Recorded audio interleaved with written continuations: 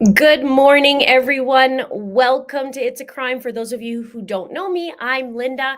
Today is Tuesday, April 23rd. We are on day 9 of Chad Daybell's trial. We're hoping that it's not going to get to day 50. If so, we have a little ways to go. Welcome, everybody. If you haven't seen it already, I have posted a video about yesterday and the recap. I did that this morning. And so you can be sure to go check that out if you haven't seen it already. Make sure you save it or watch later or whatever you guys want to do. So, welcome. I love that we are gathered here today. We've been having a great time in chat, and I really do appreciate you guys. And then before we get started, of course, smash the button or boop the button. Good morning. So today, where did we leave off yesterday? We left off with David Warwick. David Warwick is married to Melanie Gibb. John Pryor is throwing a fit about Melanie Gibb. And it's so funny that he's trying to focus so much on Melanie Gibb, but Melanie Gibb doesn't have a motive to kill the children or kill Tammy Daybell. So it's quite interesting what he's doing. And he is talking about these 7 gatherers. And I don't know what that's about. He heard something. This is what's going on. And that's why he's going, okay. Because he's heard something and he wants to know, he wants somebody to talk about it. And he's setting them up for failure, I'm sure.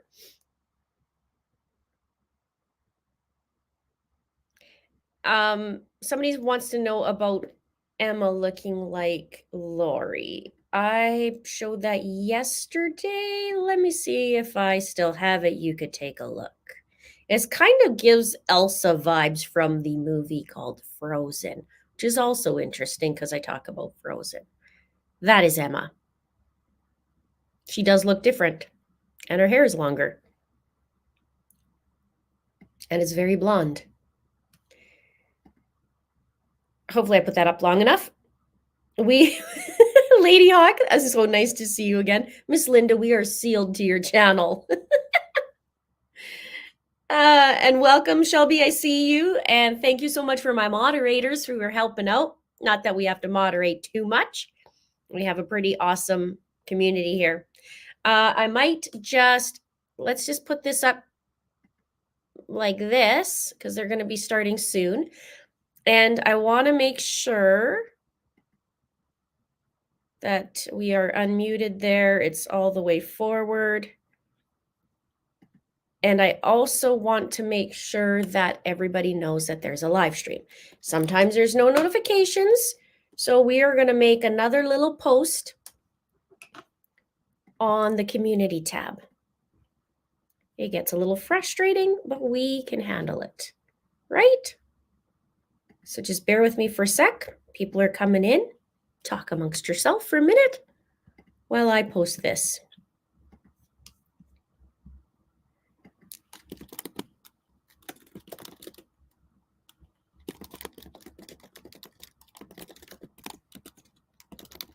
Now, yesterday, I think we had something like 1,800 people in the chat, which is awesome. See today if we can get our friends. If you guys want to get your friends to come watch too, then please hit the share button and share where you can.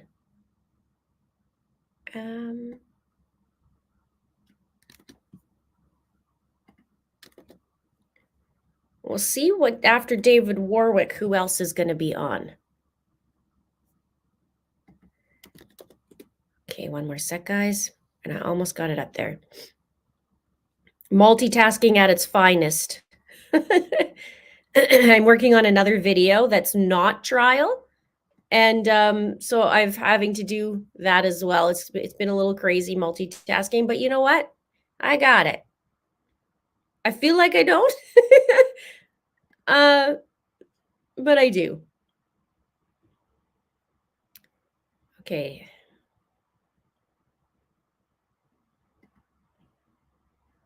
There we go.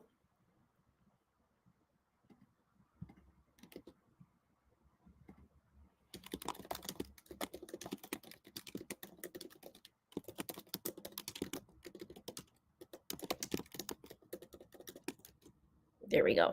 Post done. Okay. Jennifer says, what on earth are the 7 gatherers? Are the 144,000 not enough? Apparently not. Good morning, sweet Melanie. Oh.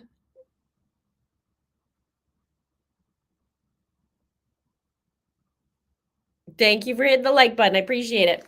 I hope you guys started off the morning, or if it's your afternoon or evening, that's good. It's a Tuesday. And yesterday, John and Chad wore matching murderous ties. So today, maybe matching yellow. Maybe today's a yellow kind of a day. Colby's was, when he had to pause and couldn't talk about Tylee for a minute there, I was, yeah, that was very hard.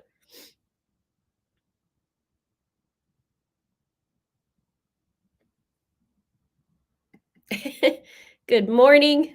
Thank you. Thanks for being here. And we got to Chad Tato it and John Mato it today.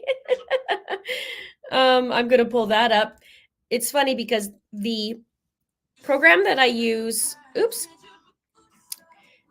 program that I use for streaming doesn't pull up the emojis that I want. So I'm going to do it from my phone, and everybody can actually, yeah, Chad Tato, and I see it. That looks so good. Oh, wonderful. So we can get into the groove. At least we have a sense of humor, right? We need it. We need it. How is it possible that we're only on day 9 and we have 41 possibly to go if it's 10 weeks? Maybe it'll be faster. There you go. You got the loin fire and Lolo. And the best too, we got to put the portal potty. One more. We got to portal potty that up just to balance it out. And then remember to keep it classy. There we go. So yesterday, Colby Ryan, David Warwick, the babysitter, the dean of BYU, and JJ's principal from Kennedy Elementary. So that was a full day. Obviously, the biggest one to me and to you probably was Colby. David had some interesting things to say, especially with that imaginary building. That was kind of weird. Court is in session. I don't see that. Oh, but maybe you're just saying that. We'll watch for it here. Should be. Oh. It is. What's going on? Why isn't it playing? There we go.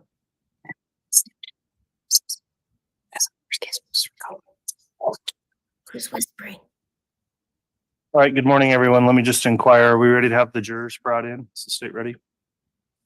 Yes, Your Honor. Defense ready? Yes, Judge. Okay, Mr. Bailiff, please have the jurors brought in. We'll go on the record. Here we go.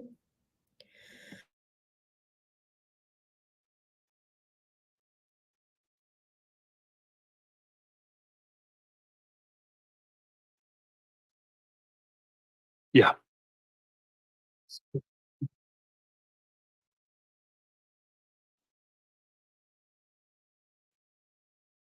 Yellow, I called it.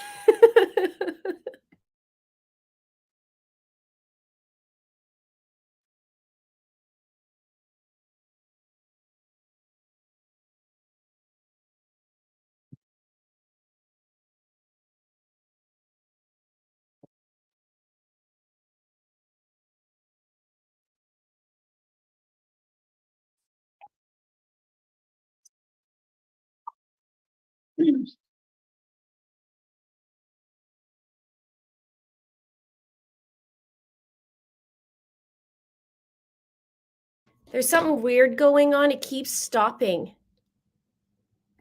Good morning, everyone. We're back on the record this morning on case CR 22-21-1623, State of Idaho versus Chad Guy Daybell. The prosecution's here present, the defendant, as well as defense attorney, Mr. Pryor.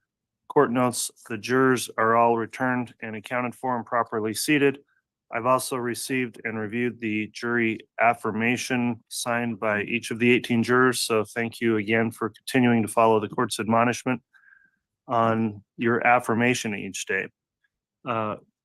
When we concluded yesterday, the witness, Mr. Warwick, was under cross-examination, which will be continuing this morning. So Mr. Pryor, if you're ready to proceed with continued cross, you can do that as you make your way over to the podium, and you can do that now, Mr. Pryor. I'll just note to the witness, Mr. Warwick, you are still under oath for your. Hang on. Hang on, you guys. There's something weird because it's stopping. It's stopping the stream and not saying live. So we might miss just a little bit. 1 sec. That's so weird. Hang tight. Don't go anywhere. Hang tight.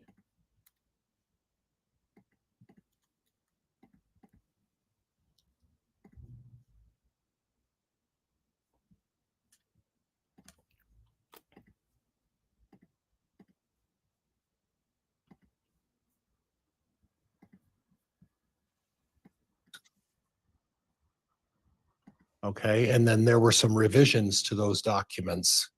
In other words, you would make suggestions and send them back to the prosecuting attorney, and then they would send it back, and there was a little bit of a back and forth. Do you recall that? Nope. Okay. Do you recall your wife bringing you an affidavit or court document saying, the prosecutor would like you to take a look at this and see if this accurately reflects what your testimony is going to be? No, I don't. But you do recall going over an affidavit that that was prepared by the prosecuting attorney for your review, correct? I would say yes, according to, if I'm understanding this correctly. Okay. So in other words, there was a document prepared. You were to review that document. And then at that point, you were to return it either through your wife or directly back to the prosecuting attorney. Is that right? I never did take it. It was just, You never did what? I did not take the document. Did you read the document? I did read it. Did you correspond in any way with the prosecuting attorney about how and what changes would be necessary to that document? No, Okay. Did your wife do it for you? no. All right. I want to go back to something you said originally. You talked and you used a couple of adjectives to describe Chad, and I don't want to put words in your mouth, but I think one of them you said was quiet. Yes, Saw that yesterday. I don't recall if you used the words humble. Was that one of them, humble?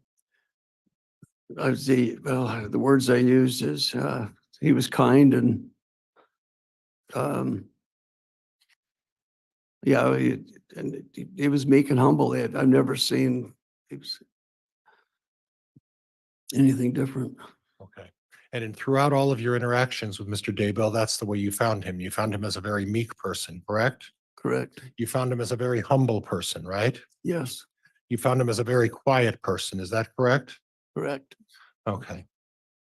And deeply religious. Yes, And you may not have agreed with all of his religious beliefs, correct? correct.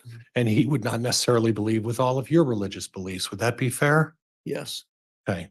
But you respected each other for having your respective religious beliefs. Would that be fair? yes. Now, I talked to you a little bit about visions and about vibrations. I want to talk to you a little bit about seances. Do you understand the term seance?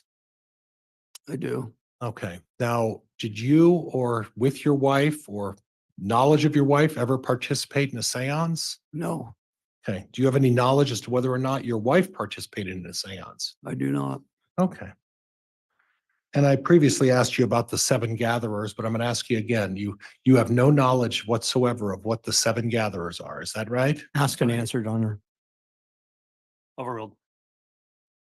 You have no knowledge of what the 7 gatherers are. Is that correct? Yes, Okay. Now, you testified in a preliminary hearing, I believe it was in August of 2020. You recall that? Yes, What was the date of your marriage again?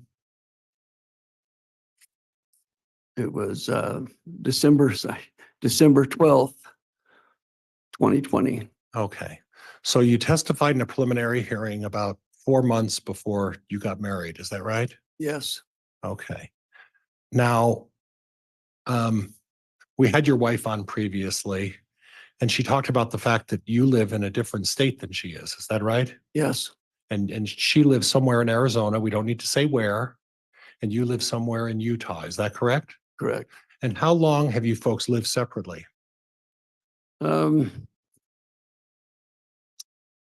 Probably about 2 years now. Okay. And how long did you actually live together?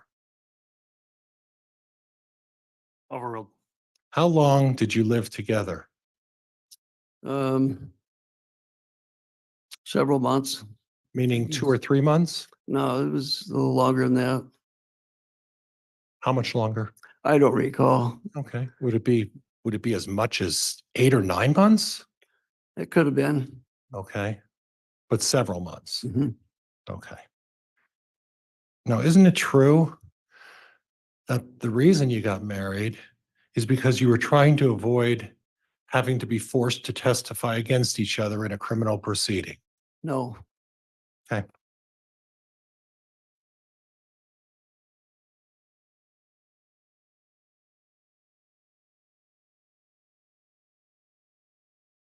I want to go over with you again some of your testimony with the prosecuting attorney. You made mention of a timeline. You said you went to a park during one of the days. I think you came in on a Friday, right? Friday night, But you don't remember about what time. I would think about 7:30. Okay. And then you said that you saw Chad several times over the weekend. Is that right? Yes, How many times? I would say more like a few times. I would say 3 or 4 that Okay. I can actually recall. Okay. And one of them you described as being in a park on a Saturday. Is that right? I think, no, that was on Sunday. That was on Sunday. Mhm. Okay.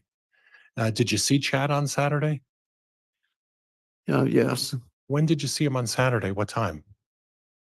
I would say it was late morning or early afternoon. Okay. Okay. And what was the purpose? That was the time when you folks had that discussion about Tammy and some of the other items that you talked about. Is that right? Yes, That was the significant discussion where the vast majority of what you spoke to Chad about took place on that Saturday. Is that right? yes, Okay. Now, you didn't see Chad on Friday. Is that right? that's right. Okay. And then you got up on Saturday and in one report to the police, you mentioned that you slept in Saturday and then ate breakfast at Lori's condo. Do you remember telling law enforcement that? I don't. Okay. Do you dispute the fact that maybe you slept in and ate breakfast on Saturday morning? No, I just don't remember. Okay. And then what you did is you guys got prepared and went to a seminar called the Firm Foundation Saturday, right after you got done eating breakfast. Remember that? Yes, Okay. And according to your daughter, excuse me, your wife's testimony, you spent the better part of the day and the evening at the Firm Foundation. Do you remember that? yes.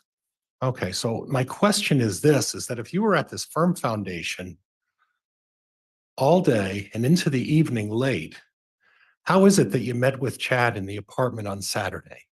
Because we were not at the whole event. Okay. We didn't attend the whole event. And if your wife said you did attend the whole events and that she took pictures for over 9 or 10 hours, that's something she's mistaken about, right? If she did, yes, Okay. And you left the event during this event and came back, went to Lori's to eat. Is that right? I don't remember. Okay. All right. So you also don't remember talking to Chad on Saturday, do you? Yes, I do. Okay. All right.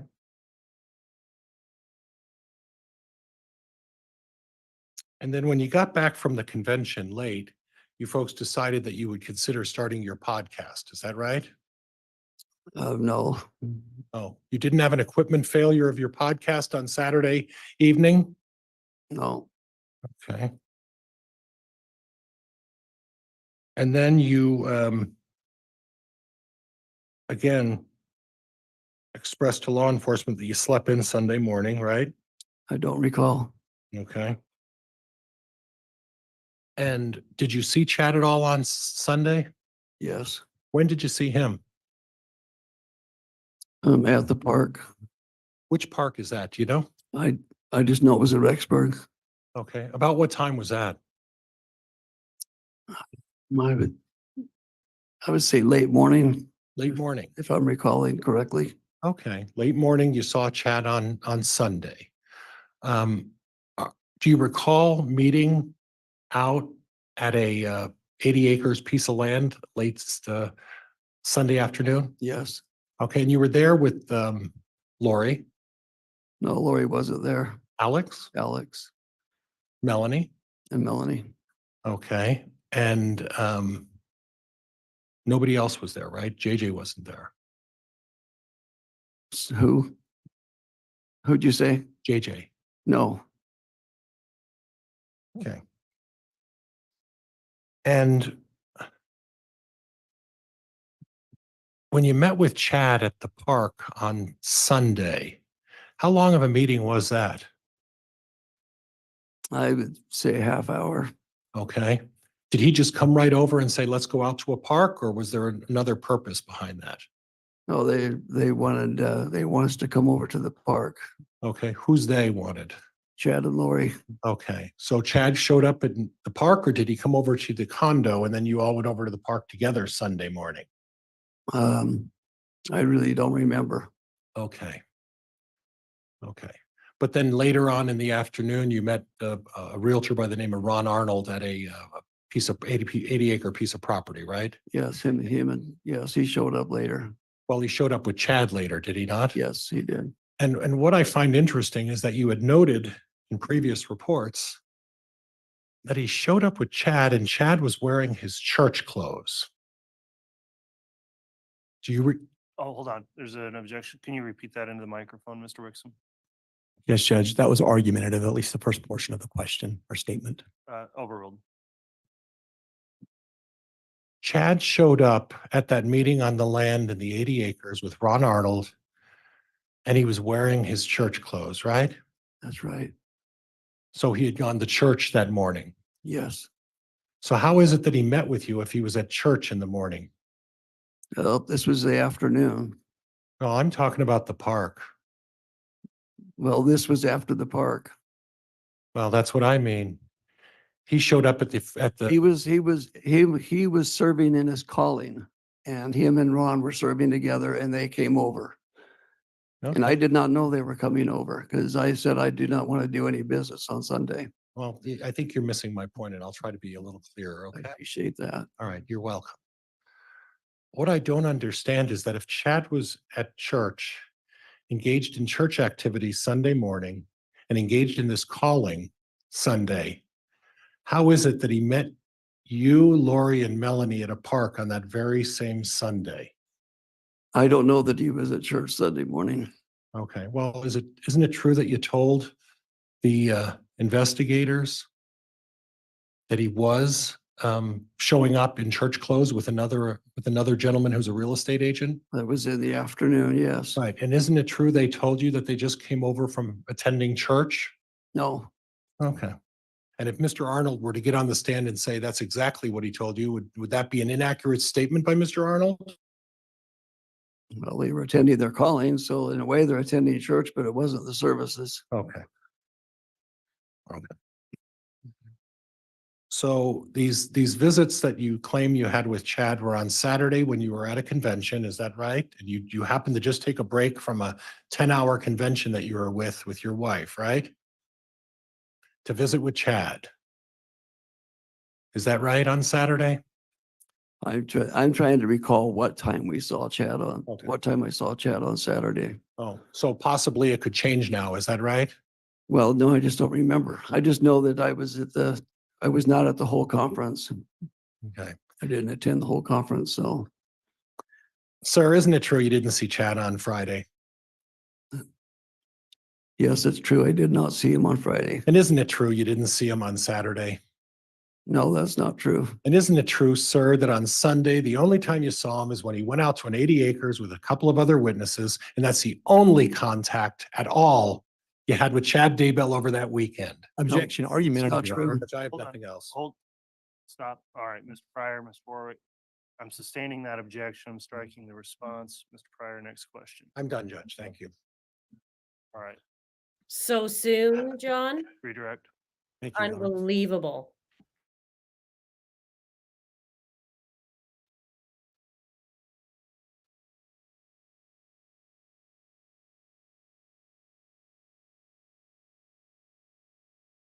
Morning, Mr. Warwick. Good morning. So I want to start by covering some of the questions that you were asked initially this morning. Do you recall the defense attorney just asking you whether or not yesterday you had met with prosecutors about your testimony? Do you recall that question? Yes, And you answered no. yes. Do you recall meeting with me yesterday? I don't. I mean, we talked in the hall, but we didn't talk about the case. Okay. What about the day before?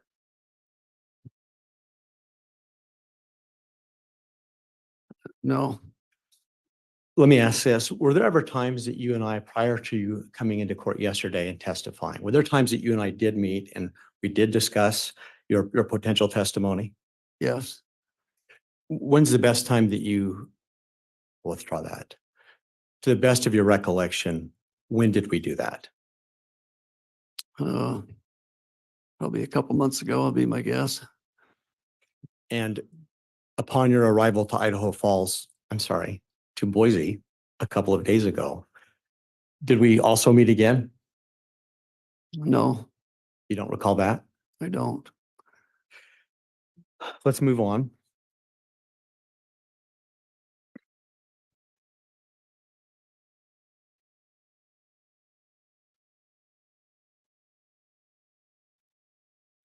You were asked some questions by the defense about the way that you characterized Chad. Do you remember those questions? Yes, And I think the words quiet and kind and meek came up. Is that right? yes, Now, to be clear, over the last several years, you've met with law enforcement a few different times, haven't you? yes. Do you remember which law enforcement by any chance that you've met with? I probably remember more by face than name. Do you ever remember discussing with law enforcement your feelings about whether or not you liked Chad? Do you remember that? Well, liking Chad or liking his ways. Liking Chad. I'll say yes. It's vague, but I remember. What, It's overruled. You can continue to answer. what do you remember about telling law enforcement about whether or not you liked Chad? Well, the only thing I can recall that I was struggling with is when he approached me about doing a book, I told him that I needed time to come to understand if that was right and if it was right, and then I needed to decide at who if it was to be done. And for the next year, it was like when he reached out to me, he just didn't acknowledge the grounds that I had set.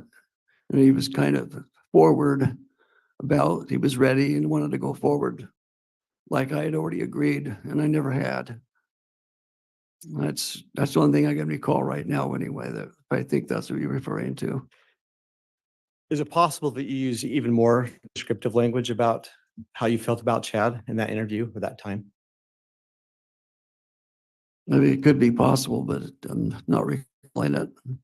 If you had an opportunity to review a police report from June of 2020, do you think it's possible that could refresh your recollection about that part of your conversation? Yes, Your Honor, with that, may I offer the witness a copy of the report from Detective Hermosillo from that same date? Any objection from the defense?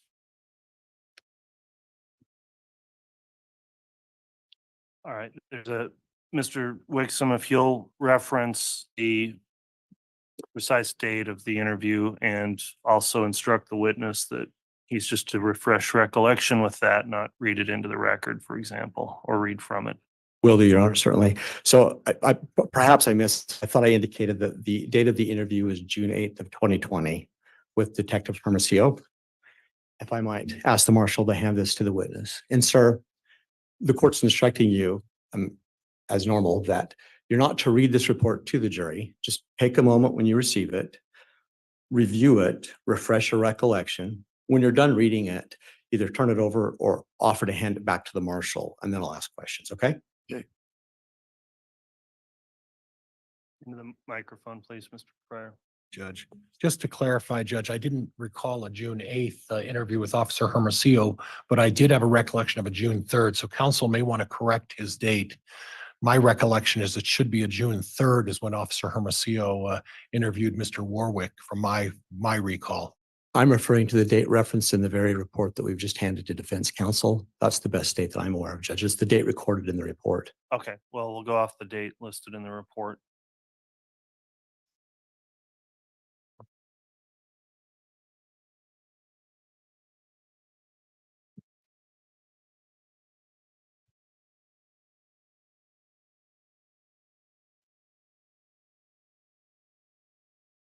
Judge, could I want to urinate of objection when Mr. Warwick is done? You may, once he's reviewed that report.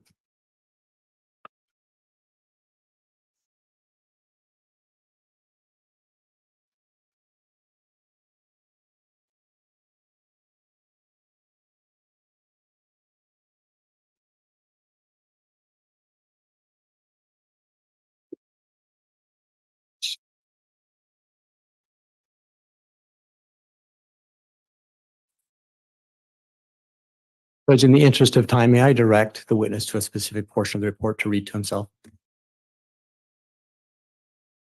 Yeah, that's fine. Thank you. Mr. Warwick, I would call your attention to page 4 of that report and invite you to read the last 2 paragraphs, please, to yourself.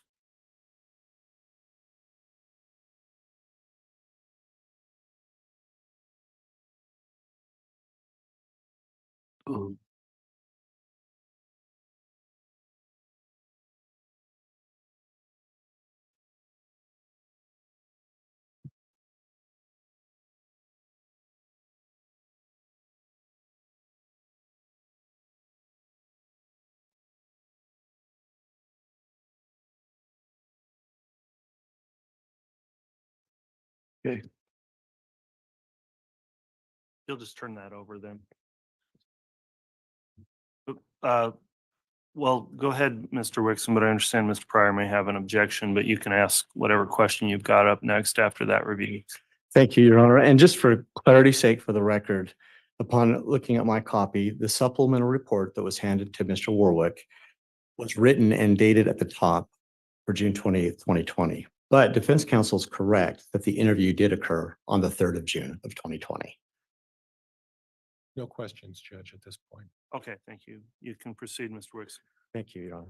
Mr. Warwick, having had a chance to review that paragraph, did it refresh your recollection? Yes, it did. Would you please explain to the jury, what was it that you told Detective Hermosillo in June of 2020 about Chad? I was really angry that he called Melanie and told her not to talk to the police Why were you angry? because when someone makes a call like that, there's something wrong. And I had no idea what was going on. My mom had just I was on the phone with my mother because she just got diagnosed with cancer. So I was on my way over to. Judge, objection, Sorry. Hold on. What's the grounds? relevance? Overruled. You can continue, Mr. Warwick. Here's the relevance. I was on the phone with a broken down mother trying to get to her. Melanie's on the phone with Chad. And then when we both got off the phone, Melanie was really quiet. And I could tell she was really upset. So I just asked her, I said, what's going on? She Judge, said, objection calls for hearsay. Yeah, this invites hearsay sustained. Do you happen to recall anything else that you told to Detective Hermosillo in that interview about your feelings about Chad? yes, What else do you recall? that he was manipulative. Can you explain what you meant to Detective Hermosillo when you use the word manipulative?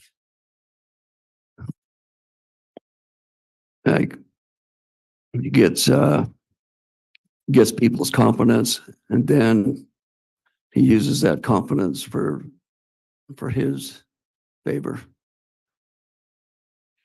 So I'm going to invite you to explain to the jury and reconcile how you can your statements that Chad was kind and humble and meek, but you also think he's manipulative. Yeah, because all my interactions with Chad were kind, humble, and meek. It was that situation that happened much later. I just wasn't in that time frame. So that's when I saw a different Chad. What was that different Chad? Describe that different Chad. To call and tell somebody, literally tell them not to take the call with a very authoritative voice. When you said authoritative voice, did you hear him on the phone? No, I didn't. I just, after Melanie shared with me what the call had just happened. You were asked about the reason behind your marriage with Melanie. Remember that question from the defense counsel? Yes. Why is it that you married Melanie? Why is it? Hmm. Because she's a wonderful, wonderful woman, and she was very good with my Down syndrome boy and with all my children, and we're very compatible on many things. Is there any question in your mind that the two of you have a loving relationship? No, And in fact, it was suggested that perhaps your marriage was to avoid testifying against each other. Do you recall that? I'm going to object. Yes. And I think I got the objection in time, Judge. Yes, grounds. But it's leading. Judge, I'm just, Overruled. You can answer. well, you need Your Honor, could we ask Madam Reporter to repeat that? I want to make sure that I did it correctly, if she'd be kind enough to do so. You may.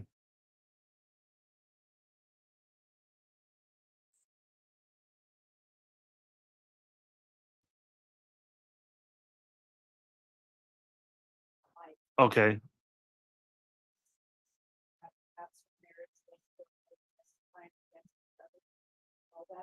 And I'm going to repeat that for the record. The last question was, and in fact, it was suggested that perhaps your marriage was to avoid testifying against each other. Do you recall that? I do recall that. Have you ever been charged with any type of criminal charge related to this case in any way? No,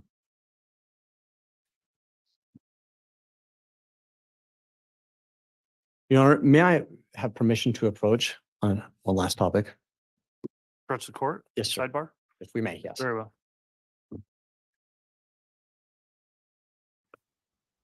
Yeah, this is going to be the start of a very long day.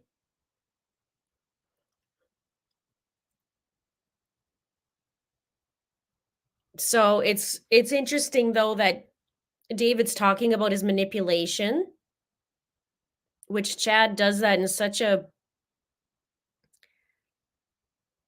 I don't know the word that I'm trying to find, but he's just a manipulator. Just like yesterday in the texts. Oh, Lori's not talking to me, so I'm going to have to somehow bring in something stronger than myself because he has low self-esteem, and then bring it in and go, okay, well, we got to use that. So guess what? I'm going to use my powers from my grandfather to say that you're not protected at your house. And it kind of is a little threat too, the way he did it. Yeah, he's calculated. That's a good word. He is calculated. And they were after David in the phone call that Melanie Gibb had recorded. Like, we could feel David's what's the word she used? Influence. We could feel David's influence on you. He is a weasel.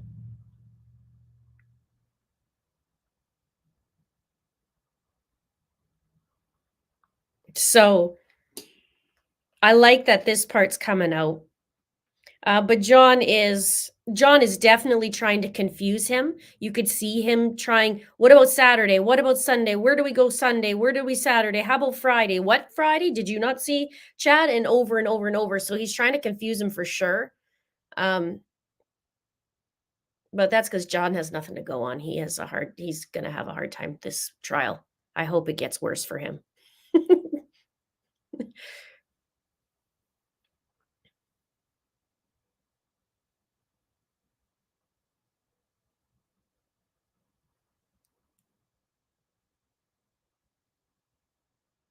Yeah, let's see.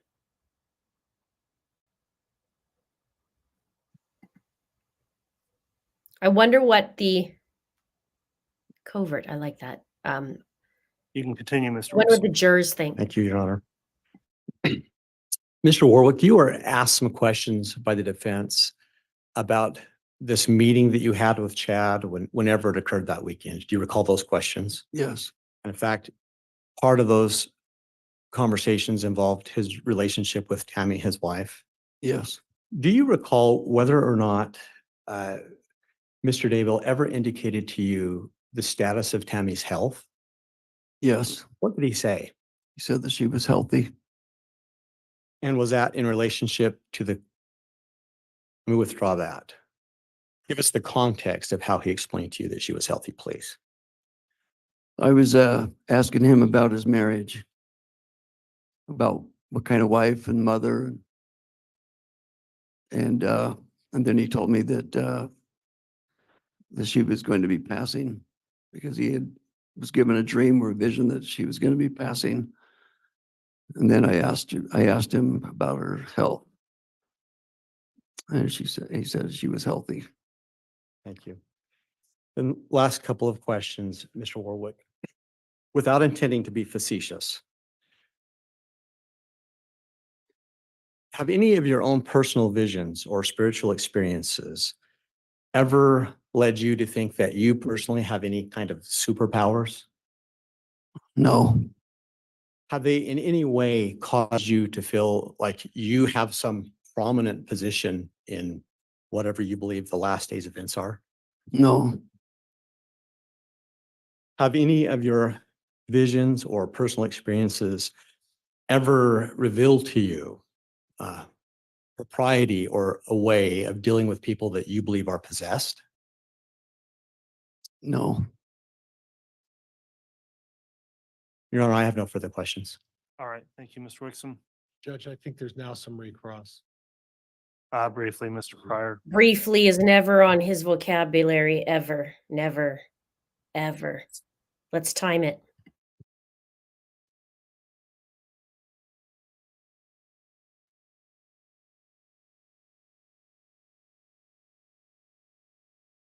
So this discussion about Tammy's health, that's the same discussion that took place supposedly on the Saturday between times you were at the seminar for the Firm Foundation, right?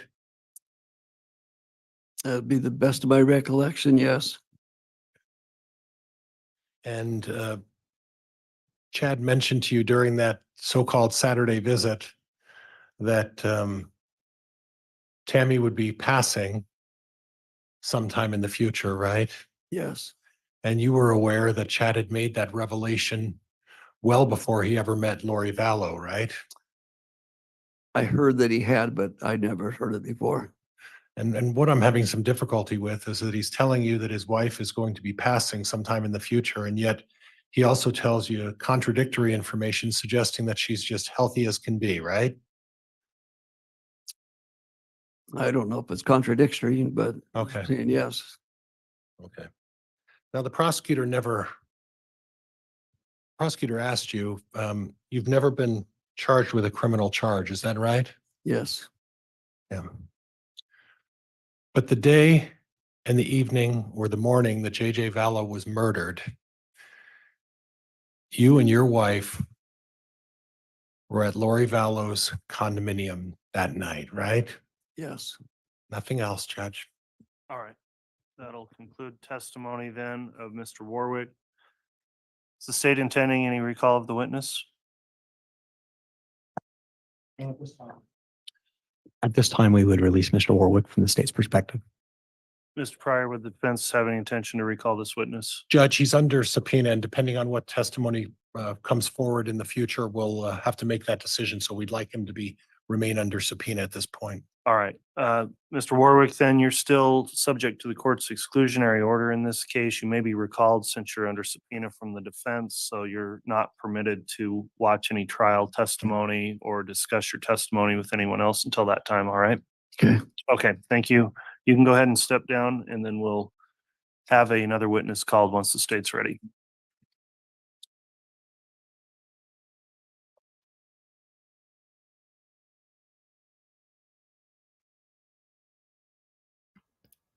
It's funny because John thinks he's like so witty to say something. Nothing else, Your Honor. And he's like, there, and he puts State's the mic next drop, witness, please. and it's not. State would call Brandon Boudreau. Yeah, buddy. It's going to get good now. Here we go.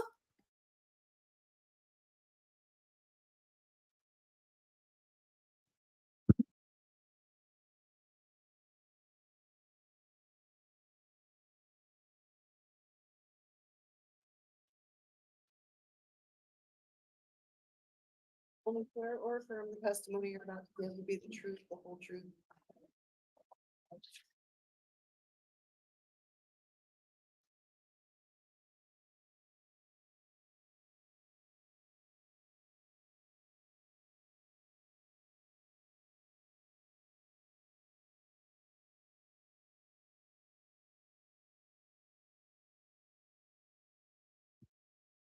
All right, now the witness has been placed under oath. I'm just going to inquire. The court does have an exclusionary order. In fact, Mr. Boudreau, have you observed any of the trial testimony in this case since it began? I have not. All right, have you talked to anybody else about the testimony they've given in trial? I have not. All right, Mr. Wood, then you can proceed with your direct examination. Thank you. And Your Honor, before I do, I apologize. I should have asked for this from the court earlier. If I could be handed State's Exhibit 9. Okay, we'll get that to you.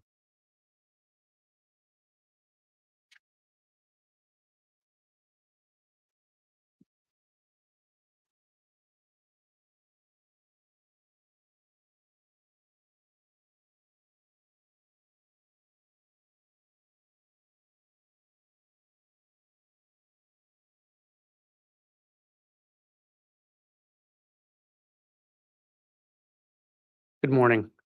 Morning. Can you state your name and spell it for the record? My name is Brandon Boudreau. Brandon. Boudreau is Boudreaux.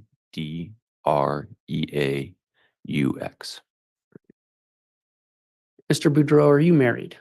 I am. Are you on a first or second marriage? I'm in my second marriage.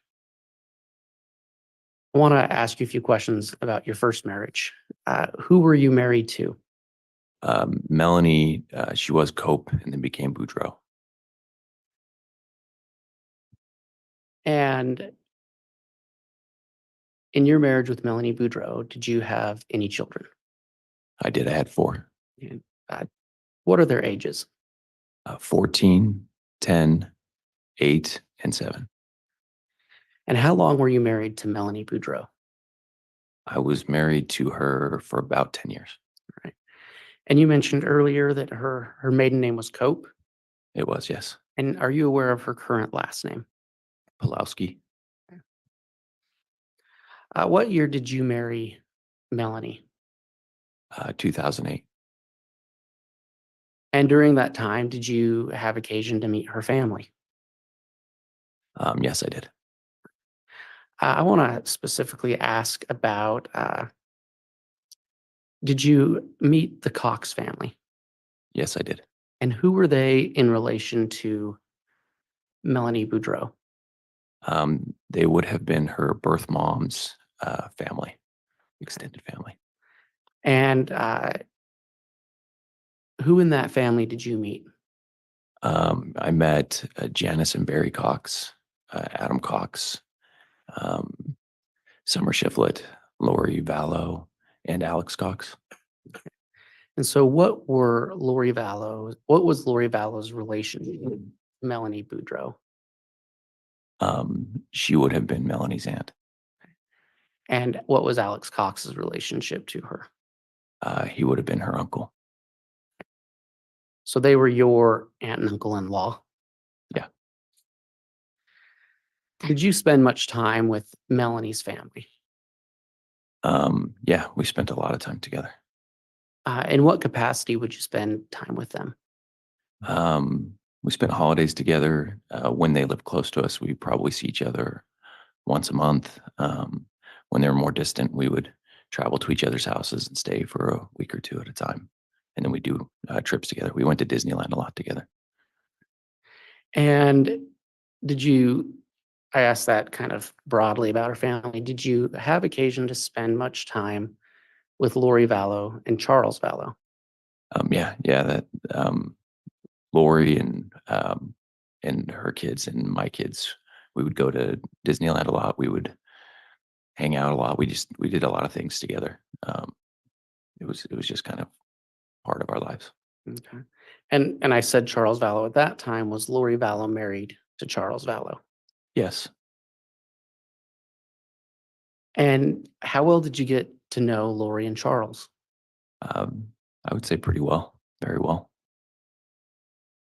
And you mentioned your family spent time together. You said you went to Disneyland? Yeah. And would you spend holidays together? Yeah, often.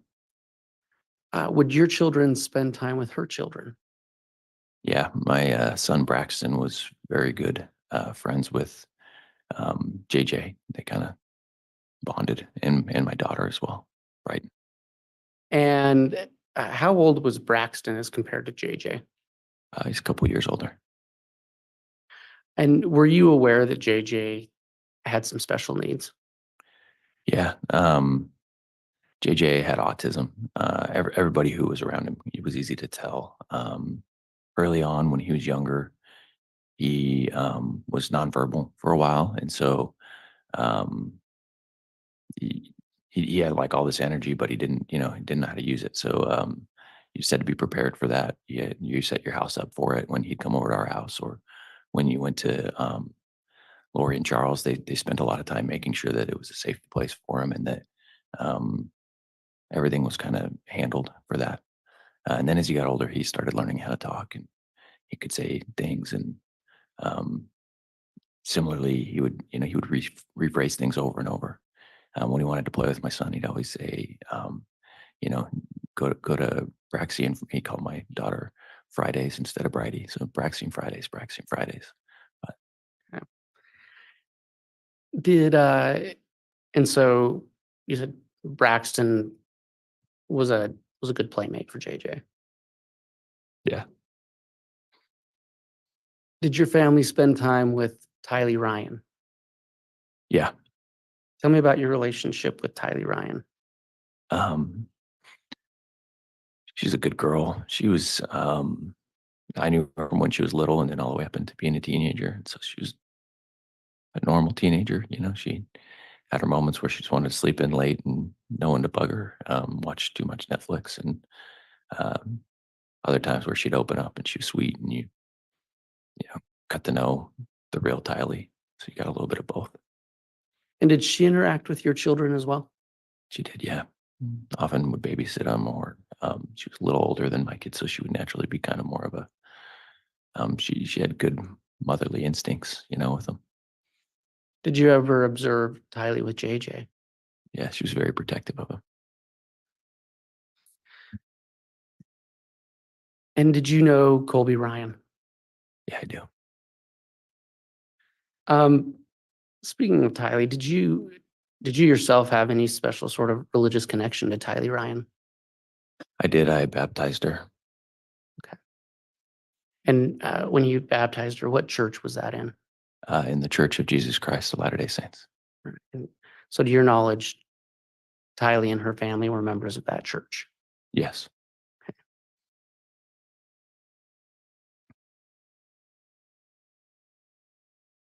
I want to talk a little bit about Melanie Boudreau and Lori Vallow. Did you have occasion to observe their relationship? Yes, I did. And was that over a span of years? Yes. What was that relationship like?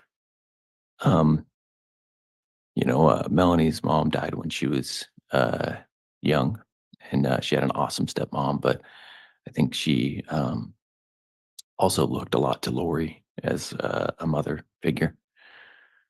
So she, in our marriage, at least, she was very easily influenced by wanting to do things. That's why we went always to Disneyland with Lori. It was just kind of, she always wanted to be like Lori and spent a lot of time looking for her acceptance.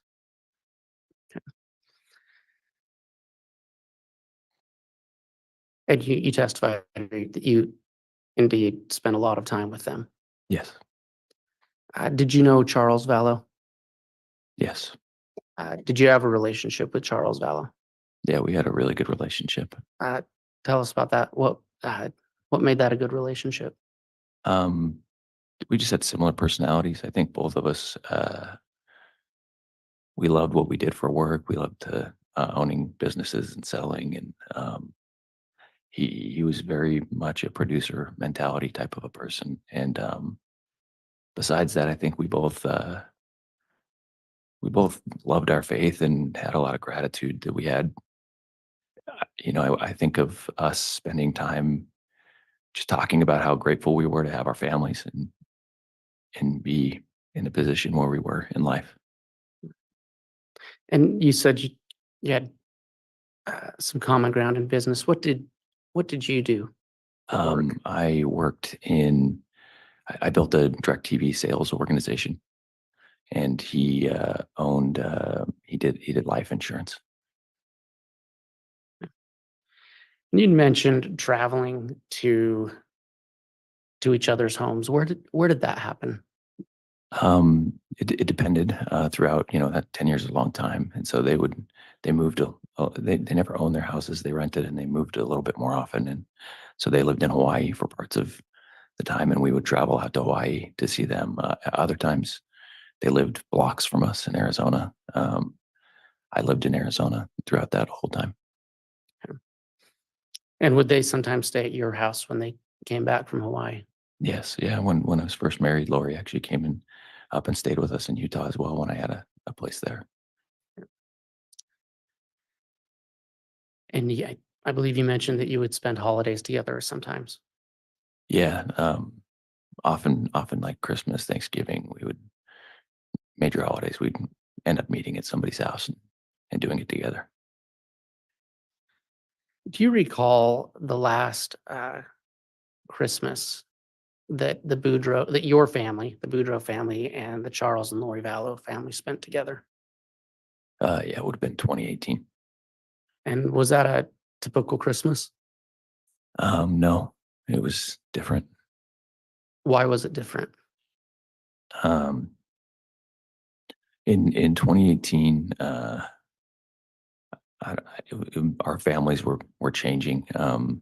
That particular Christmas, I wasn't as aware of everything that was going on. But when we went there, when you spend that much time together all the time, you don't have to say anything. You just know from each other's body language. And when you show up places, when you do things, it's just, you always feel welcome. You feel loved. You feel close. It's like you can pick up right where you left off. And that Christmas, when I was over at Lori's house, there just felt like a lot of distance. There was, and usually just the family. It was just like the Coxes and the Boudreaux. And that Christmas, there was someone named Melanie Gibb who was there. Who,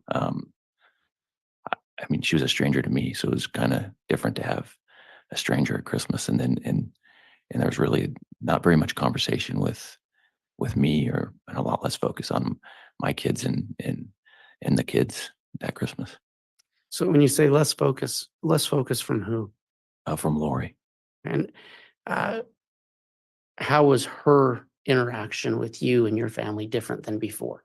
Yeah, Lori was pretty like doting. When my kids would come over, she would make them feel loved. You know, she would, just try to spoil them with presents and attention. And that was kind of her way of letting people know that she noticed them. And that didn't happen that Christmas. So it was markedly different. Yeah. Did you observe Lori and your wife, Melanie, at that party? Yes. Do you recall what their interaction was? Um, I I remember leaving afterwards and talking to my wife about how it felt different because it felt so different, and her telling me that nothing felt different at all. Um, so I would say that she felt like it was fine and normal, and it didn't seem to her like it did to me. Okay.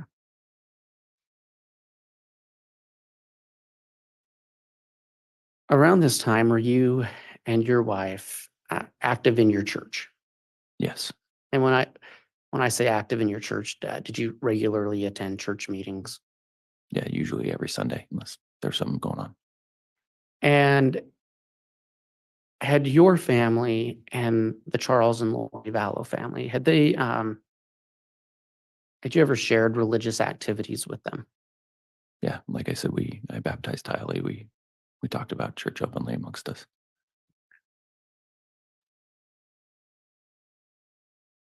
Around that time, so we're talking about the end of 2018, did your wife's activity in religious events change? Um, yeah, in the fall of 2018, earlier in my marriage, uh, she just didn't love going to church. It wasn't her thing. I liked going to church, so I was kind of the advocate. I would push it a little more. But in the fall of 2018, she got very excited about religion and going to church, and she started talking about how she set this goal that she was going to go to the temple every single day. Okay. And so around the fall of 2018, her attitudes appeared to change. Yes. Uh, and you said she wanted to go to the temple every day. What did you think of that? Um, in our faith, it's going to the temple is definitely something that's important to us. It's a way to kind of to go through a process to remind yourself of promises that you make to God. It's kind of ritualistic, but for me, it's a great thing to do in moderation. You know, I might go once a month, and I think that's kind of a normal thing for a person. If they set a goal, they go once a month and just kind of remember, hey, I committed to God to give my life to certain principles. But when it's pretty rare for someone to go every day, it's a lot, especially for a mom with kids at home and a lot of other things that we had as responsibilities. And so it was surprising, I think would probably be the right word. But also for me at the time, I wanted to be supportive. I wanted to show that, I could meet her where she was and help her try to figure things out. And just for clarity's purpose, in your faith, is going to the temple the same thing as going to church? What most people think of as going to church? No. What's the difference? Um, Going to the temple is something we do once for ourselves. That very first time to make promises to God. It's like being baptized. We go once for ourselves. We make promises to God. And then each time you go afterwards, you do it for someone who's passed on, but it's something that's kind of viewed, like I said, it's maybe a once a month thing, or going regularly is healthy, and I think a good part of anybody who wants to find a rhythm for their religion. But going every day would maybe be something somebody did if they were retired and they just had nothing else to do. But going to the temple is not your regular Sunday services. No, we go to a regular Sunday service every Sunday at a church building. Thank you to clarify that. And so this was, I think you said in the fall of 2018 that these changes started taking place. Yes. In addition to this daily temple attendance, what else changed in your wife's religious demeanor or attitude? At that time she started going to these things that she was calling firesides, but weren't things that I would call a fireside. Okay, so let's clarify that. In your church, if someone says fireside, what do you normally think of? So inside of our faith, there's a leader of like a group of we call it a ward. So like a group of people who live in a certain geographic area. And so inside your ward, that leader's name is a bishop, and him or one of the other people, like the counselors in the leadership group, at times they might, besides going to church on Sunday, they might set up a meeting that they think might lift us up or encourage us spiritually. And it might be outside the normal times you go. And so they usually do them in the evenings, and they call them firesides. That's something that, you get together, it's under the direction of the church. And ideally it's uplifting. It's something that's going to bring you closer to, your commitments you made when you're baptized to try to follow the Savior. Okay, and you said that Melanie Boudreau, and there's multiple Melanies in this case, so I'm going to keep referring to her as Melanie Boudreau, if that's okay with you. Yeah, that's fine. And so Melanie Boudreau, she started going to what I believe you testified, what she called firesides, correct? Correct. And were these different than what you would normally call a fireside? Yeah, so I kind of just described what I think of as a fireside, but she was just going to people's houses, and they were doing meetings that weren't under direction of anybody from the church. And oftentimes they were focused on things that aren't things we talk about normally in church. Some of them were just, What kind of things? I didn't go to them, so I can't say what exactly was talked about, but I can share what came back from them, which was what made me concerned. She came home one time and wanted to get like $10,000 worth of food storage all at once because she was really concerned about the end of times coming, the end of the world coming. And it just didn't seem very practical to me, and then there was other focuses that she would come home with.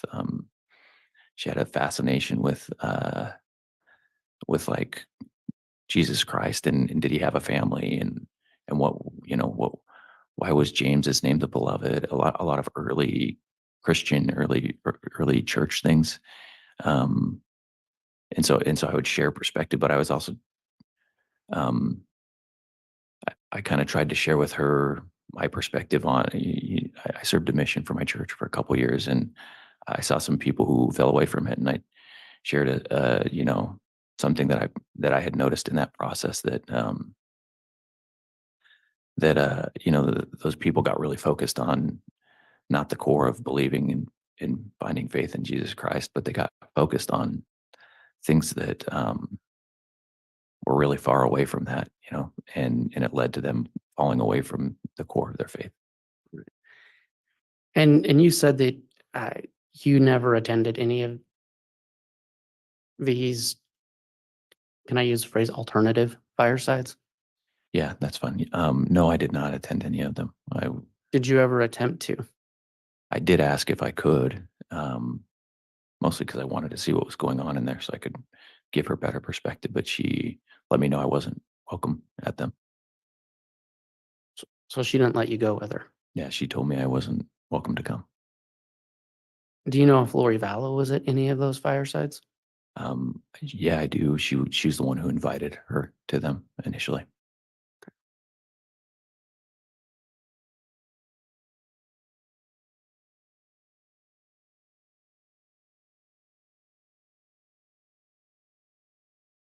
So coming back to fall, winter of 2018, if it's fair to say that your testimony is your wife's religious fervor has changed, and you had this awkward Christmas party. Is that fair to say? Yes. Did the situation, and you've testified that your relationship between the Chad and Lori family and your family was close. Did the situation between your family and Charles and Lori's family change around that time? A little bit after, right after in the new year, beginning of the new year, there was a period where Lori, she did send a message to the family telling them that her accusation was Charles was cheating on her, and that because of this, she locked. She took all the money out of their bank account. She stole Charles's truck, changed the locks on their house. It was very irrational to me. And when was this? It would have been like the end of January of 2019. And how did you respond to that situation? Initially I didn't even know about it. I think she called everybody, but my phone was blocked from Charles, so I couldn't hear from him at all. I found out later that Melanie must have blocked him in my phone, but Just to be clear, Charles Vallow's contact was blocked on your phone. yes, and I didn't do it. And the only other person who had access was my wife. Okay. And so you were talking about how you reacted to this situation of, I guess you could say, a breakup between Lori and Charles. Yeah, I mean, it's a tough one when you're that close with people. And everybody in the family kind of got drug in and involved in it because it was messy. As far as like Charles really didn't want it to happen. He wasn't looking for it. He was trying to make sure it didn't happen. He was sending us as a group regular emails to try to contact us and work through it and try to communicate, because Lori just kind of cut him off after all that. She just stopped talking to him. She actually left him with JJ and just disappeared for a while. Do you know where she went? I don't. But she didn't take JJ with her. No. Do you know how old JJ was at the time? I can't remember right now. It's been a long time. But he was still a young child. Yeah, I mean, you couldn't leave JJ. JJ had to be watched all the time. You couldn't leave him alone. He was, when you're watching JJ, it's your whole life. Like, you have to plan everything around it. I mean, just for him to come visit, you have to plan everything around it.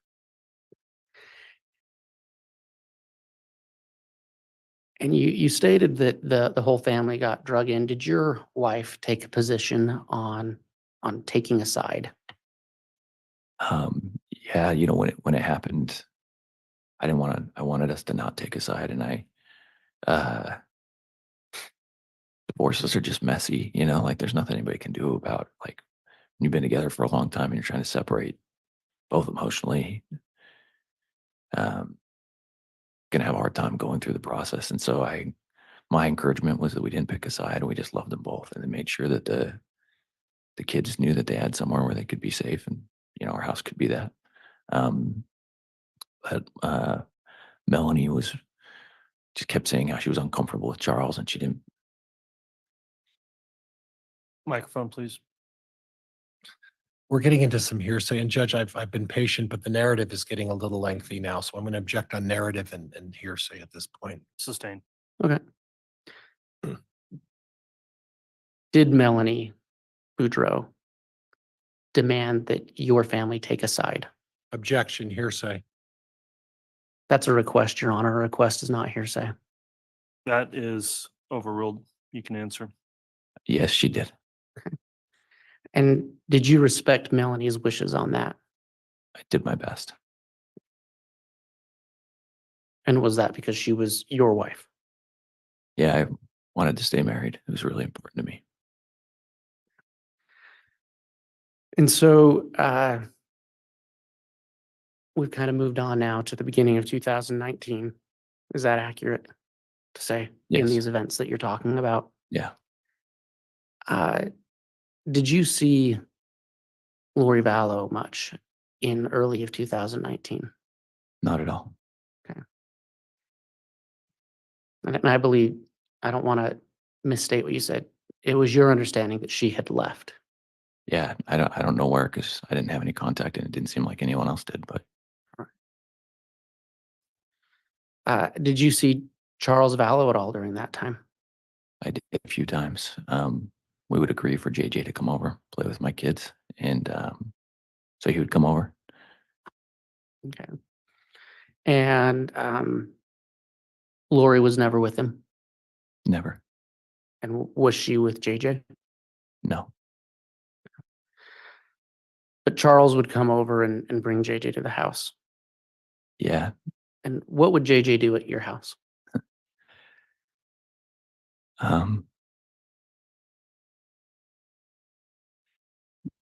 He would just come play with my son. He would, they play video games as long as he could keep his attention on it. Sometimes he just bounce from one thing to another and be all over the house.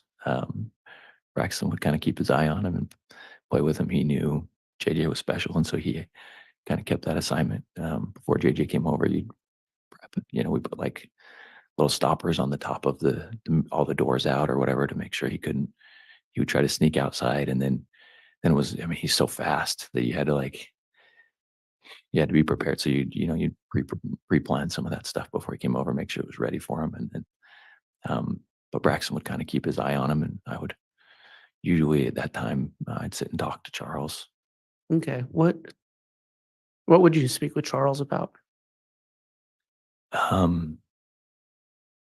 You can imagine someone going through a divorce they didn't want to go through. He was pretty,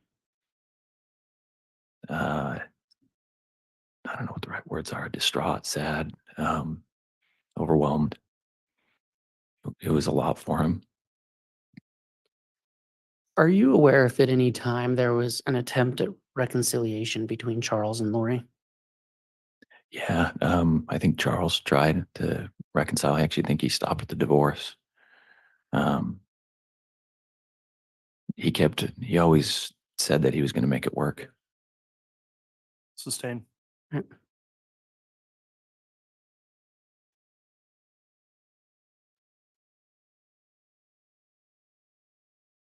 going to move forward to the summer of 2019. Did you have an occasion to take a trip to your in-laws' house?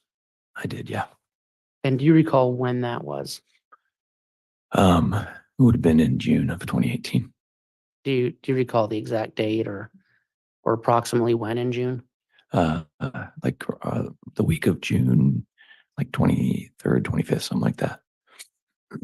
What was your purpose for going to your in-laws? My wife's younger sister was getting married. And while you were there, did anything out of the ordinary happen? Yes, What was that?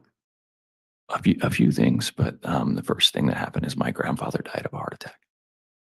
Okay. And were you expecting that? No, And so you're at your wife's family's house when you got the news?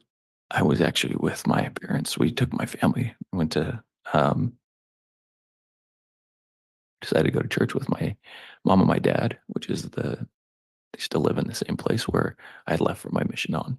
And we were actually just sitting in the pews right before church started, and my dad got a phone call, and he never gets up and takes his phone calls in church. So he got up and he left. And he came back and he waved us all out. Said, Your Honor, I apologize. Go ahead. It's sustain, as you're saying. It's just some foundation, so I can move on at this point. Very well. Did you have any conversations about your grandfather's death with your wife, Melanie?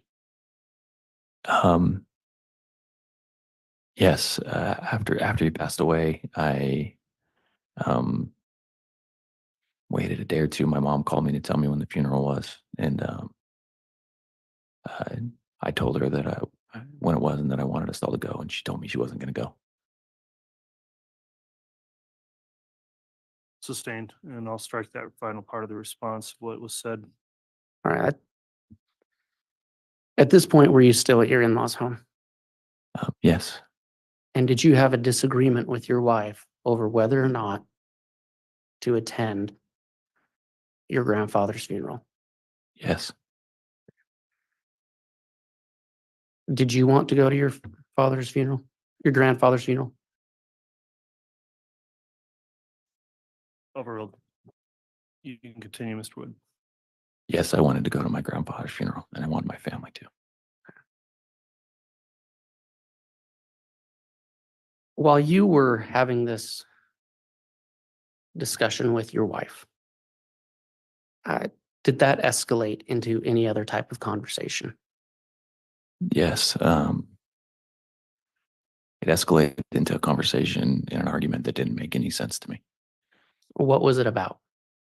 Well, she started bringing Lori into this argument, which had nothing to do with what we were talking about.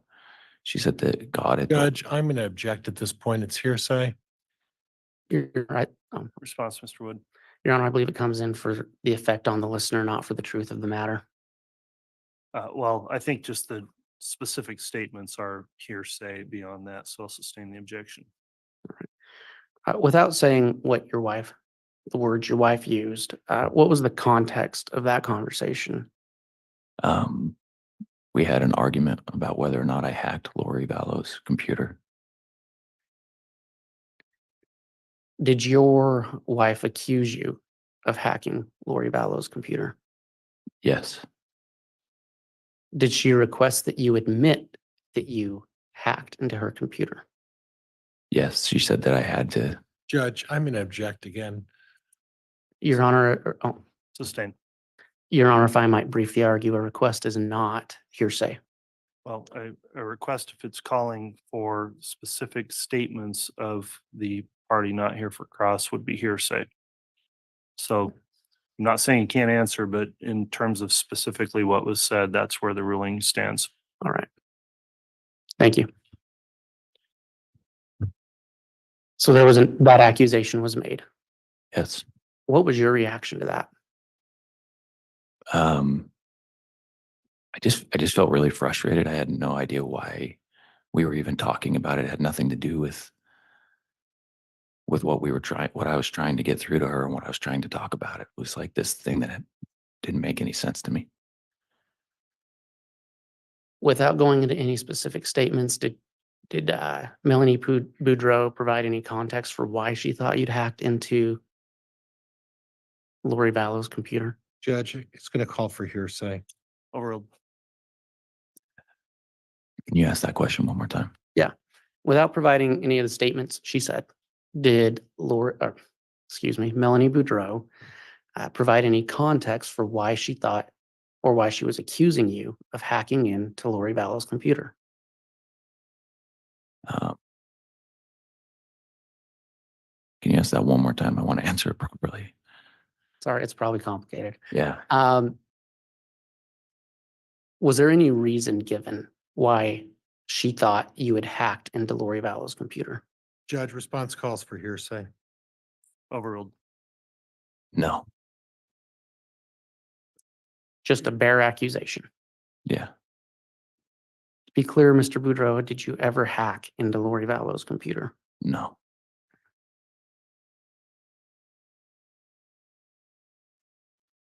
Did, in this conversation, did Melanie Boudreau inform you of anything that God had revealed to her Judge, in relation to this divorce? Judge, I'm going to object. This is leading.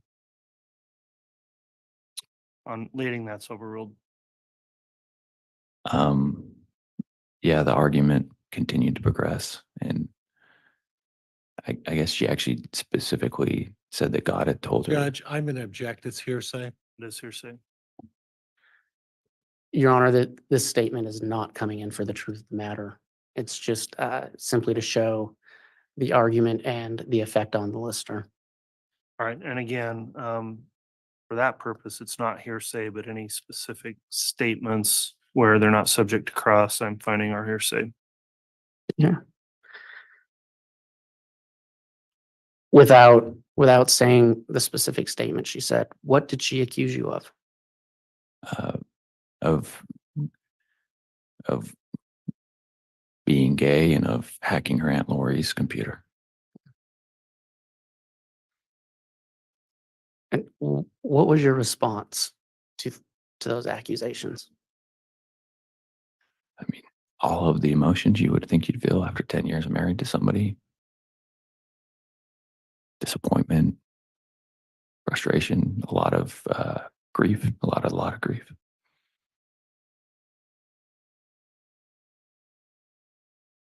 Did you have any idea that she would make an accusation of homosexuality against you? No.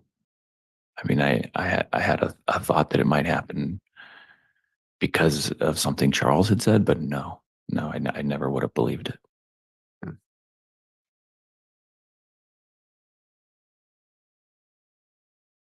So you have, is it fair to call it an argument? Yeah. How did it end? I mean, it took a long time. It started in the afternoon. It went past midnight, and she went to bed. I just stayed up troubled all night.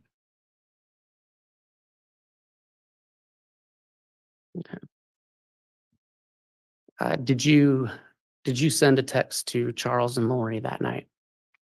I did. I was really frustrated about this whole thing being involved in my relationship with my wife. So I sent it. It's becoming a narrative. It's non-responsive. Overruled. So I sent a text to Charles and Lori both, telling them that if my family was broken up and my marriage ruined, it was on them. Did you ever hear from Lori in response to that? No. Did you hear from Charles in response to that? I did. When approximately was that?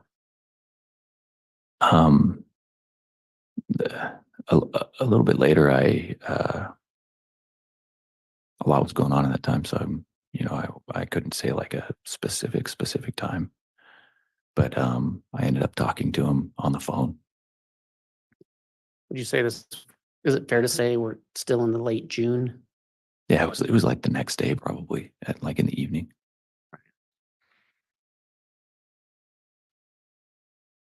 And what was that conversation like? He just apologized for Judge, I'm going to object at this point. It's calling for hearsay. Sustained.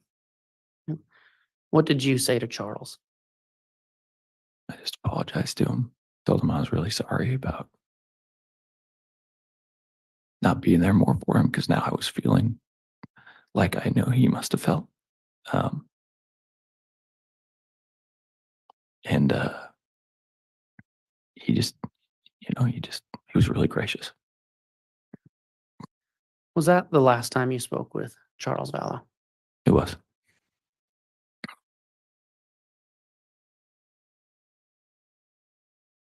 After Charles Vallow died, did you have any contact with Lori Vallow? No, I did not. After Charles died, did you have any contact with JJ Vallow? No, I did not. And after Charles died, did you have any contact with Tylee Ryan? No, I did not.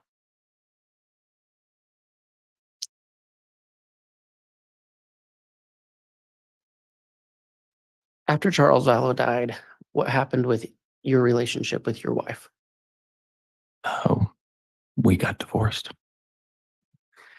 When did that happen, approximately? We started the divorce right after my grandfather's funeral, but it takes a little while. So we got a mediator right after and signed all the documents. and I moved her into a rental house, and then I think it finalized in October. Okay.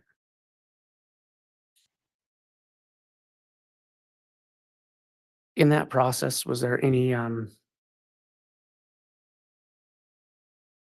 the home that you and Melanie lived in, did you sell it? I did. And did she move to another location? She did. I helped her get a rental home. And did you move to another location? I did. I ended up getting a rental home as well. Approximately when did you get that rental home? I got it. I found out the house was sold like the end of September. We had got it looked like it was going to sell, and so I went and found a rental home at that time. Right. And where was, uh, don't go into specifics of neighborhoods, but what city was this in? Gilbert, Gilbert. Arizona. And is that where you had been living the last several years? Yeah, I moved back.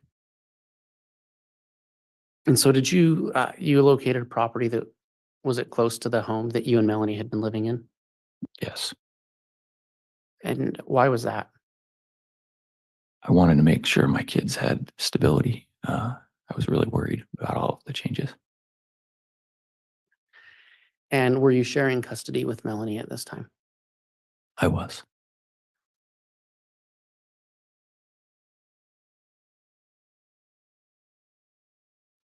What was the situation between you and Melanie like at this point, at the end of September, beginning of October of 2019?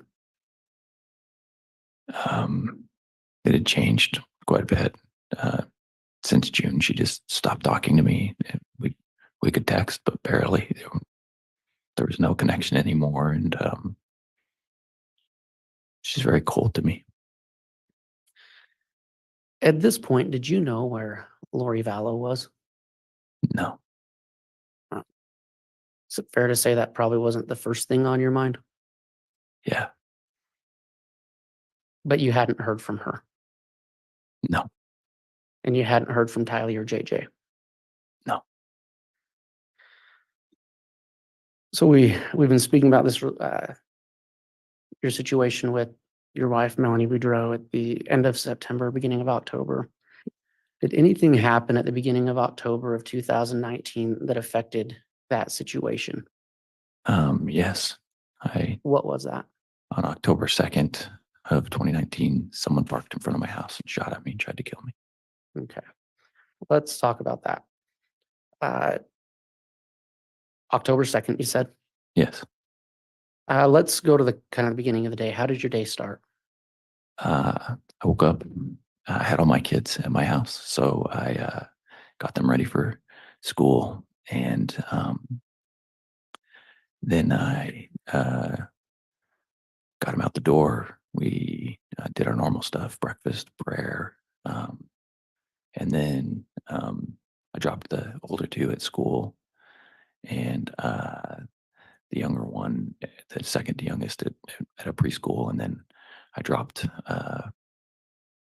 my youngest at Melanie's house.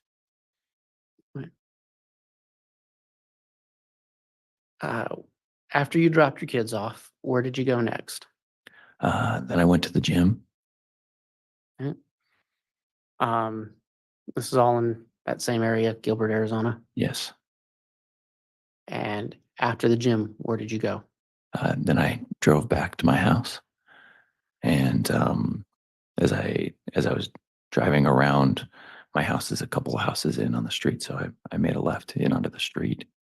And as I was driving, I noticed a few things. My house, the driveway, there was like a Jeep parked right on the edge of it, where I would normally turn in, and there was nothing parked there usually. I'd only been there for a few days, but so far it was always, there was this van there, and like the Jeep was parked with its like bumper basically on the van. And it just looked at that place. It had a Texas license plate. There was no tire on the back of the Jeep. And you know how when you open and close a Jeep, there's like little tabs on the window. those were sitting on the outside of it. So it just looked awkward, just was awkward enough that I noticed it right as I turned around the corner. Okay. So you noticed the Jeep. Mhm. Did you notice anybody inside of it? I couldn't tell if there was anybody inside of it. This all happened in such, imagine coming around a corner, driving a couple house lengths. So it all happened very quickly. And then the window opened up and I saw a gun and a silencer. And I would my window shattered. I heard a bang, all kind of in the same amount of time. And my immediate thought was just, I'm getting shot at. And instead of turning my wheel and into my driveway, I just pushed the gas and drove straight forward. What happened after that? I drove to where my street ended, and there was a turn, and kind of as I came up to that part, I remember grabbing my phone, calling 911, talking to the operator. I went and pulled a little bit around, and there was like a little community pool there, and I kind of parked in front of it for a second. And there's like a loop between my street and the street above me, and I remember I could see on that loop. I saw that Jeep start to come around the corner, and then it did a U-turn and went the other way. And I think I started to follow it at first, and then I think Were you on the phone with 911 during this time? yes, yeah, the whole time I was talking to an operator. And you just said, if I understand correctly, that you started following the Jeep. Yeah, I don't know what I was thinking at the moment, but Did you notify 911 that that's what you were doing? yeah, and I believe they told me to pull around and park in front of my house. So I did, and then they told me to wait for police, and they came shortly thereafter. Okay. I believe you testified, correct me if I'm wrong, that you had only been in this house for a few days. Yes. How many people had you told that you were in this house?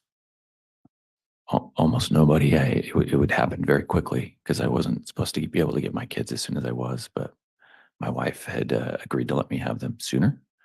And so I had moved everything out of the house that was selling to get them in so I could have them for that weekend with me in my house, because I would do anything to keep my kids with me. And So when Melanie Boudreau knew you were there, had you told anybody else? so I had to tell her when I got the place. I hadn't told anybody else, but my neighbors had seen me moving and they helped me move.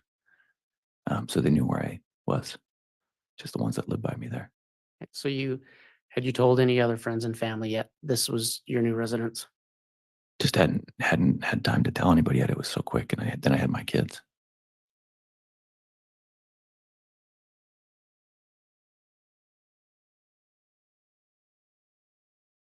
So did law enforcement show up? Yes. And did you notify them of what had happened?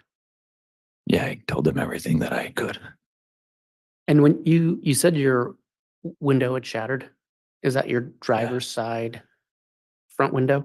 Yes, the bullet had lodged up in like the door frame, which I didn't know in the moment, but later you could see where it had hit, and it was just right above like where my head would be. And did you describe the Jeep to law enforcement? Yes. And did you follow up with law enforcement after that? Yes. When you go through something like that, you spend all day. It feels like with law enforcement, it takes a really long time. So at some point, like a detective came over and I talked to him, and then later, as I was thinking through everything and talking with other people that were close to it, I realized that I felt really confident that the Jeep was Tylee's Jeep. Okay, so let's talk about that. Were you aware that Tylee Ryan had a Jeep? Yes. Did you know how long she'd had it? Charles got it for her during all of this, when he was in Texas, he'd gotten her Jeep. So when he was in Texas, was that in 2019? Yes. Okay. And you had seen that Jeep? Yes. And so I don't want to put words in your mouth. Your testimony is that as you reflected on it, you thought more and more that this was Tylee's Jeep. Yeah, I think I might have called Zach Cox and talked to him too, and he might have had the same thought, and we both were just like, that's got to be the Jeep. Who is Zach Cox? Adam Cox, Lori's brother. It's his son. He had lived with Lori and Charles for a period of time, and with me. He's 18, 19 at the time, so he just kind of out on his own. He was working for me. I had given him a job.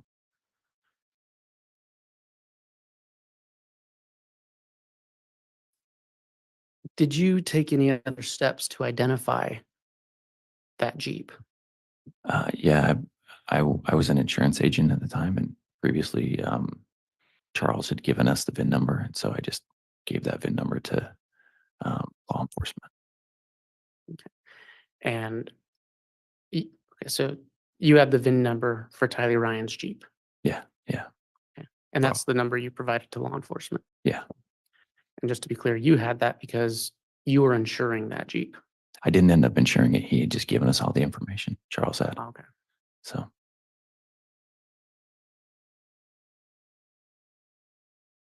Your Honor, I don't know what time the court wants to take the mid-morning break. This is probably about a good time to do it, Mr. Wood. Okay. All right, so we will take our mid-morning recess. Remind the jurors, please, not to discuss the case amongst yourselves on the break or with anyone else. We will return to the courtroom here in about 30 minutes, maybe a little less if we can. All right, please.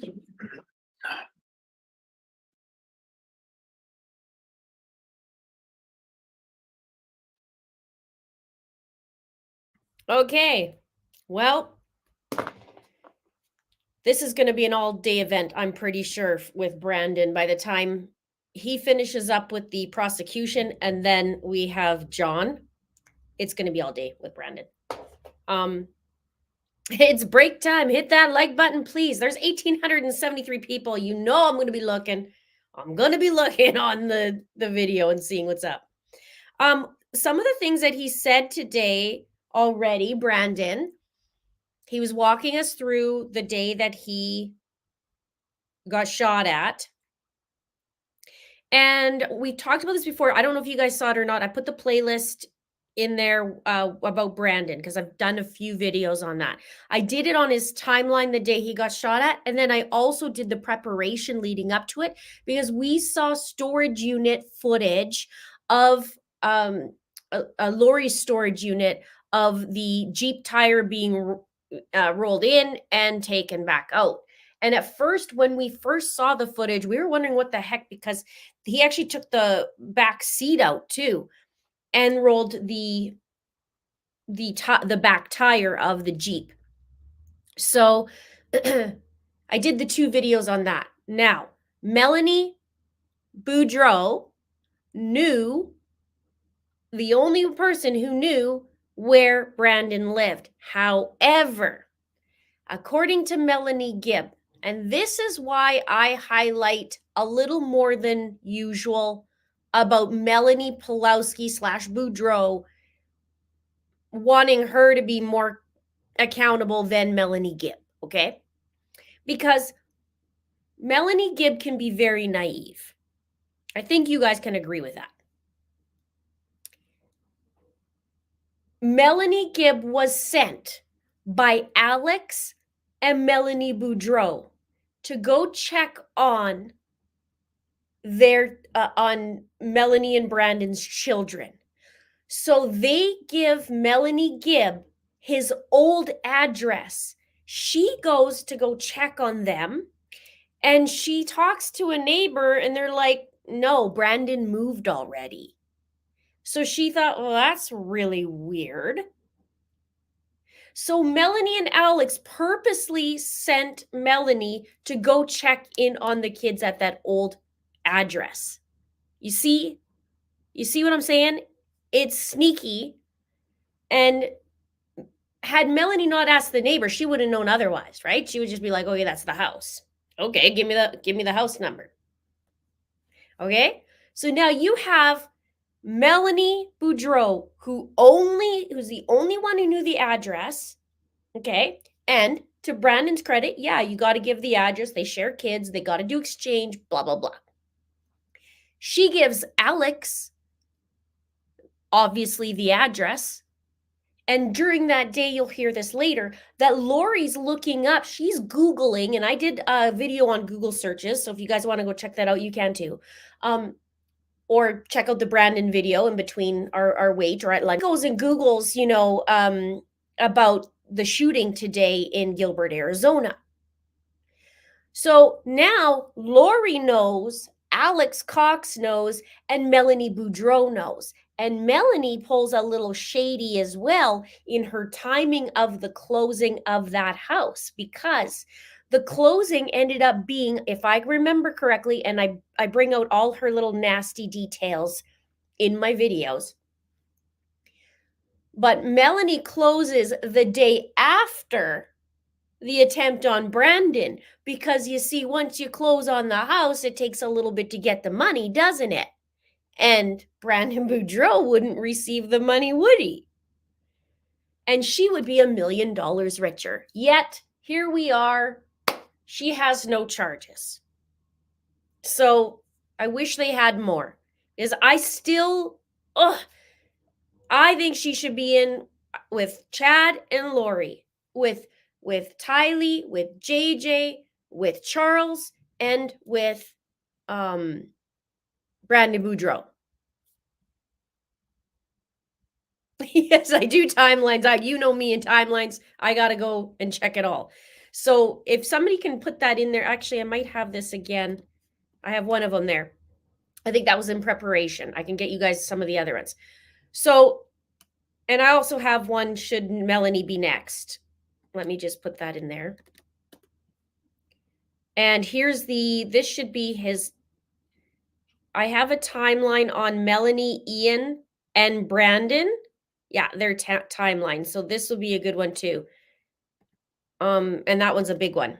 Okay, so you have all that going down. Now, they have also records of Chad Daybell on the phone with Alex that day, all morning, the same morning. And Chad's the one who also, Chad and Alex, both helped with the Jeep at the storage unit. If you remember, Chad did the little pat on Lori's butt while he was married. So there's all these things that are starting to connect. Now, I think they didn't anticipate for Brandon to go to the gym after, just that they were going to do the exchange. The kids went to school, and the younger one went to preschool, and then the little one went with Melanie. We see Melanie later on getting interviewed by the authorities. I think it was the next day or maybe later that night, and she brought in her child, and the child was playing on the floor while she was answering all these questions. She is shady as you know what, AF. Okay, so we have all those. Now, it was the next day. Okay. That's what I thought, because they were trying to get a hold of her or something like that, right? Yeah. Okay. So we have all those things. Now, remember, we have Tylee September 9th, JJ September 23rd. The beginning of October 1st is when Lori opens the storage unit. And then they do all this, the seat and the tire. And then JJ goes, and then Alex goes to Arizona, and then that happens, and he's driving Tylee's Jeep. Now, after that, Brandon's freaked out, and he's worried about his children, and I mean, he just been shot at and all that, so he goes and hides out at his family's house. And Melanie does some more shady things, and she ends up getting her butt going to jail for the night, and Uncle Alex bailed her out because she goes and she says she wants to see the children and whatever, and she's adamant. Now, meanwhile, she's calling her children dark. Okay, so now they're on the list of the rubric. And Tammy, no, Tammy was shot up after. So October 1st was the opening of the storage unit. October 2nd was the attempt made on Brandon Boudreau's life. The 9th was Tammy, and then the 19th.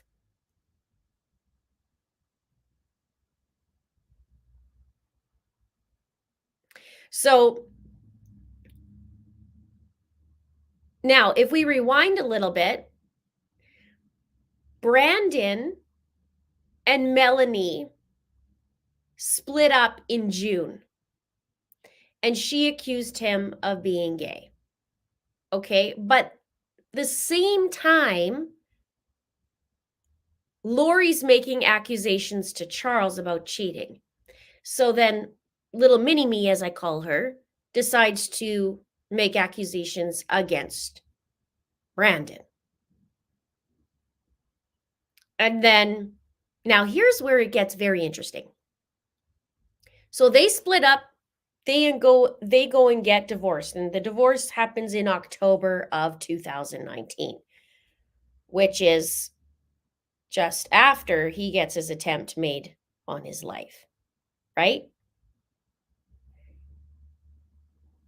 Melanie gets married the same weekend as Alex Cox and Zulema.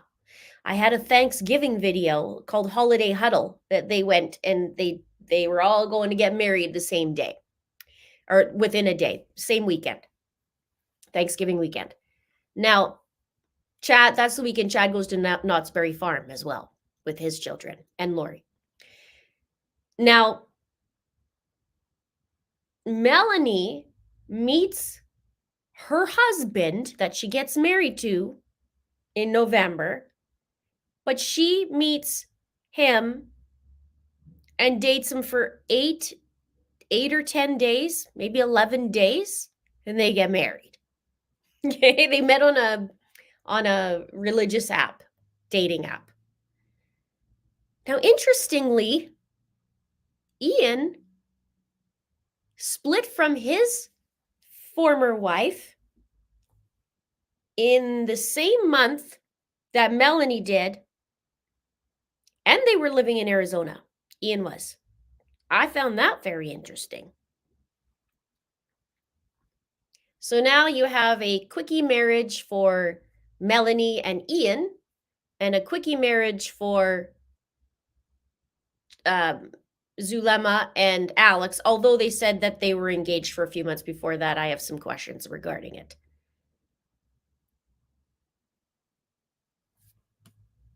Right? So we have all those things happening.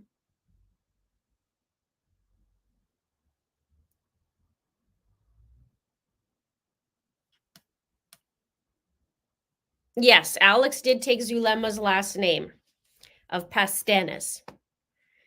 And so we have all those things happening. Meanwhile, Brandon's freaking out, and rightly so. And he's the one who pretty much is the only one that got away. And I can't say unscathed because there's a lot of trauma that happens after that.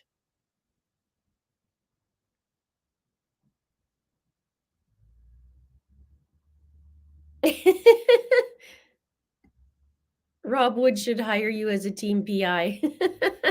Well, I would work for them for free to help them out. Whatever I did, here, take my 260 videos on it.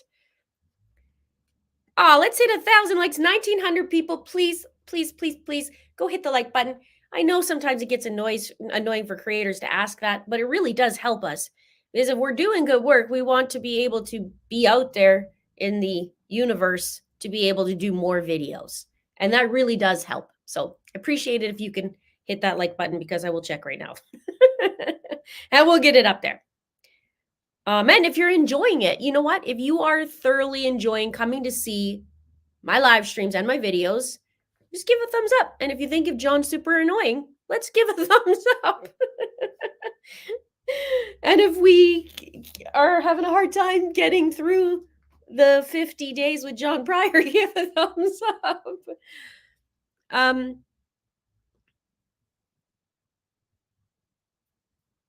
Linda, do you think Alex took the Jeep seats to make room for Brandon if he was killed? No, I think the Jeep seats, in my opinion, was you take the seat out and then you can easily go from the driver's seat to the you shimmy to the back and can point the gun out of the window.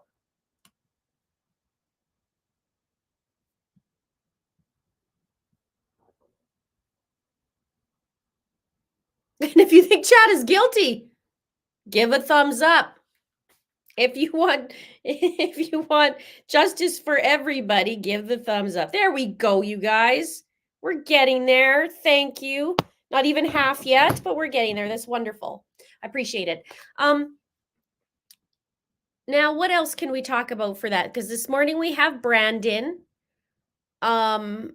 And we had David Warwick early in the morning. What do you think about the memory things that they were bringing up? There's some memory issues that the prosecution brought up. And of course, we have John, and that's super annoying. Now, this will be interesting with John and Brandon, I think. I think there's going to be some more going on there. I think he's going to bring up Melanie Gibb, not Melanie Boudreau. It'll be more Melanie Gibb, I'm sure, because that's all we've been hearing about.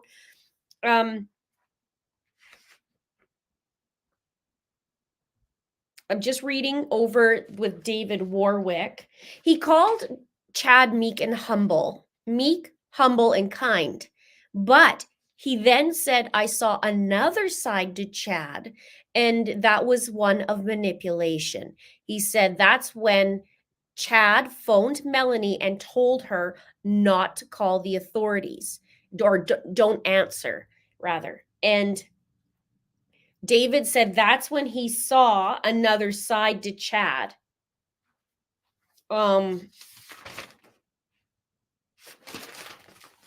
Yeah, he said, and when someone makes a call like that, there's something wrong.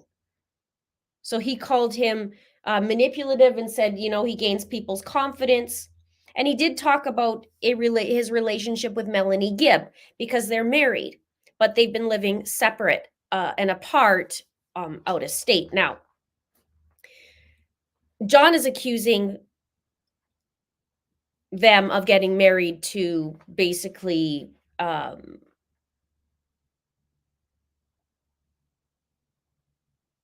protect themselves from having to testify against each other.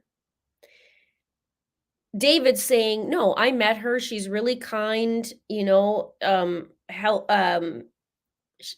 we're compatible and she is great to my child and whatever.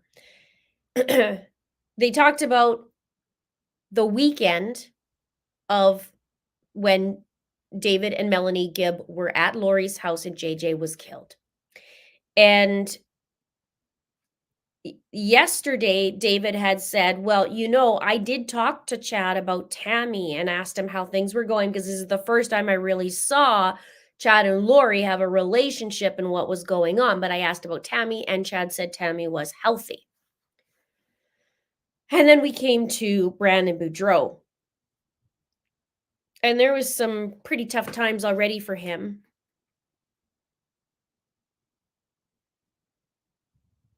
To go through this with the accusations from Melanie Pulowski / Boudreau. And he's a pretty good guy. Like, I think he and Charles, they were pretty good dudes. Like, they look after their wives. They make sure the family's happy. They want their spouse to be happy, and then you have two maniacal women who aren't very nice, to say the least. Okay, let's hit the 1.4K so we could do the 144. Because we gotta, for those of you who don't know, I do this to make a jab at Chad and Lori. And this will stay until Lori is done her Charles trial, because we got here first. So I've been doing that forever and a day because you got to jab at them.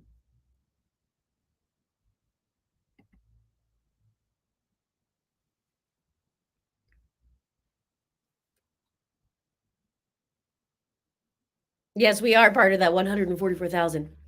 Some people feel like you should stay forever. I think it should stay forever.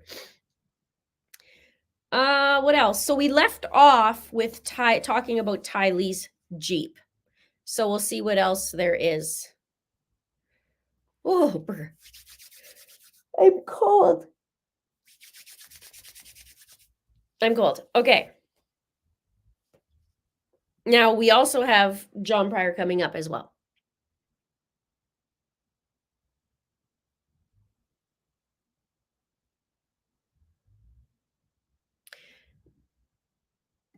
Amber Eyes says Charles and Brandon were too grounded for those two dramatists. Yeah, I mean, Lori had it pretty good. Lori had it pretty good.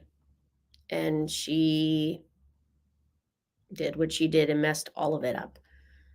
Oh, that's sweet. Thank you. That's very sweet.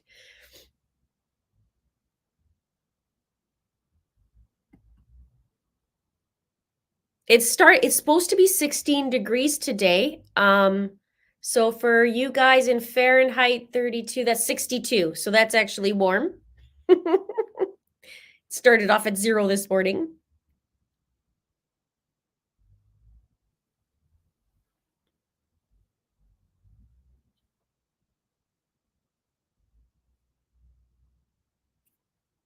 So, I just feel cold. I need a warm drink, but we'll do that at lunchtime.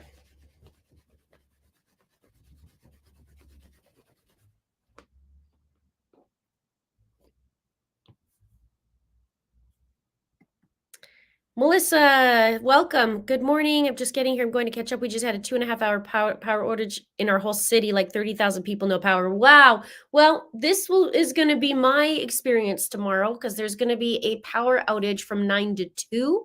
So I don't know if I'm just going to hook into my cell phone, but then we won't have any light. Wonder what that's going to be looking like. We might be able to, no, that won't be, we might be able to get away with some of it. I don't know. We'll see how that's going to do. 9 to 2 o'clock is a power outage scheduled. And I'm wondering what's going to happen with my food in the fridge.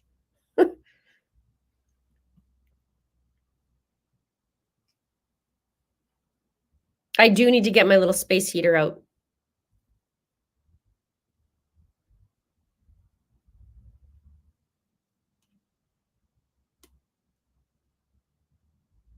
It's a scheduled one because they're doing construction or some sort of work, and they've been doing that in my back alley basically for 3 weeks now.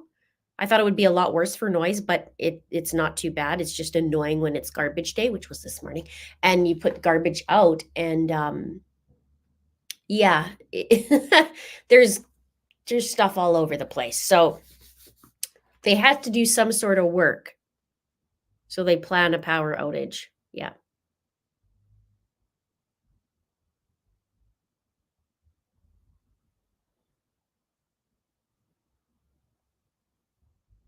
Okay, I won't open it. So I'll figure out what we do tomorrow for the actual live stream if I just hook in. Or my sister did offer her place. The only thing is I don't know what the actual internet will be like. And she also has to get on a meeting, so that would be interesting. So I'm not sure yet. I'll figure it out. Yes, Brandon did testify at Lori's trial as well.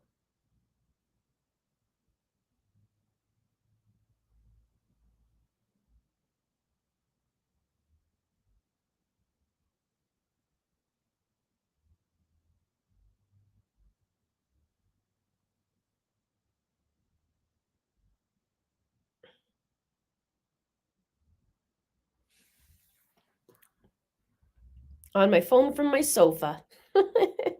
If it works.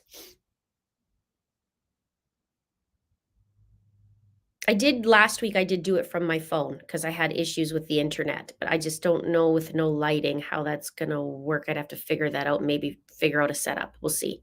And if it doesn't work, it doesn't work. We'll just continue on Thursday. On the stand today, right now, is Brandon Boudreau. That is Lori's ex-brother-in-law. Melanie Boudreau / Pulowski's ex-husband.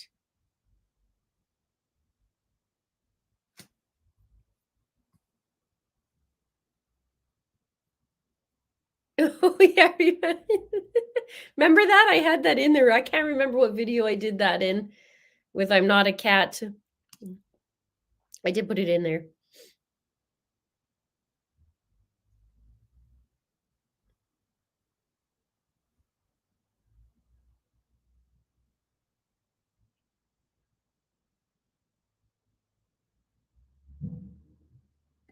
Pryor's trying to throw spaghetti at everything to see what sticks. He's trying it all.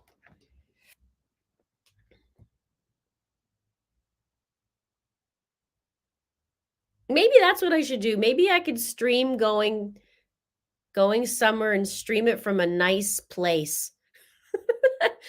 I'll do it from my car somewhere. Lori cannot watch. She's not watching. Melanie Boudreau is not Melanie Gibb. So Melanie Boudreau is Lori's niece. Melanie Gibb was Lori's ex-friend.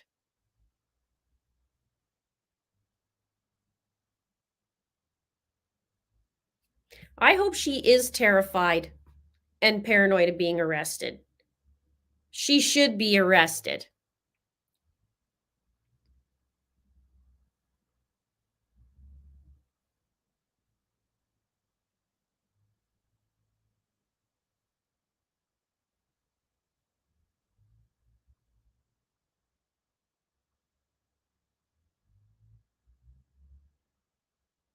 You're welcome, Lisa. I appreciate that. You're welcome.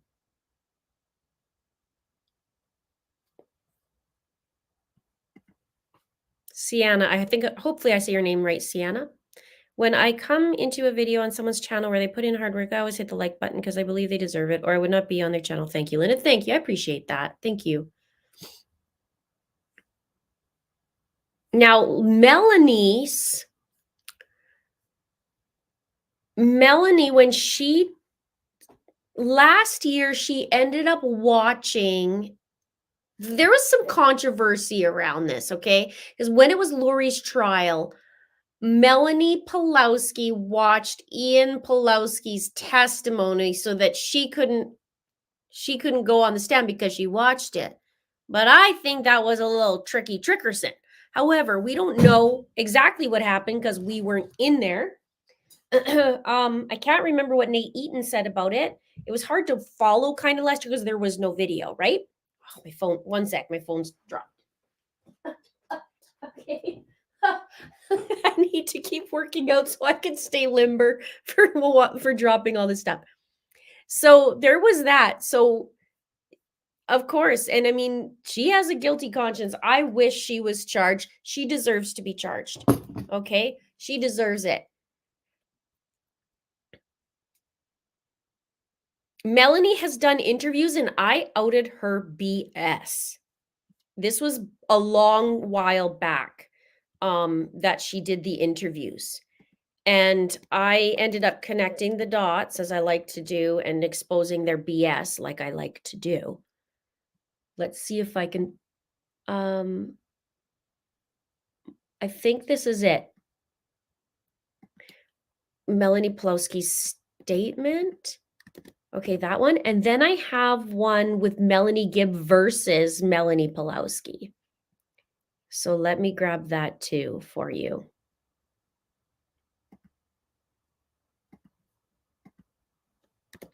There.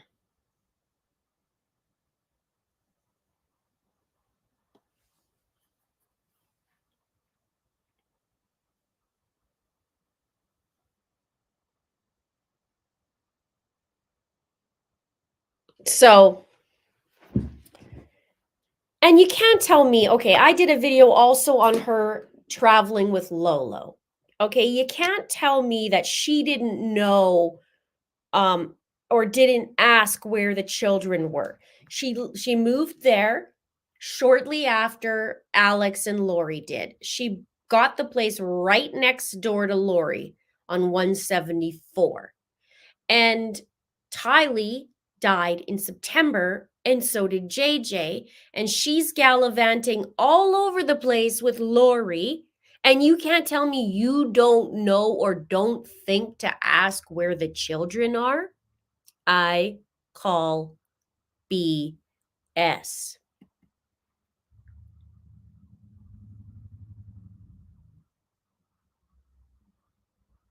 Now, Melanie, no surprise, lied to Brandon Boudreau about where she was moving.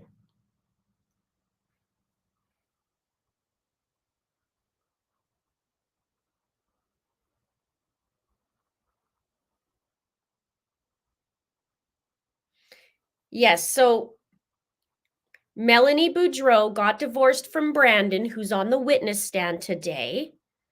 And then she went and married Ian Pulowski after dating for 10 days, 10 or 11 days.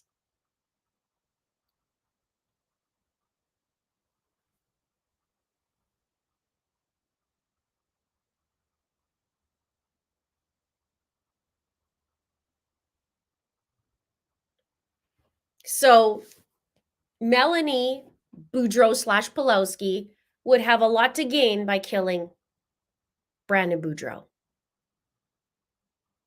Money, the children, her children, even though she called them dark, so who knows what would have happened there.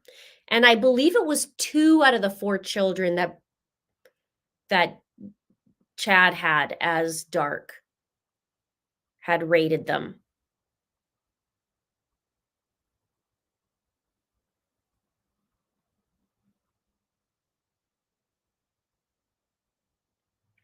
So, and then Jennifer liked my imaginary house story. Well, you know, it's a little weird. Welcome home. Where?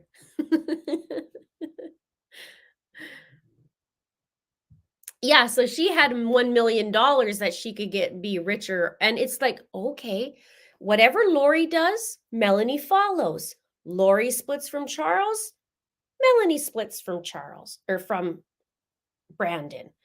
Lori accuses Charles, Melanie accuses Charles. Lori goes on flights, so does Melanie's. They move to Rexburg, she moves to Rexburg. Just ups and leaves and whatever. She didn't show up to court on one of the days. She was supposed to show up. She didn't. And she starts pulling manipulative things as well. I had that in the videos. And I dissected her statements because one has to. Yes, and her Gerber life insurance as well. Absolutely. And her dark kids.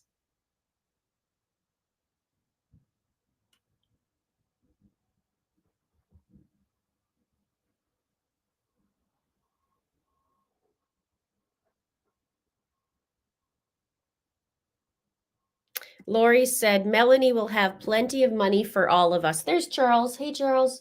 And my cat. My cat makes debuts these days. She's right there. Hi. Oh, she's going to come say hi. This is new. This doesn't happen very often. Say hi.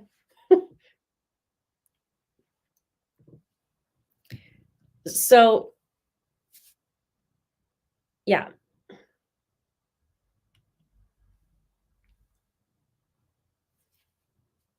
That's Jada. Felony Melanie. There we go. Okay. Yeah, I know. She's very sucky. And she actually is allergic to chicken. Which is like the allergies I have. Okay, get off. Go. No. She's hanging on for dear life. Okay. Thank you. Please be seated.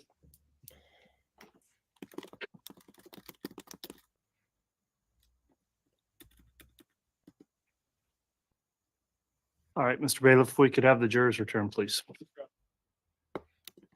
Your Honor, if the state and defense could just briefly confer with you. Yes.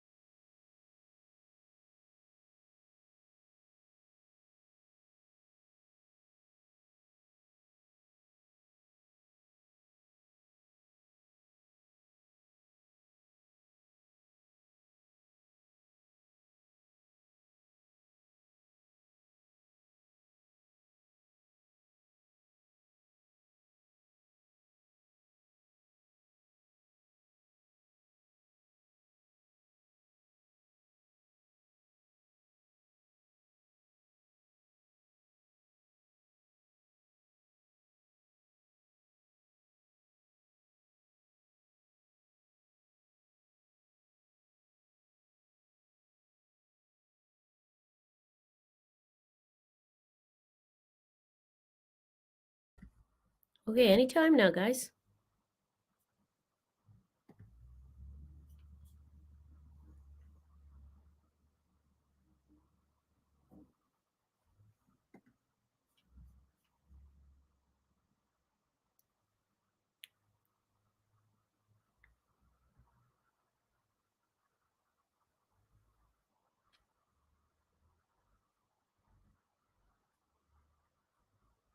Just wait a minute here. We'll figure out. Oh, there we go. They're coming back.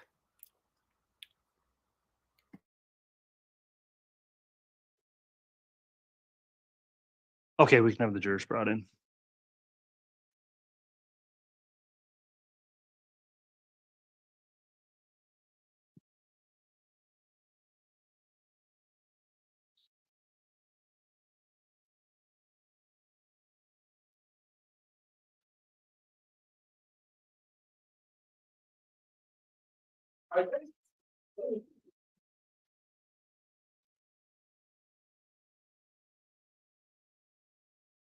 He's gonna let me.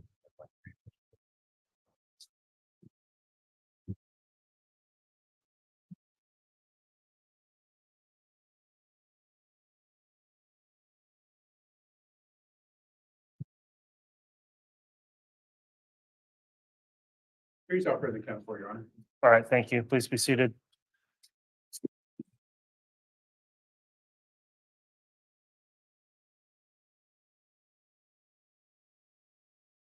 All right, we're back on the record on CR 2221-1623, State of Idaho versus Chad Guy Daybell, continuing direct examination of Mr. Boudreau, who's still under oath for testimony. I'll remind the witness, the jurors have returned, and Mr. Wood, you can continue with your direct. Thank you. Mr. Boudreau, when we left off, we were discussing an incident on October 2nd. And again, I don't want to put words in your mouth. It sounds like you had testified, you had come to some opinion as to which Jeep was involved. Is that accurate? Yes, And you provided the VIN number of Tylee Ryan's Jeep to law enforcement. yes, Your Honor, I'm going to ask state be allowed to publish State's Exhibit 9A. As previously admitted, correct? Yes. Yes, you may publish it.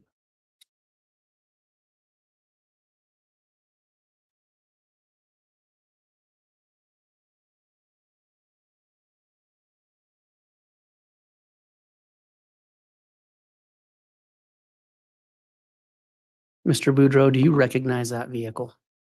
yes. Do you know who that vehicle belonged to?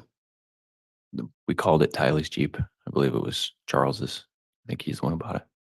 But you were aware that Tylee Ryan drove that Jeep. Yes, Is that the Jeep that you saw on the morning of October 2nd, 2019? yes,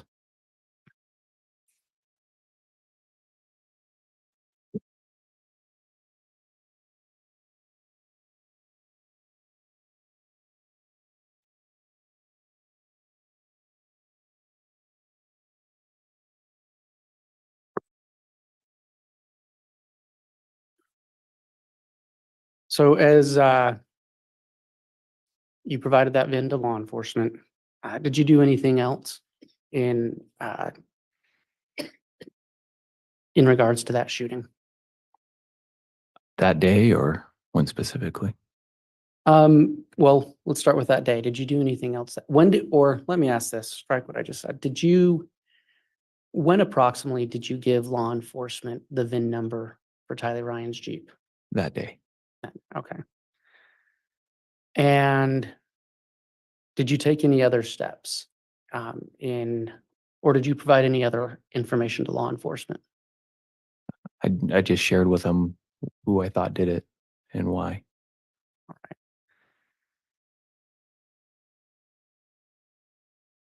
At any point after that first day, did you do anything else looking into the shooting that took place? Yes. What did you do?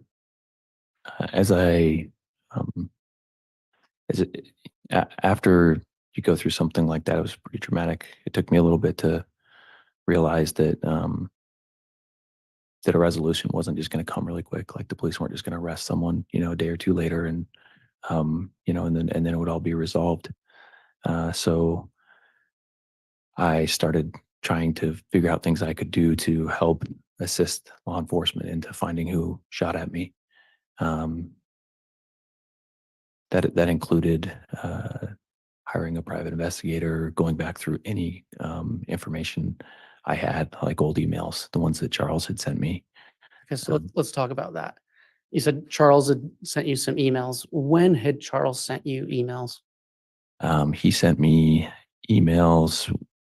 So when he and Lori were going through the divorce, he was sending out emails to the family with things he was concerned about, because he was very concerned about her mental health, and with things that pertain to this belief set that she was building. Okay. And so that was during the period that Charles and Lori were separated. Is that accurate? Yes. And were you the only recipient of those emails? No, he sent it to all of our family. So any of us who he considered family. So like Janice, Barry, Zach, Adam, all of us. And so it's your testimony, you started going back through those emails. I did, yes. And what was the purpose of that? I thought maybe if I knew more about what these beliefs were, that now apparently to me it seemed my wife had and Lori had, that I could maybe I could try to figure out more of what was going on, because everything was so bizarre. And these emails that Charles sent, what was the nature of these emails? Was it a narrative that he was speaking about? Well, in them I found that a lot of the stuff was being sent by a Chad Daybell, who I didn't know. Okay. And when you say stuff, what type of stuff? There was like these documents that talked about like light and dark spirits, and it was like rating my family, like myself, and then my extended family, like Lori's family and things like that. There was invitations to some of these firesides and stuff like that, and information about them that I didn't consider firesides, things like that. Okay. And did you provide those emails to law enforcement? I did, yeah. And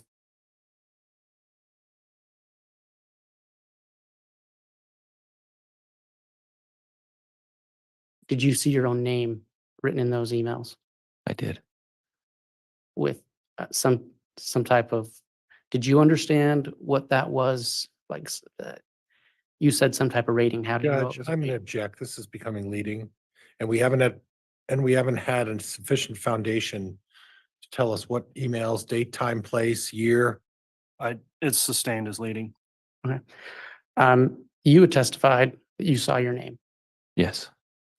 Was there anything written next to your name? At the a letter D. Okay.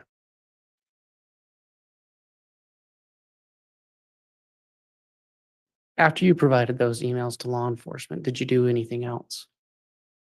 I wanted to figure out more, so I got into Google and searched for Chad Daybell, because I didn't know him, so I wanted to see more information about this person that was sending the information. Right. And what did you find? When I typed his name in, an obituary popped up for a Tammy Daybell, and something inside of me was just shocked. I was just. Did you provide that information to law enforcement?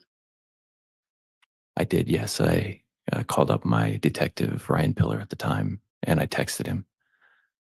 So just to clarify, you said my detective. Was that your private investigator or a detective, He law was- enforcement detective? Sorry. Yes, he was the detective at Gilbert at the time that was assigned to my case. Right.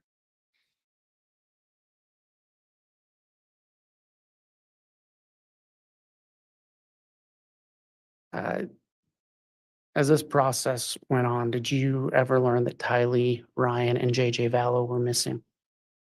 Yes. We were worried about it early on, and I often told Detective Pillar my concerns.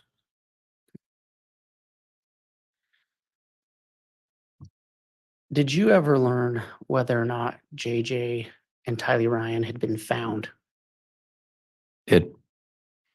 I'm sorry. I did. Sorry.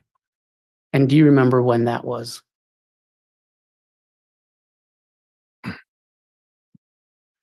I got a call June 9th of 2020, Where were you? my parents' house.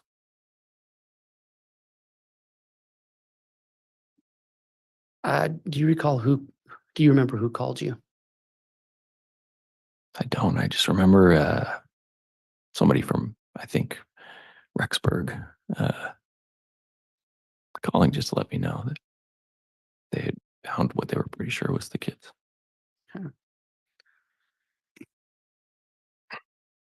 Once you got that information, what did you do? The next day was my wedding, so I was getting remarried. So I got married, and And shortly after that,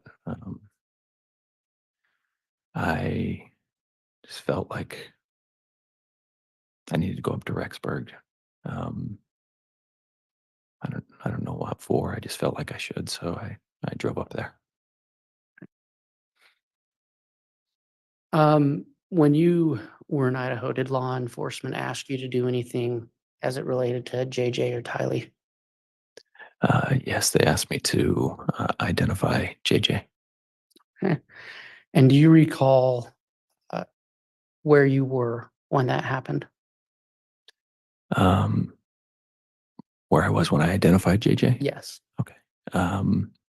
It was, I think, outside of Pocatello at an FBI location. And do you recall the date? June 11th or June 12th.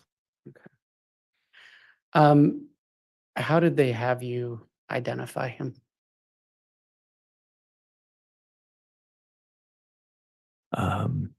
They showed me some pictures of him deceased. They asked me if that was JJ. And I said, yeah.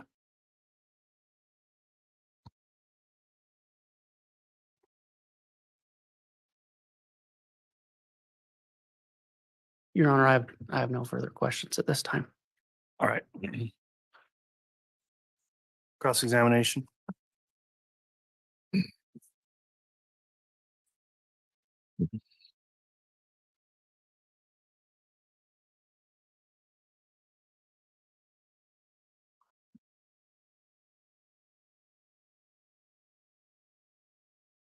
Need a moment? No, I'm okay. We can go.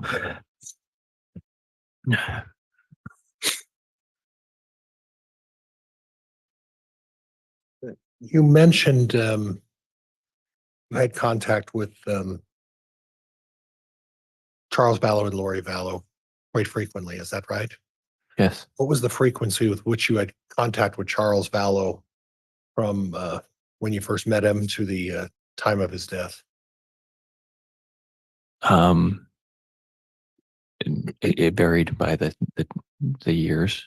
Sometimes when he lived close to me, I'd see him often. You know, I could see him every week at sometimes, and then there was other times where you know, he traveled for work, so I might not see him for a couple months. And they also lived further away, so sometimes I wouldn't see him as often. They were nomadic. They never owned a house. They would just constantly rent. That's what I recall. I think you testified to that. Is that right? I wouldn't use the word nomadic, but they definitely moved more often than I did.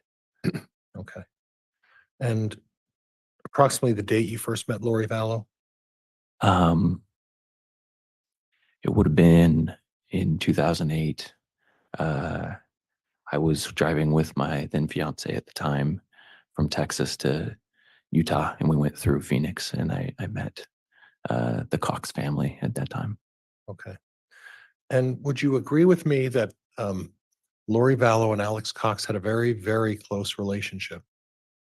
It was on again, off again. There was times where it was very close, and there was times when they wouldn't see each other very often, but Well, they knew each other very well. well, are you aware that it seemed that every time Lori moved, Alex would follow her and move to where she would move to? Not always. Yes, sometimes that did happen, but other times no. And more often than not, though. It depended. Like there were times where Alex lived with in Arizona with us, and Lori left to Hawaii for a few years. But then there was other times I agree with you where Right. you know, they all moved from Texas to Arizona together and things like that. And on the subject of Hawaii, during the time that Lori left JJ with Charles for that 2-month period, and I believe that was January and February of 19. Does that ring a bell? Yeah, it might have gone into March a little bit too, but yeah, that time frame sounds right. And during that time, are you aware that she was residing and staying in Hawaii? I don't know where she lived at that time. I didn't have any contact with her. Okay. And at the time you were married to her niece, so you guys didn't discuss Lori's whereabouts as being in Hawaii for 2.5 months. Well, my wife said she didn't know where she was. Oh, okay. I don't know if that was true. I just know that's what she said. Okay. Now, would you agree with me that Tylee and JJ had a very, very close relationship? Uh, yeah, I mean, they were brother and sister, so I would say they were close. Well, more than that, isn't it true that for all practical purposes, uh, Tylee was really like the second mother to JJ and caring for JJ? It depended. I mean, she was a teenager, so there was definitely times where that wasn't the case. But there was also times where she was a nurturer for JJ. I mean, she loved him, but she was, like I said, she's a teenager, so Right. that was not her primary responsibility for sure. But did you observe JJ looking at that in maybe a different perspective? That he relied on Tylee for a lot of things and things that maybe Lori wasn't providing for him? Objection calls for speculation. Overruled. Did you observe anything to that effect? And JJ was special needs, so I don't know that I could have identified that JJ could have. I mean, JJ needed every adult or anyone who was there to help him. You know, that's what he needed. And I definitely remember during that time when Charles had him, he missed his mom a lot. Charles brought it up in those same emails a lot, and it broke your heart. And after Lori got back from Hawaii in March, early March, there was an attempt at reconciliation. Yeah, they did try. And at that point, did Charles confide in you that he actually was convinced by Lori to make Lori the beneficiary of his life insurance policy again? Charles didn't talk to me about his life insurance policy. Charles did not talk to me about his life insurance policy. So he never discussed with you finances or anything like that? We talked about financial stuff, but he never talked to me about his life insurance policy. So you're not aware that the life insurance policy was placed in Lori Vallow's name during this reconciliation period then, correct? I would have no ability to testify to Okay, that. okay.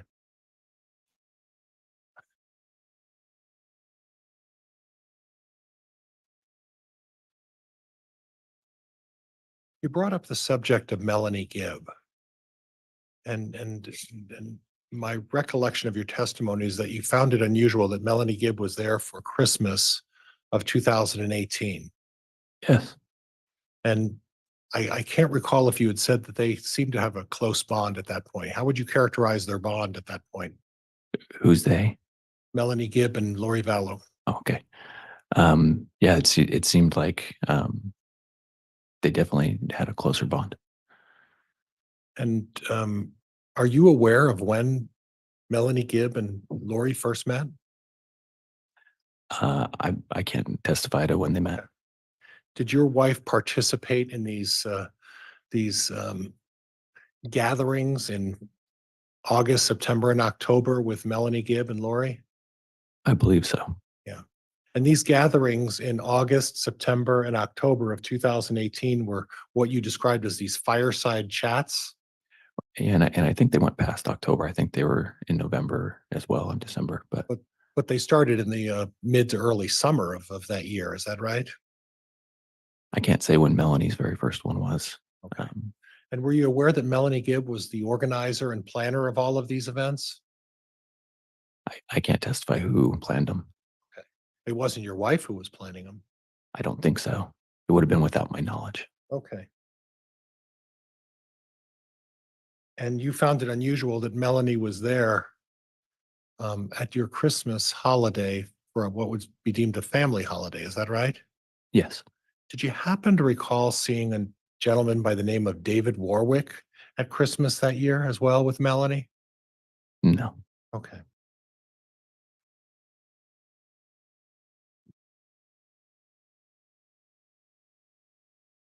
Now, you touched on a little bit about the temple, and I don't want to cover this too much, but in terms of the temples, what I don't understand is when someone goes to the temple in your faith, they do that as part of the marriage process in the beginning, right? To sort of the bond, it's a bonding, or you bond with each other, or I'm grasping for the word seal. You're sealing. Mhm. Is that the word? There's a few things that you can do at the temple. You can go and do something called baptisms for the dead, where you can. Well, I want to talk about, we'll get there in a minute. Okay. And I don't know that we need to spend a lot of time on that, but I'm, as part of the marriage process, you seal with each other as part of the marriage process when a couple first gets married, right?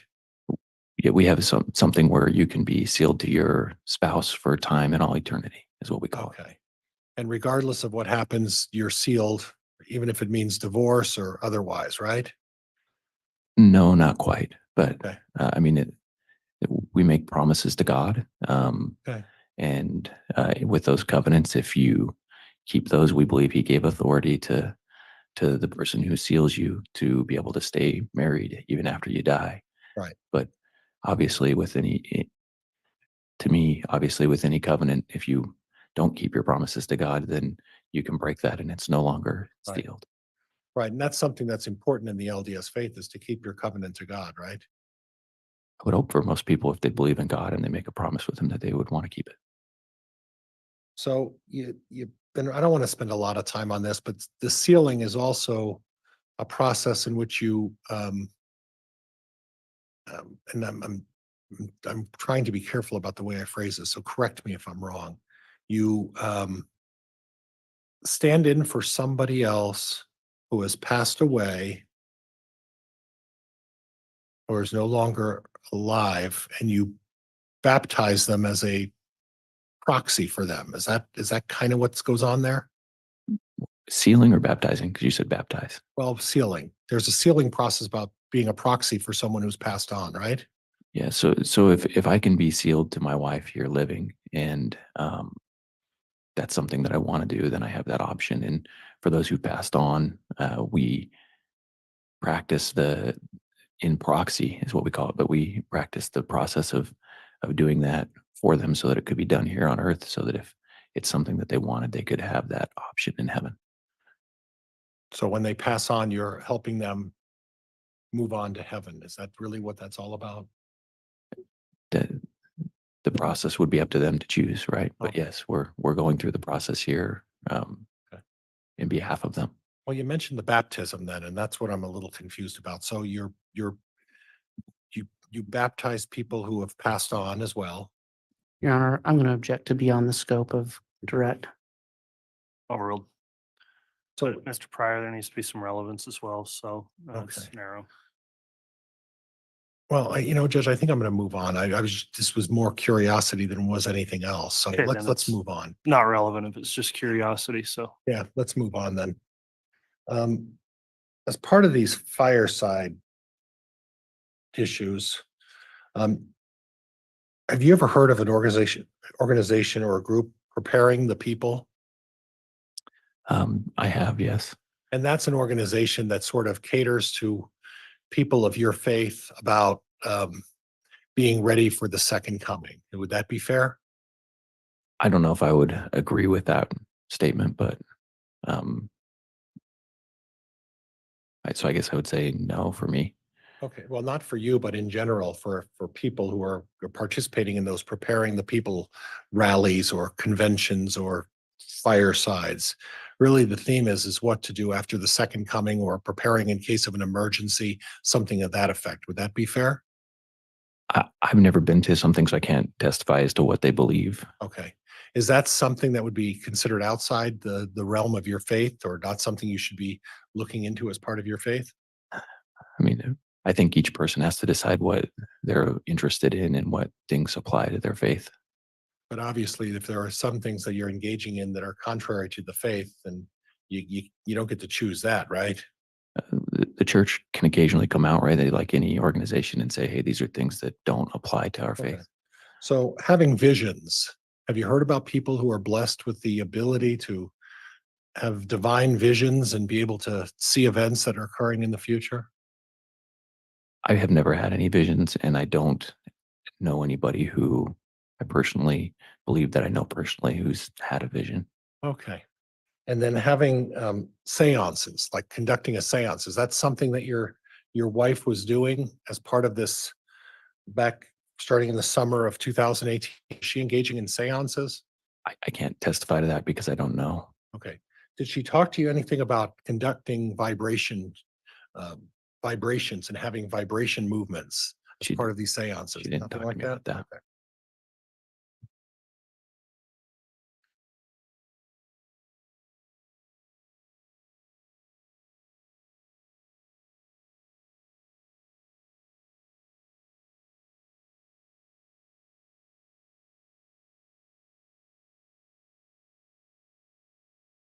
And the discussion of light and dark, you talked a little bit about Chad Daybell and then that there was some discussion about light and dark, right?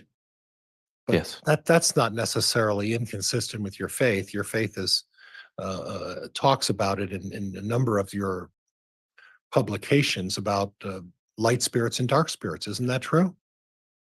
We don't talk about light spirits and dark spirits. No. No, there's nothing in the faith that talks about light or dark spirits, right?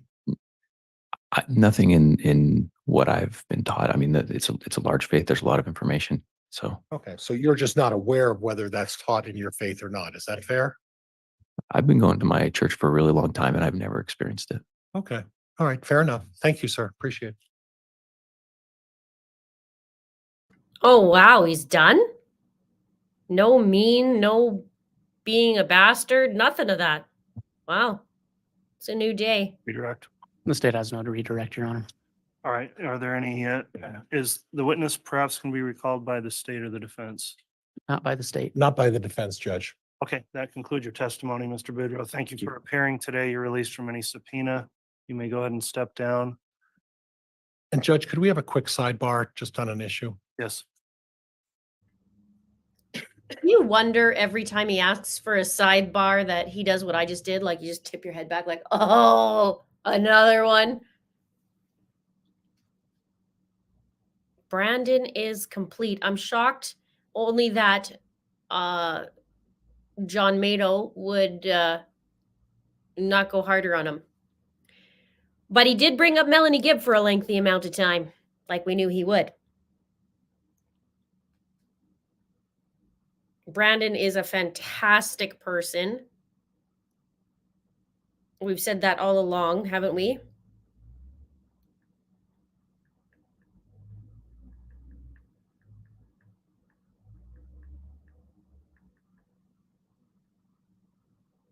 It's too bad because if Chad was charged, it's too bad Chad wasn't charged with that attempt because Chad had all kinds of conversations, but they knew that they didn't have enough. Even though earlier the agent said that he would have charged him with,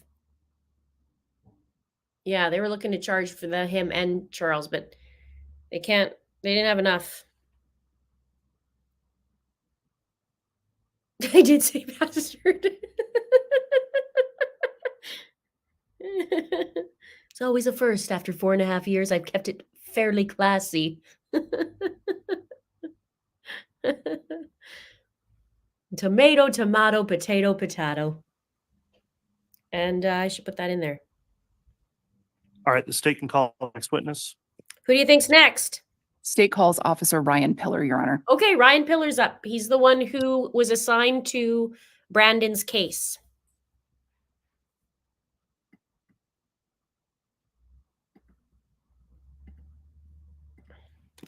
What was the last name again, Ms. Beatty? Pillar, Your Honor, Pillar. Thank you.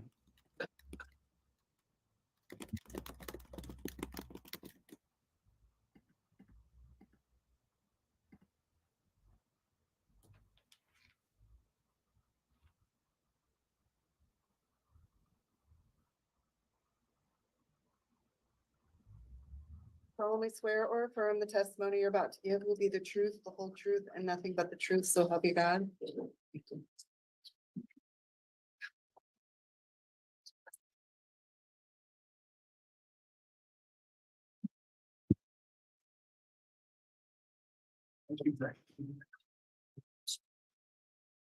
Yes, sir. Thank you.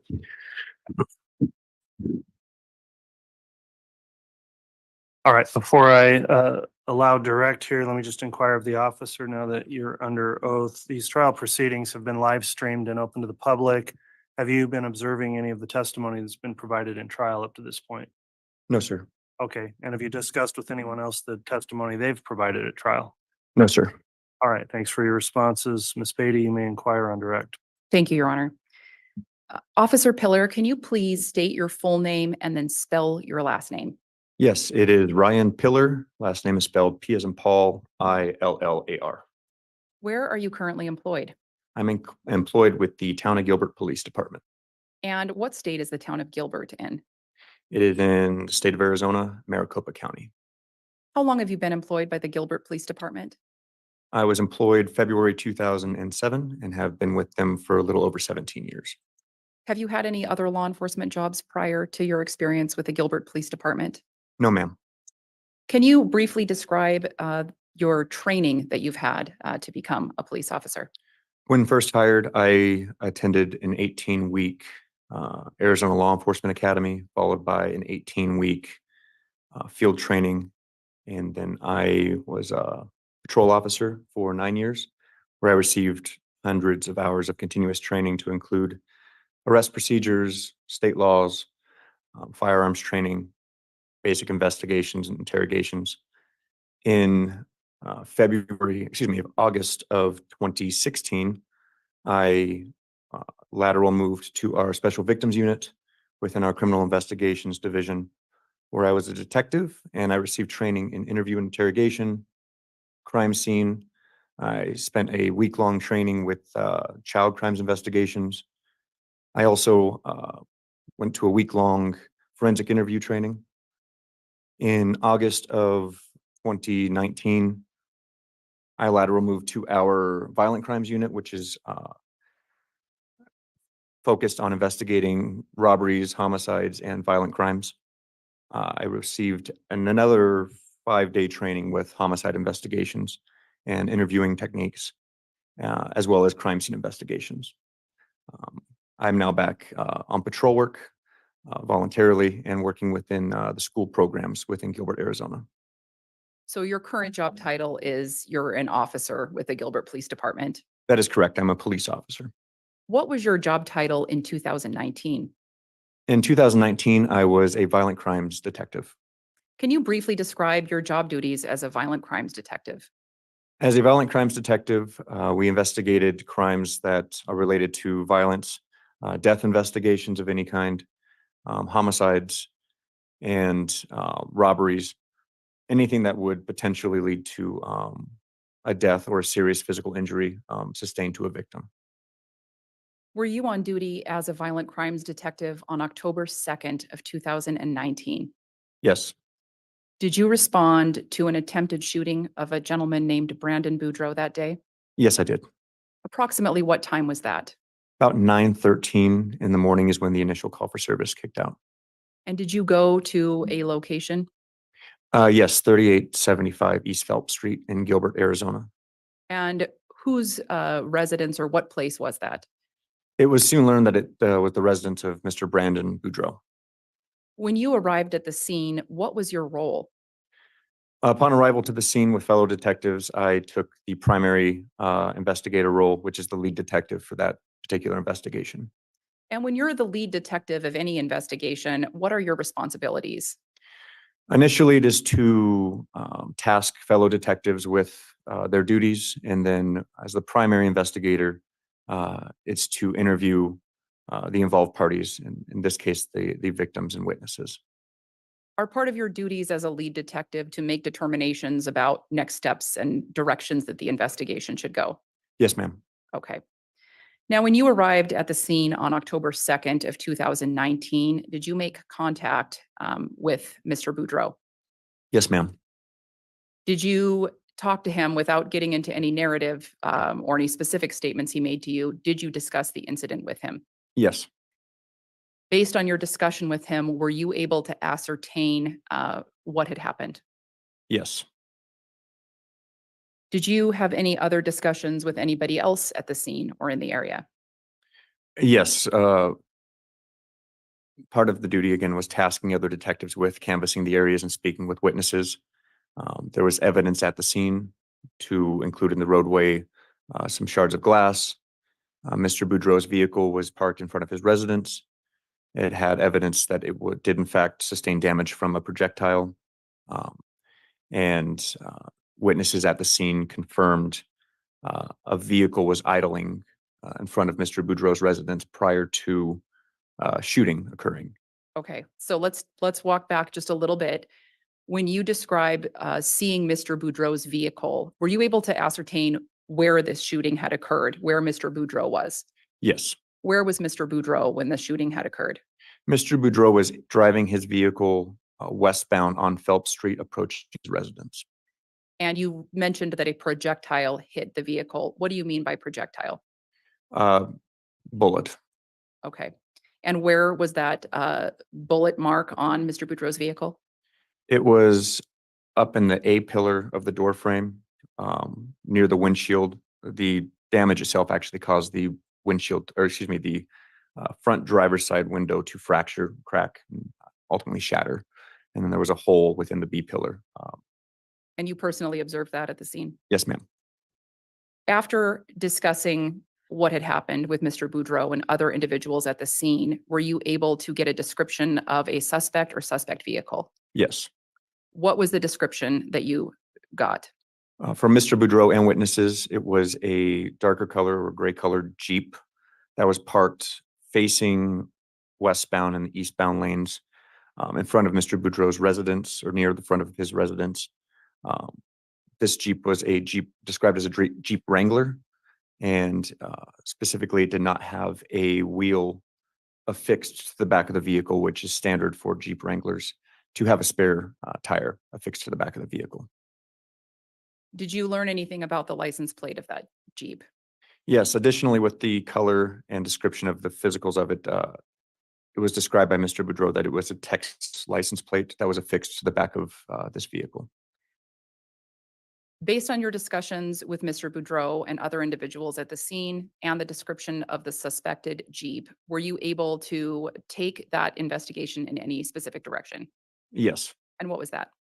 From interviews and the vehicle description, I reached out to the Chandler Police Department detectives because it was learned that a homicide happened in their jurisdiction in July of 2019. So So- I'm sorry. I apologize. Can you briefly tell the jury where Chandler is in reference to Gilbert? Yes, Chandler, Arizona is adjacent to Gilbert, Arizona. We refer to it as a sister city. So it's right next to Gilbert Okay. within Maricopa County. And you described learning about a homicide that had occurred in Yes. Chandler. What was the significance of that homicide to your investigation? So upon learning about the Chandler homicide, it was learned that family members of Brandon's wife at the time, Melanie Boudreau, were present at that Chandler homicide scene, as well as a couple vehicles. And when you say Brandon's wife, Melanie, do you know what the status of his relationship with Melanie was at the time? His relationship with Melanie Boudreau at the time is marriage. They were married. They were in the process of a divorce that was near finalization. Was there anything you learned about that homicide investigation or that death that occurred in Chandler that was applicable to this case or the vehicle specifically that was at the scene? Yes, the Chandler investigation learned that the decedent was a gentleman by the name of Charles Vallow, who was married to Melanie Boudreau's aunt, Lori Vallow Daybell. Present at that scene as well was Lori's brother, Alexander Cox. It was learned that a vehicle at the Chandler crime scene was a dark colored gray Jeep with a Texas license plate that was registered to the decedent, Charles Vallow. At that time, were you able to develop a person of interest with regard to that Jeep? Yes. Based on the information that you had as the lead detective, who was that person of interest? Person of interest was Alexander Cox. What further steps did you take in that investigation with regard to the Jeep? From the Jeep information and the license plate that we've confirmed, we reviewed LPR hits. LPR is an acronym for license plate reader. And we were able to track the movements of that Texas license plate on that Jeep with photographs to confirm it was still on the Jeep, moving from the state of Arizona to the state of Idaho. And did you determine what dates that had occurred? Yes. What were those dates? Those dates were just prior to and after the shooting in Gilbert, Arizona. Were you able to determine where in Idaho the Jeep had traveled from? Yes. Where was that? It traveled to and from the area of Rexburg, Idaho. And were you able to determine whether or not Alex Cox had a connection to Rexburg? Yes, it was soon learned that he was residing in Rexburg, Idaho. Okay. At some time, did you begin coordinating with law enforcement agencies in the Rexburg area? Yes, once it was learned the Jeep was located in the area, we reached out to Rexburg Police Department and Fremont County Sheriff's Office. Fremont County Sheriff's Office, sorry. At some point in time, did yourself or any of the law enforcement agencies you were working with obtain a search warrant on that Jeep? Yes. When was that? The Rexburg Police Department was able to locate and confirm the Jeep was at an apartment complex in their area, and they executed a search warrant in mid-November, November 18th. Were you present when that search warrant was executed? Yes. Can you briefly describe what took place during the execution of that search warrant? Myself and a crime scene specialist flew up from Arizona directly to Rexburg. We went to Rexburg's property evidence building where the Jeep was secured. I stood by with my crime scene specialist as she processed the vehicle. Processing included taking exterior photographs, opening the vehicle, taking interior photographs, and then she collected physical evidence to include DNA swabs in areas that would have the most contact by the operator, some physical items from within the Jeep, and then collected from the back of the vehicle GSR, which is an acronym for gunshot residue evidence, because we believe this vehicle to be our suspect vehicle and the shooting occurred from outside the back window. And what did you do with those samples that you retrieved from the vehicle? These samples were packaged individually from each location where it was collected, and then it was ultimately impounded for evidence and then forwarded to the respective crime labs within Arizona for processing. And did you have any more, did you do anything else with regard to the Jeep at that time? No, once the Jeep was processed per the search warrant, it was turned over back to the Rexburg Police Department where it remained in custody. At some point in time, did your investigation into the attempted shooting of Brandon Boudreau shift? Yes. Why was that? Because working with Rexburg Police Department, Fremont County Sheriff's Office, and Chandler Police Department still, as well as the FBI, Federal Bureau of Investigation, it was learned that children belonging to Lori Vallow Daybell had not been seen or heard from for quite some time. When did that shift occur? It occurred in shortly after the processing of the Jeep. It was late November. I believe it was November 26th, was when the focus really changed. Did you take any steps on the Arizona side of things to locate these children? Yes. Can you describe those steps that you took? Myself and fellow detectives began interviewing associates and family members of the involved parties. We set up surveillance to include pole cams, which is discrete cameras that are affixed to a light pole, for example. These cameras were located in locations to monitor friends and family believed to have custody of, at this time, JJ and or Tylee Ryan. In addition to the poll cams, did you do anything else? Contacted other family members and associates. Yes. Were you able to determine whether or not those children were ever in Arizona in November and December of 2019? Upon review of all surveillance and all interviews, no, there was no indication either child was in the state of Arizona. Now, at this time in late November and early December of 2019, were you still investigating Alex Cox for the attempted shooting of Brandon Boudreau? Yes. What did that investigation look like at that time? Gilbert Police Department, as well as other agencies, were keeping our eye on Alex Cox. With my investigation in particular, we were tracking his movements. I apologize for interrupting. When was that? This was in early December of 2019. And you were surveilling Alex Cox. Correct. How often were you surveilling him? It was learned that he was back in Arizona, Gilbert in particular, and we were surveying him 24 hours a day, 7 days a week.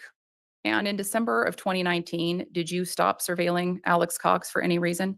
December 12th, 2019, yes. Why did you stop surveilling Alex Cox on that date? Alex Cox died on the 12th of December of 19. After Alex Cox died on December 12th of 2019, did you execute a search warrant on his residence or vehicle? Yes, What day was that? it was the same day of his death. Did you find anything of evidentiary value in Alex Cox's home? Yes, in his residence, he had multiple munitions and some firearms. He also had indicia to show that he lived in the residence, and ID identification, clothing items. And then he had some literature, multiple books of literature authored by Mr. Chad Daybell. And did you find anything of evidentiary value in his vehicle? Yes, there was paraphernalia to include holsters and ammunitions within Alex Cox's pickup truck. And there was a letter that was found also within his pickup truck. What was that letter? It was a patriarch blessing authored by Chad Daybell, And who was it directed to? If Alexander Cox. I may have just a moment, Your Honor. You may.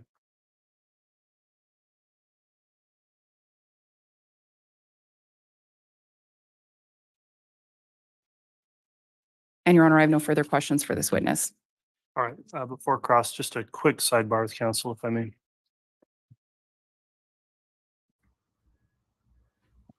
We already heard about the patriarchal blessing the other day that went on and on and on for 25 minutes or something. It literally could just have been said in 10 words. But Chad, it was like, oh, he's about to say it. No, no, no. Oh, he's about to be done. No.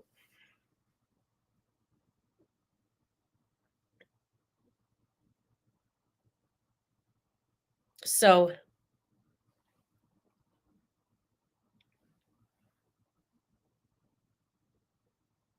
Chad's been pretty much in the same position all day with the way he was looking, except for right now, but pretty much all day.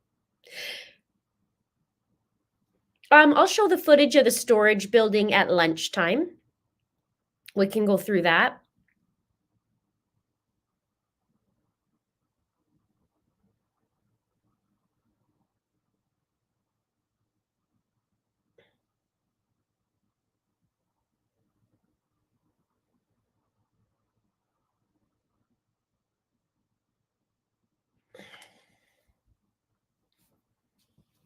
As we wait, we can give some love to the witnesses today.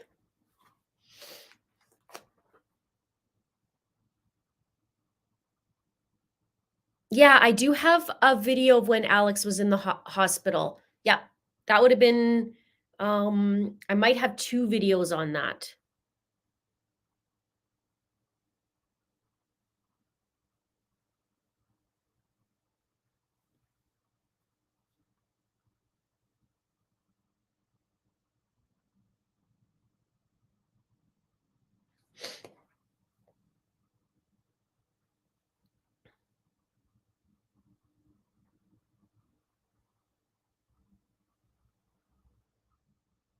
So, okay, they are still yakking. And just a reminder in chat, keep it classy, please. And if somebody comes in and they're unsavory, just ignore them, honestly. And if I see them, I'll block them. But, like just don't put any too much, or you could tell me. All right, thanks, counsel. But Ladies and gentlemen of the jury, keep it classy. there's one issue I need to address with the witness and counsel outside of your presence. In lieu of taking a full-on break, if we could just have you retire to the back hallway here for literally 5 minutes or less, we'll come back on and then we'll take our lunch break at noon. So let's just have the jurors excused just very briefly. All right, please.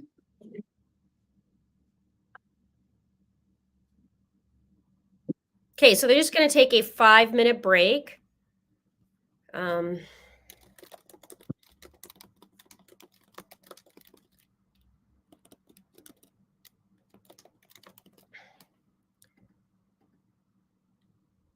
And if you're coming in, what I'll do is I'm trying to update every time a stage changes to do the little ticker at the bottom. So you guys don't have to wonder who's on first. All right, thank you. Please be seated.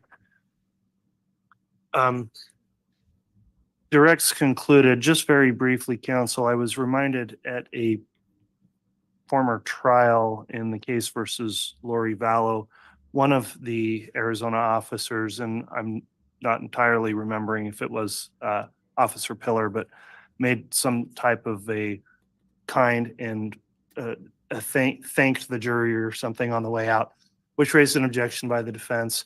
And I thought it was perhaps at least had the appearance of impropriety. So I just wanted to inquire and make sure that no passing comments were made at the conclusion of the witness's testimony to that effect, because we're just trying to keep the jurors as impartial as possible. Yes. Okay, so that's all I wanted to address, and we just didn't know a better way to do that with the jurors here. So with that, we'll just have the jurors brought right back in. We can continue with cross then, Mr. Pryor. Thank you, Judge. All right, so if the jurors can return.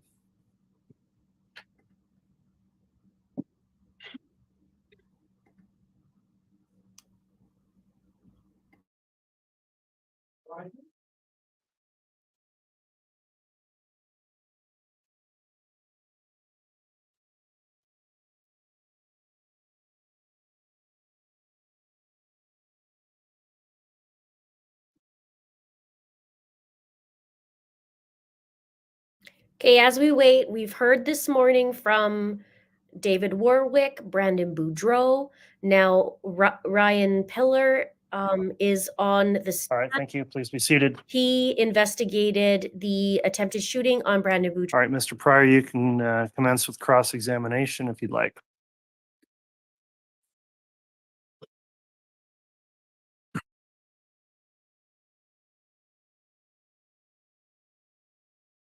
Good morning, sir.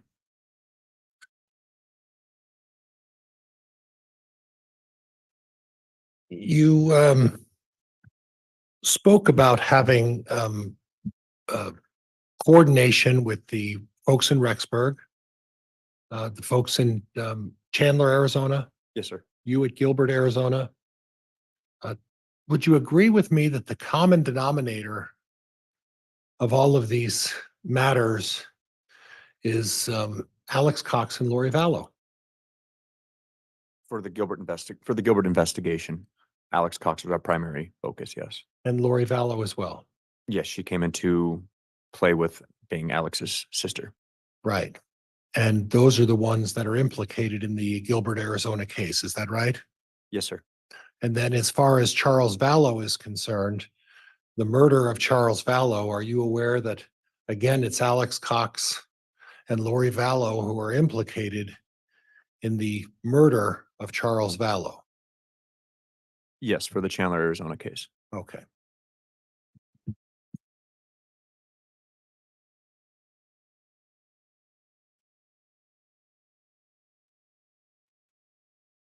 And the evidence that you found in the Jeep were 2 of Chad's books.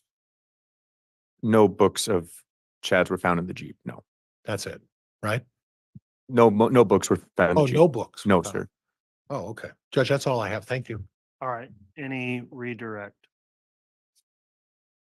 No, thank you, Your Honor. All right, is this witness going to be recalled by the state or the defense? Not by the state, Your Honor. No, Judge, thank you. Okay, you're released from any subpoena. Thank you for appearing and testifying today, Officer Pilar.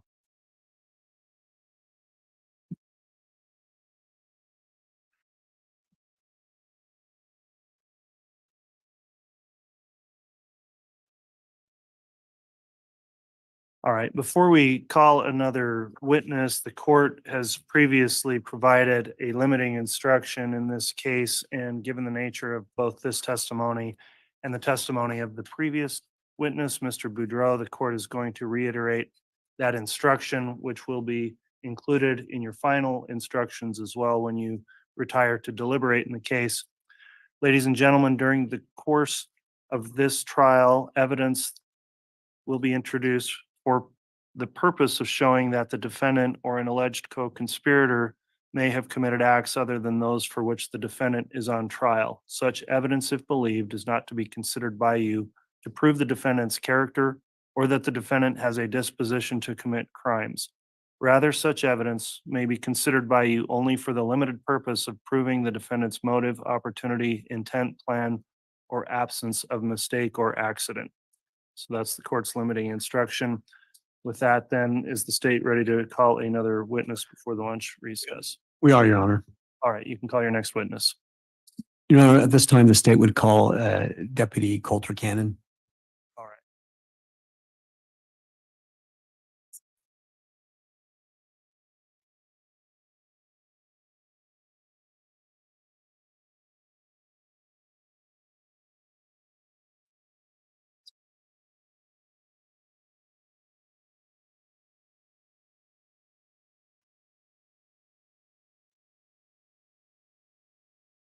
solemnly swear or affirm the testimony you're about to give.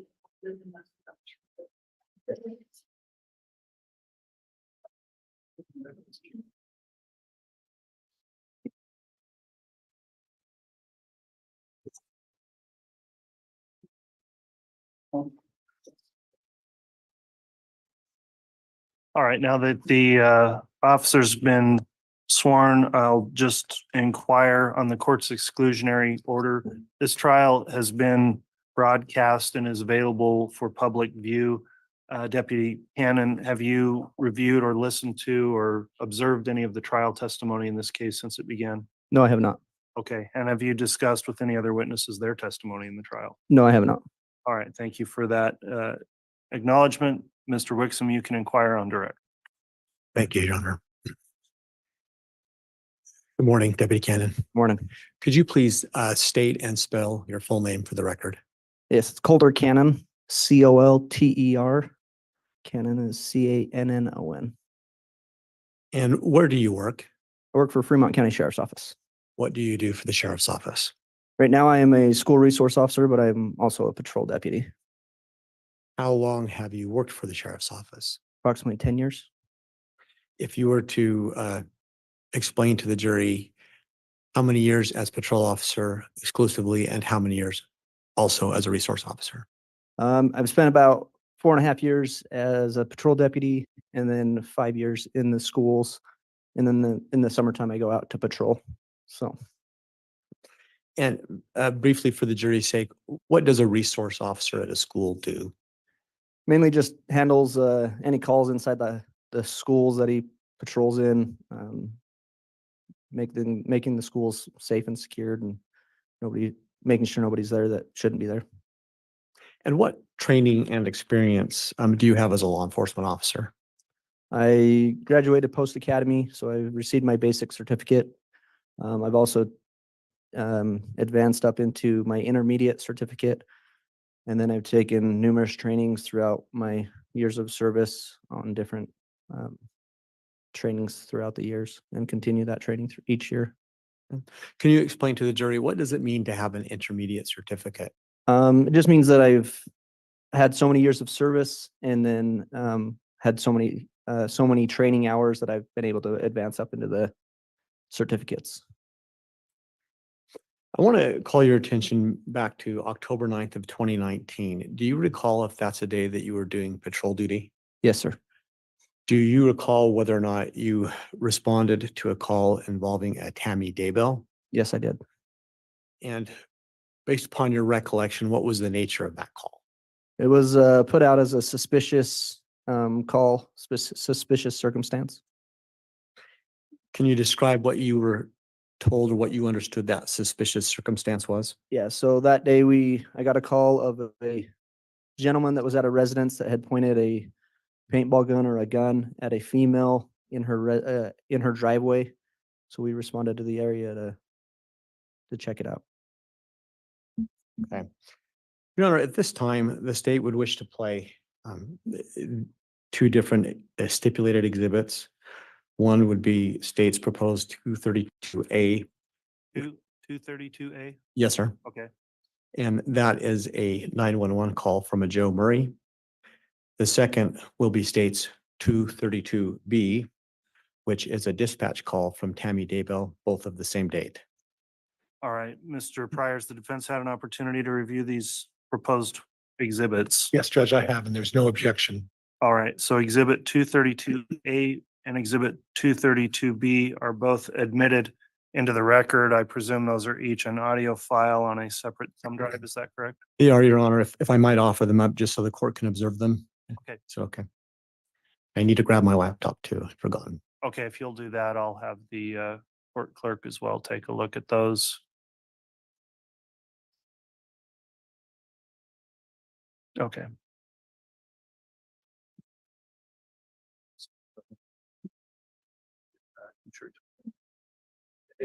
You want these returned to be published, Mr. Wixom? If I may, Your Honor. All right, I'll have the bailiff return them. Thank you. And Judge, I'm not certain if I heard the court rule or if I even requested, but are these exhibits admitted? They are. Thank you.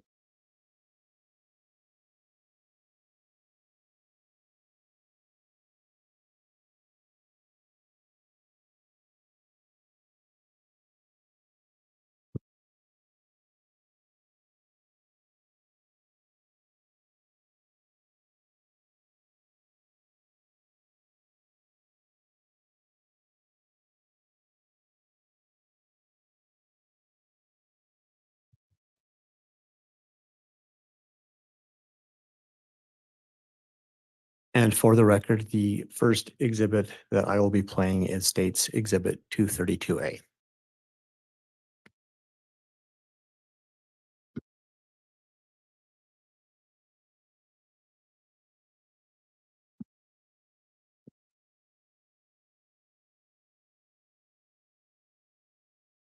apologize.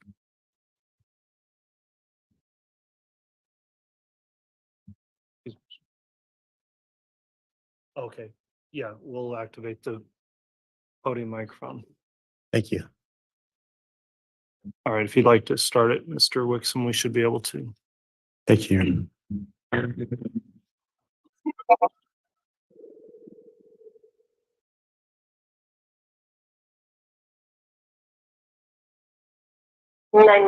emergency.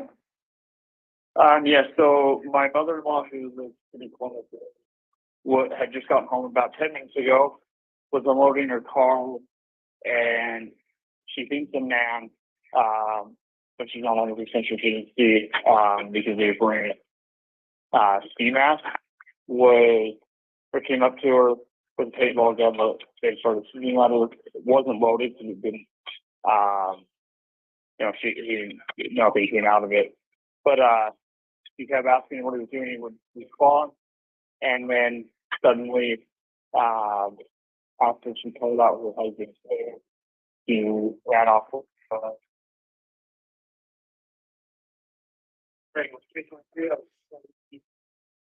Okay, what's the address? Are you there? Hello? Are you still there? Yeah, can you hear me? Okay, now I can hear you. What's the address? It's 199 North, 1900 East, Rexburg, Idaho, 83440. That's my address. She lives in the corner. I don't know what her address is. Okay, I need her address. What's her location? I think it's 201, I think is her address. 201 North 1900 East? North. Yep. Does she know which direction he ended up running? He headed east, back behind their house. Okay, and did she give you a description of the clothing? I didn't get one from her. I didn't follow that.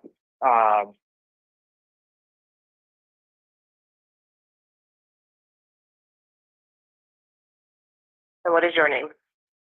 My name is Joseph Murray.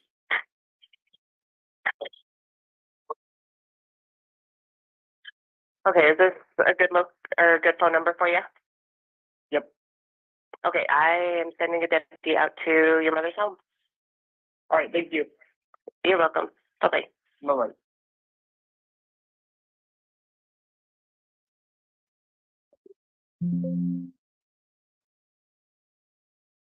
And for the record, Your Honor, I would next play 232B, the dispatch call from Tammy Daybell. Very well.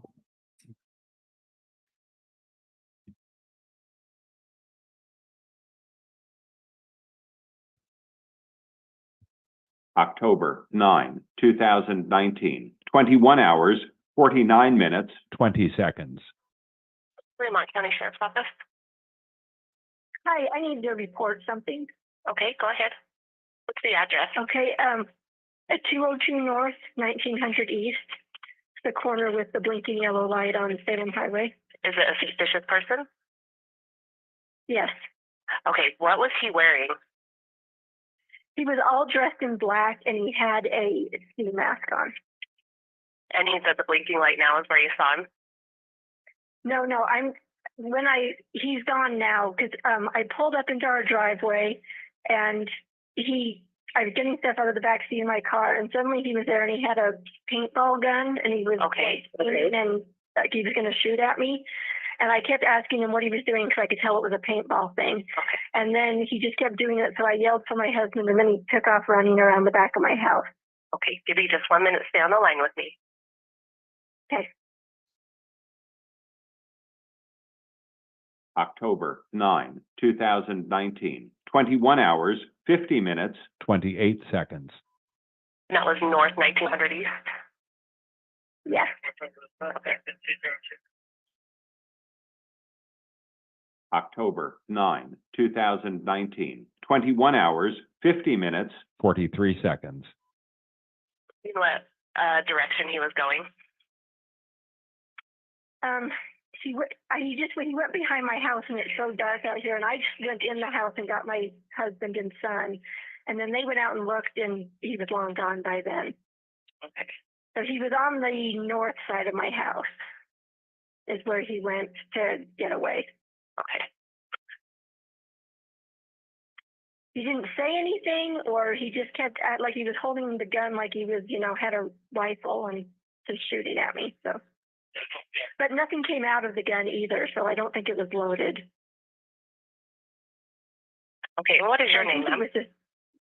My name is Tammy Daybell. Okay. I will pass your information on to my deputies. We actually just had a previous call about this individual, so they're out in the area looking now. Okay, yeah, I think it was my son-in-law who lived diagonal from us that called you guys already. Oh, okay. Just wanted to make sure it got reported. So, let's see. And what's your son-in-law's name? Joseph Murray. Okay, yep, it was him. Okay. So, all right, I have a deputy that will be out at your home here shortly. Okay, thank you. Yep. Deputy Cannon, do you recognize the information relayed in those two calls as essentially the same information that you were asked to respond to? Yes, it was. And can you help the jury understand, is there a difference when someone calls 911 as opposed to calling in dispatch? Just a different phone number, I believe. I'm not 100% familiar with that. 911 is our emergency line, and then there's a non-emergency line that goes there as well. What time of day or night do you recall responding to this? It was approximately around 9:00 p.m. And do you recall at that point in the year, was it dark outside or was it light outside? The sun was going down. It was dusk. And how far away from the address that you were given were you in your patrol when you first received the call? I was only a couple miles away. I was in the Egan area. And so was this the type of call when you were responding? Did you activate your sirens and lights? I did initially activate my lights and sirens, and then when I got closer, I deactivated them. Why did you deactivate them? I didn't want the subject hear me coming or see me coming. I wanted to be able to find him. And how long did it take for you to actually arrive at the address from the time that you were dispatched to the call? It was approximately 6 to 7 minutes. And what's the first thing that you did when you did arrive at that address? I initially drove around the property, around the roads in that area, trying to look for a suspect wearing that clothing description. And then I went and made contact at the residence with Tammy. Your Honor, at this time, would it be appropriate to stop for our lunch break? Yeah, we're right at that time, Mr. Wixom. So if you've got some more direct, I would say yes. Yes, I do, Your Honor. Okay. Let's go ahead and take our lunch recess then. We're stopping just short of the noon hour, so I think we'll try to come back on if we can in an hour at 1 o'clock. So we'll be in recess until then. All right, please.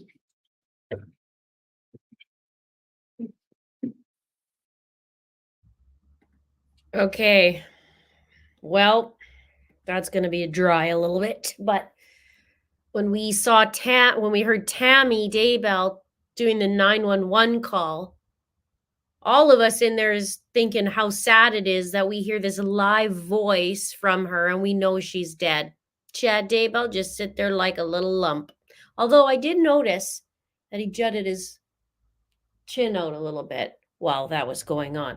Other than that, just super sad.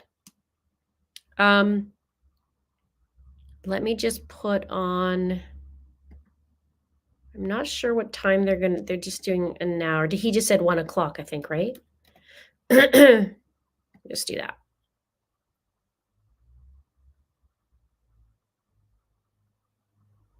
There.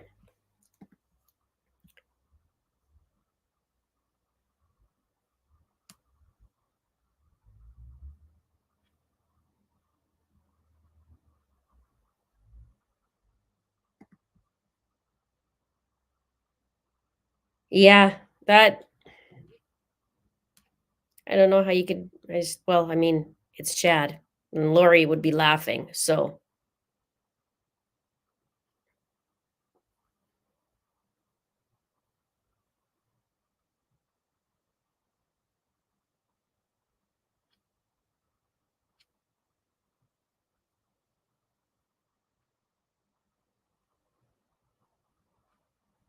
Just zipping through the comments here, guys.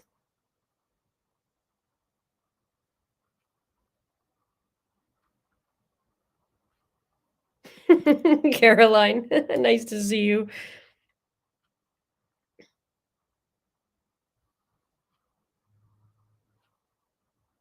I love this. Yeah, why would he call, right? He's hiding in his portal potty. We had that was talked about this, I think, last week. Yeah, did Chad make a phone call? Did he call anyone? There was a couple things. I'm trying to remember who they were asking.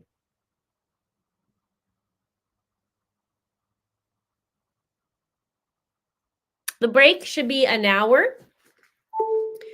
I am so hungry, so I think I'm gonna just quickly take like a 5 or 10 minute break, but I'll come back and then we can chit chat. So you don't have to go anywhere. And we'll run through it. But I am so hungry that I can't even think that hungry, and I don't want to get to the point where I feel sick because that's no fun. So just give me about 10 minutes. I'm gonna go warm up my food, have a little eat, and then I'll come back. Okay, be right back.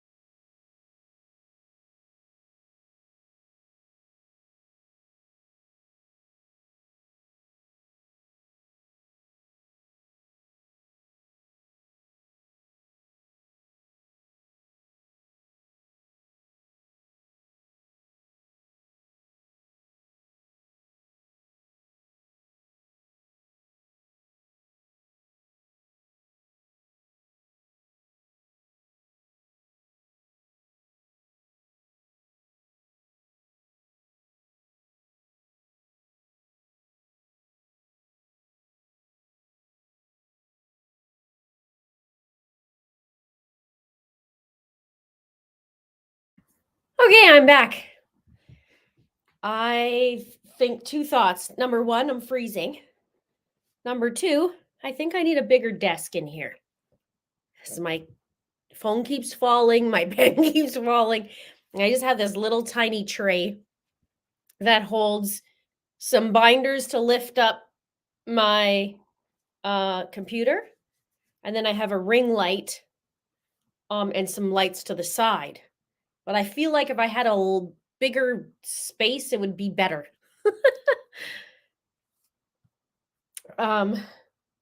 Yeah. I don't know, or maybe an adjustable desk would be good because I have a desk in a different room. But anyways, this is where I record. And I'm freezing. Like it's supposed to be warm out, fairly warm outside, but I got my marshmallow blanket and I had to heat up a magic bag. I had a hot bowl of soup and I'm still cold. How are you guys?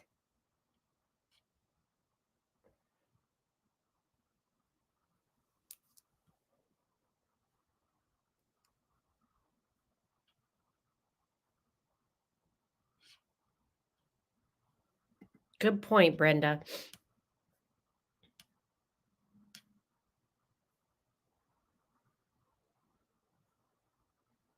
Yes, I know. I have to get it warm as possible before it's shut off from 9 to 2 as well.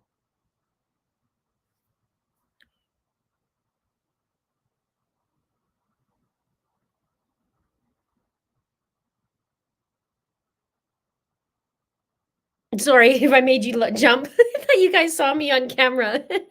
I sat for a minute before I unmuted.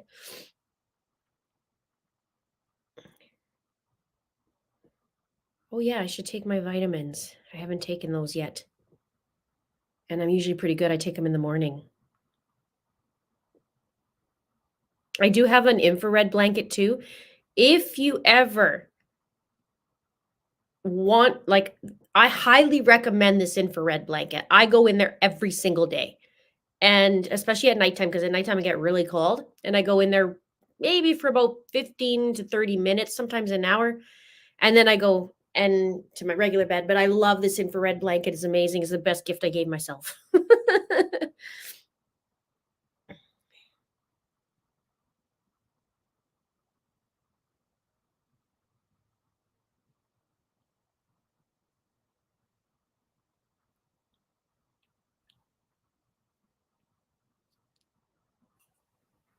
Lucas is saying it's too hot. Not here. I'm freezing. My nose is cold. My hands are cold.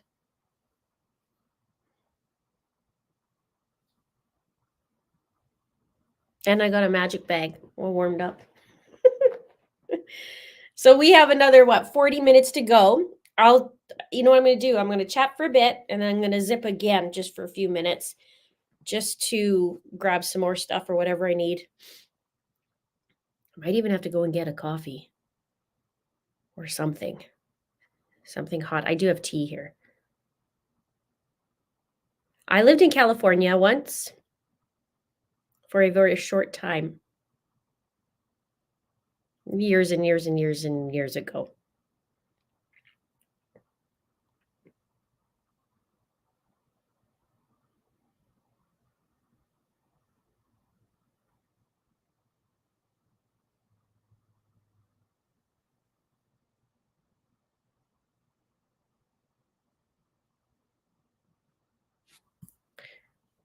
Okay.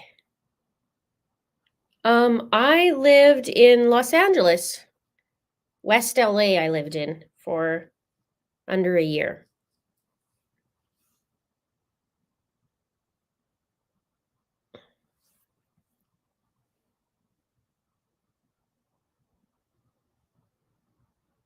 So let's look at if we were going to talk about the storage unit.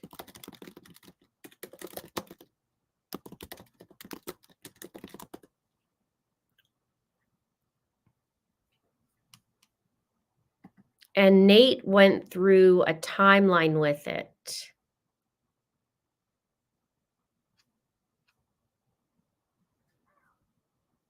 think this is it. Hang on. Now I'm going to just pull this in.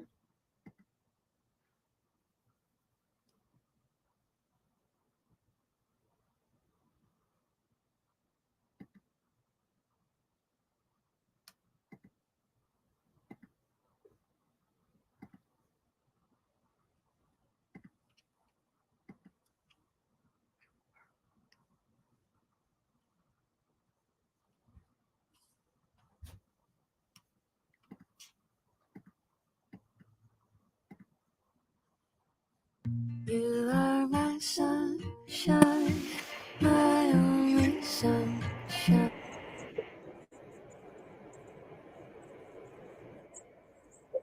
Hang on. Lori Vallow Daybell first came here to Self Storage Plus in Rexburg to rent a storage unit. This is the unit that she put. Weird. Weird. Hang on. That was weird.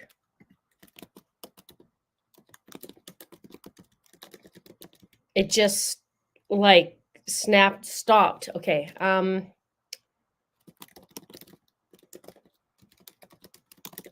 Sorry about that, guys. Let me just check.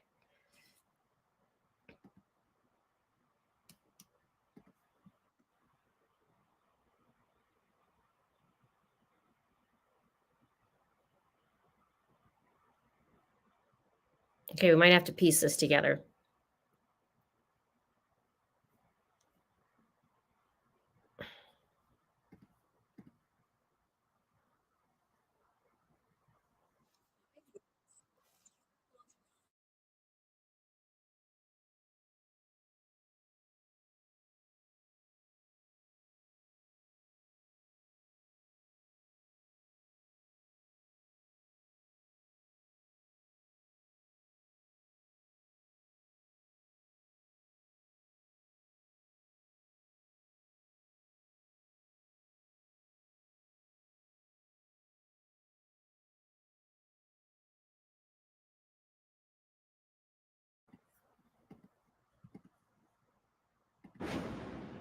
I'm Nate Eaton, and we are getting a closer look at surveillance footage from Self Storage Plus in Rexburg. This is the facility where Lori Vallow went on October 1st to rent a storage unit, and inside she placed some very personal belongings, such as children's bikes, scooters, also some photo albums, and blankets with pictures of her children, JJ and Tylee. Lori and sometimes two men visited the facility 9 times in October and 1 time in November. The big question is what happened on October 2nd. We know that Lori rented the unit by herself the day before on the 1st, but on October 2nd, she came in her blue Nissan Rogue with a man we originally thought was Alex Cox, her brother. But a closer look of enhanced high-quality video shows it likely was not Alex. In fact, it appears to be Chad Daybell, based on the way he walks, looks, and comparing his mannerisms to other video we have of him. Let me walk you through this. The blue Rogue arrives at 2:25. You can see the timestamp says 1:25, but that's because the clocks were off, according to the facility. Lori is driving the Rogue and makes her way to the door of the building where her unit is. She gets out 2 minutes later at 2:27 with the man we believe is Chad. At 2:29, he pulls a tire out of the back of the Rogue and rolls it into the storage unit. Then 1 minute later, he and Lori both carry in together what appears to be a removable car seat. They put it in the locker, shut the door, and leave the facility at 2:32. Their entire visit is just 7 minutes. So why does this matter? Well, that same day, Brandon Boudreau says that he was shot at in Gilbert, Arizona around 9:30 that morning while coming home from the gym. Brandon had been married to Melanie, Lori's niece, and he had a very large life insurance policy and assets totaling over $1 million. Months earlier, Melanie began spending a lot of time with Lori and her religious group. Then Melanie suddenly demanded a divorce from Brandon. The bullet missed his head by inches, and police say the person who shot at him was driving a Jeep registered to Charles Vallow. Charles had been dead for nearly 3 months at this point, and Tylee Ryan regularly drove that Jeep, but she had been missing for more than a month at this point. Now, if you're familiar with Jeeps, you know that many models have spare tires on the back, and if they are in place, the back window does not open. But if they are removed, that window does open. So it's possible that the Jeep used in that shooting had the tire removed, and that tire could have been placed into the storage unit along with the back seat of the Jeep. We would ask Alex Cox if that was the case, but we can't because he's dead, and police are not commenting. But if Cox was not in Rexburg, it's possible he was in Arizona, inside Charles Vallow's Jeep. The next day, back in Rexburg, Lori returns to the storage facility with another man who we believe is Alex. They were there for 3 minutes. You can see them entering, working their way to the same door she was at the day before, and going into the building. Compared to the guy from the day before, this man walks differently and carries the tire out rather than rolling it. The man we think is Cox also carries out the car seat by himself without any help from Lori. Originally, we thought this was a tote with something hanging over the end, but this higher quality video shows that it appears it's actually a vehicle seat, and Lori and Alex are likely taking it away. 3 days later, on October 6th, Alex returns to the storage unit by himself in his silver pickup and comes 5 other times that month, including a visit on October 28th with a man who appears to be Chad Daybell. They stay 6 minutes and wheel in bikes and other items. The last time anyone visits the storage locker is November 24th. Lori and Chad stay for 4 minutes and drop off this Home Depot box and a tote, leaving belongings of JJ and Tylee never to return. Police have now seized all of the items that were inside of that storage unit, along with the Jeep that was used in the shooting of Brandon. I'm Nate Eaton for EastIdahoNews.com.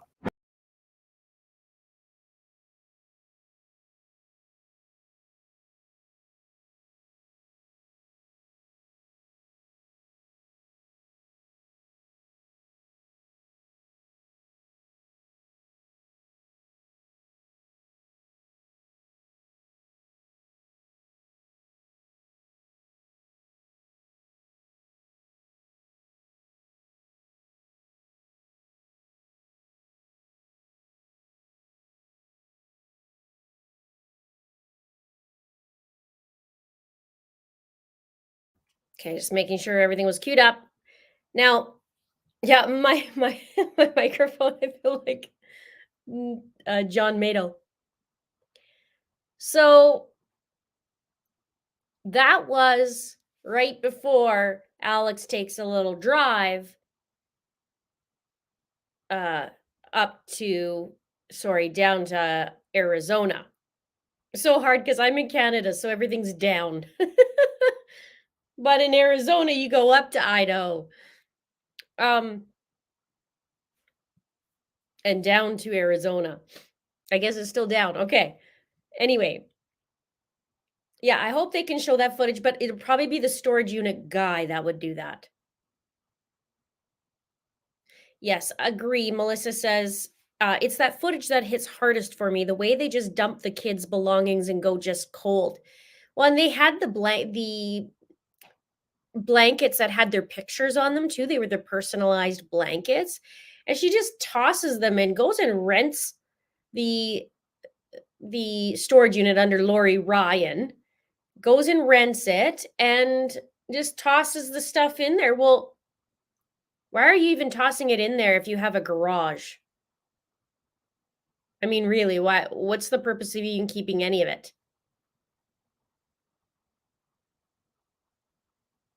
I did eat. I went and grabbed some soup. Thank you. And I don't know. It's just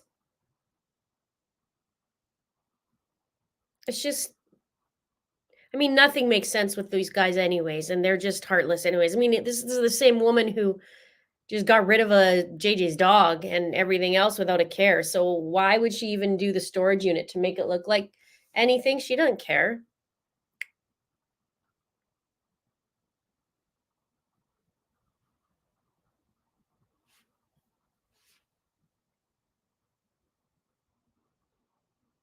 Melanie did have weapons training. She was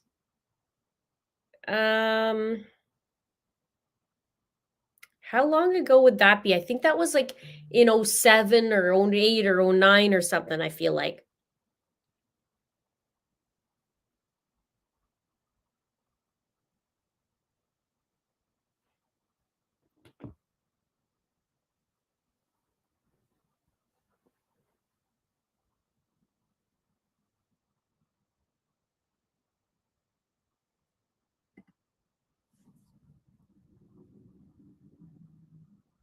So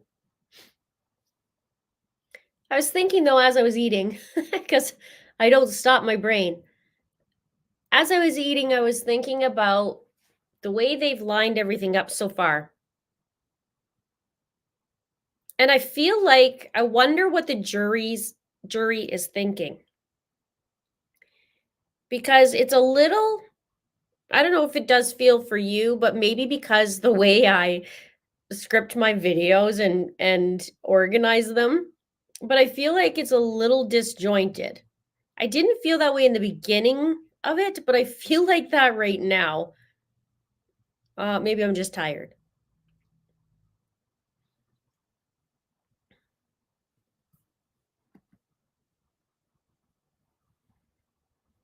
They probably haven't showed that in court yet because they probably want the storage unit manager, storage unit guy to play that in court. So that's what I figure it'll be then.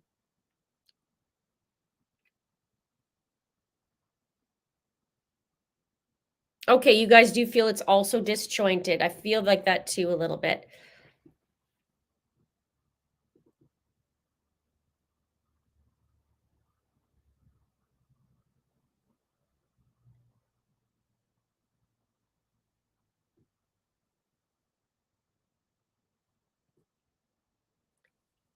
Is it going in chronological order?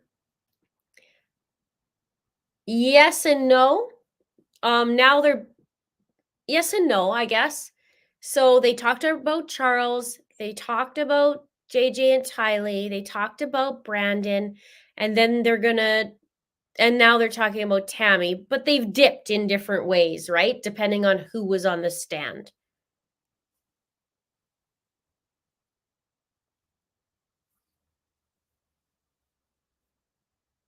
Yes, they showed Tammy.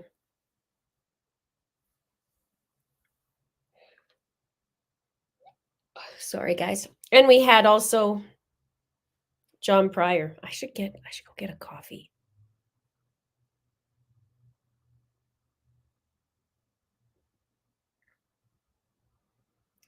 Oh yes, Chad's birthday's in August. Lori's is in June.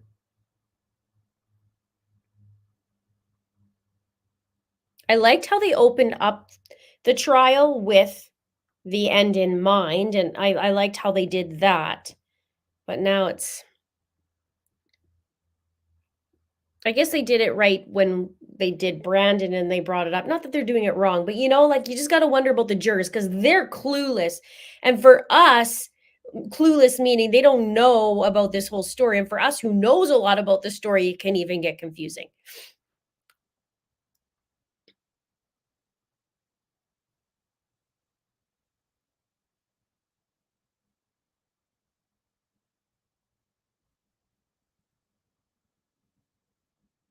They have to lay it down. So Kimberly makes a good point. She says, I hope it comes full circle. At this point, Chad has hardly been mentioned.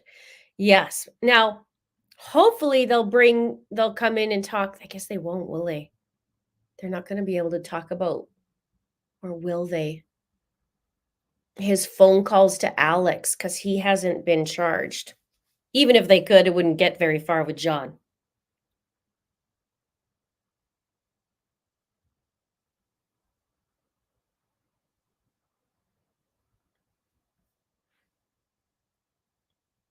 There we go. I knew Lori's birthday is the 26th, August 11th, and Lori shares the same birthday as Brandon Boudreau, but Lori's older.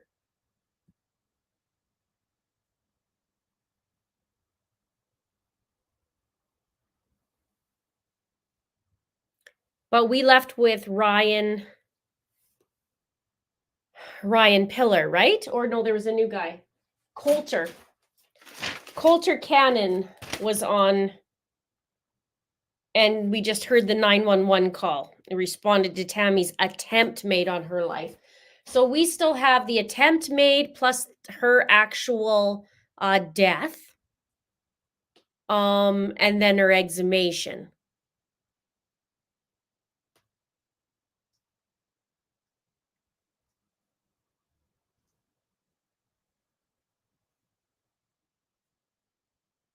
This guy's not getting off. No worries. You guys are freaking out, but it's okay. I don't know who talks to Lori from the outside. Good question. I don't know.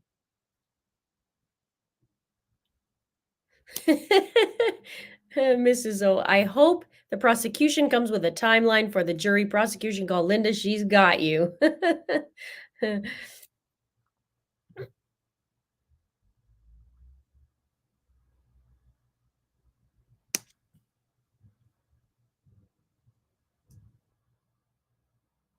Yeah, there's lots to go through still. I mean, we're on day 9. There's lots to go through. We still have all the experts coming in. The big one is going to be, I think, about Tylee and JJ when they start going in depth about that. There'll be more stuff that we didn't know before, I think. They wouldn't have covered it so much in depth with Lori's, I feel, but thank you, Sandra. Nice to have you in here. Thank you. And first time caught live. Welcome. We're a little family in here. We chit chat about all kinds of things, and more people are coming in every day, which is beautiful. And for the most part, other than just like a teeny tiny amount of people, it's really great.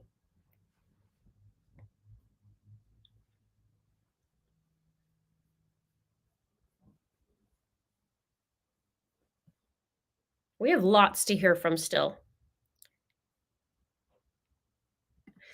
There was a girl interviewed on another channel who was in prison with Lori. She caught her playing sock puppets. Lord have mercy. And I wonder if she had Chad as her little sock puppet.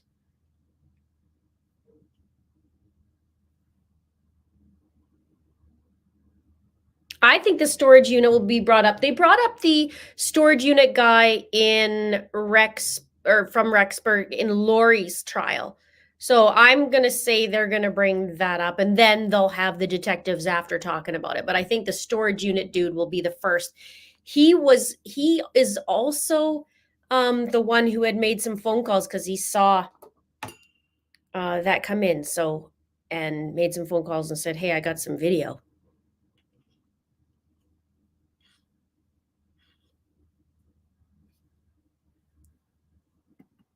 Welcome. Nice to see you hanging out with us here.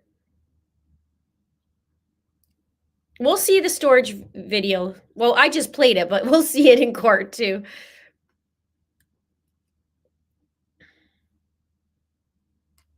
Thanks, Nicole. Thanks for being here. I think over 200, 250 videos on Lori Daybell, and still could do more, and still will be doing more. Oh, sorry.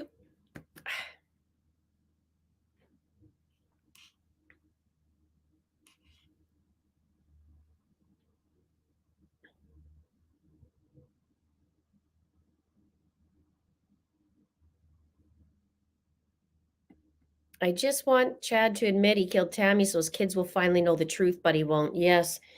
Chad Daybell will just sit there in his I don't care attitude. And he just wants Lori. Wonder what he is thinking throughout the trial, though. Hey, Kathy, how's it going?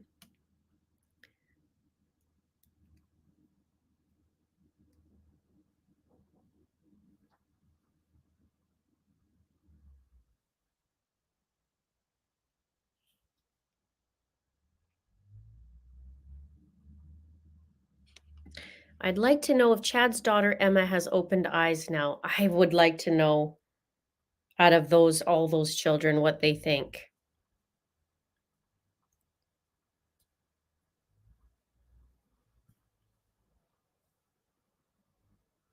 Yes, beautiful. Look at this. Chad has 2 children buried at different times on his property. Tyler's DNA on there's actually 18 tools and 2 tools in particularly with DNA, Tylee's DNA that they're specifying, the pickaxe and a shovel, and his text to Tammy. He also, Tammy was posed. And well, look what happened with her and how she died.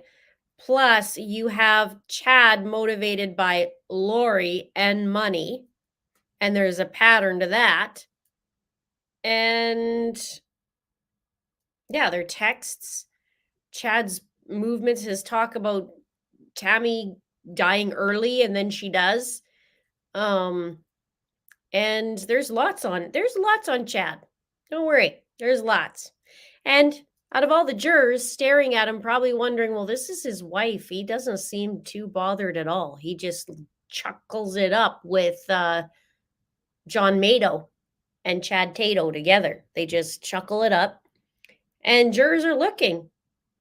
So I think it'll be okay.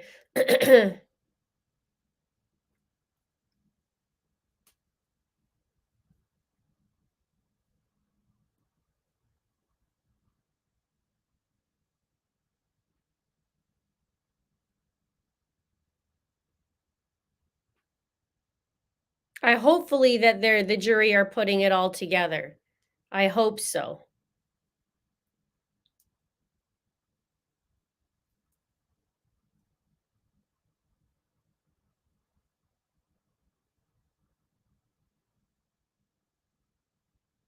Yes, Vanessa. She says, it crushes me that JJ had duct tape on his mouth. No reason for that if he was unconscious. I ache thinking he was aware he's being taped up. Please let Chad be found guilty. Well, unfortunately, you can't tape somebody who's not unconscious. Well, I mean, they could, but you know what I mean. So there's that. And Lori is a despicable human being. So is Alex Cox. So is Chad Daybell. And so is Melanie Pulowski / Boudreau.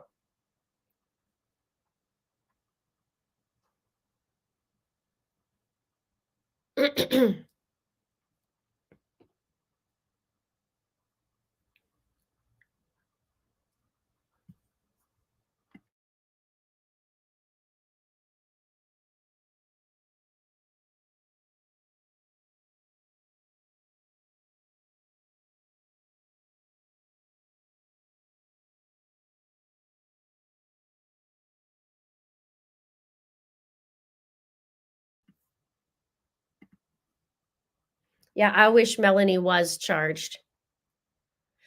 I keep saying it, but I'm very strongly opinionated about it.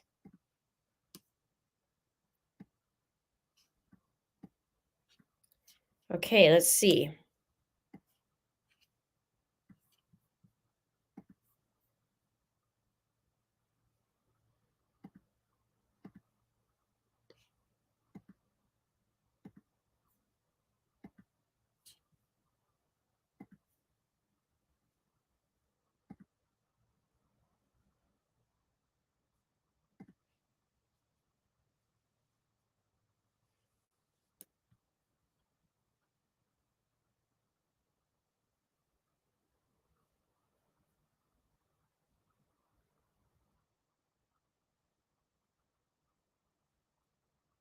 Yeah, she's Pulowski, Melanie Pulowski, and got married after 10 days. I think it was about 10 or 11 days. Might have even been 8. I don't know why Melanie hasn't been charged. I don't know how much they have on her.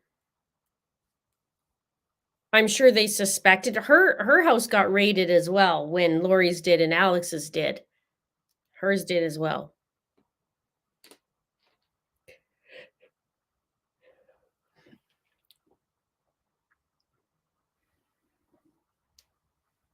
10 days. Oh my gosh. If I married people 10 days after, what a nightmare.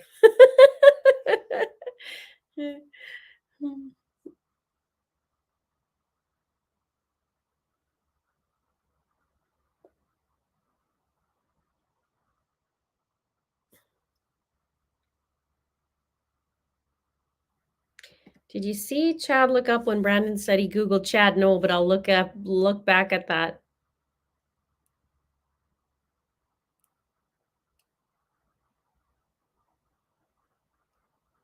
Kira says, I need 10 days to prepare for a date, let alone marriage. 10 days. I could tell you some stories.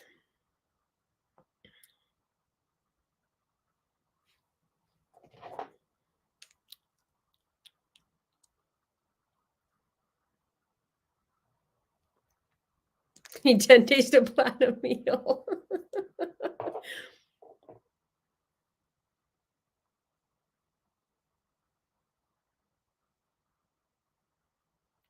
You guys are funny.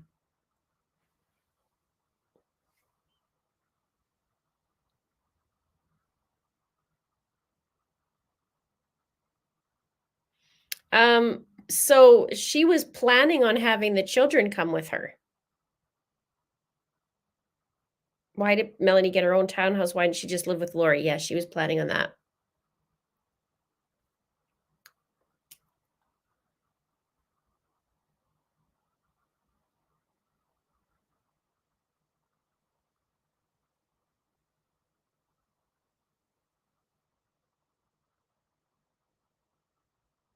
This is my favorite movie.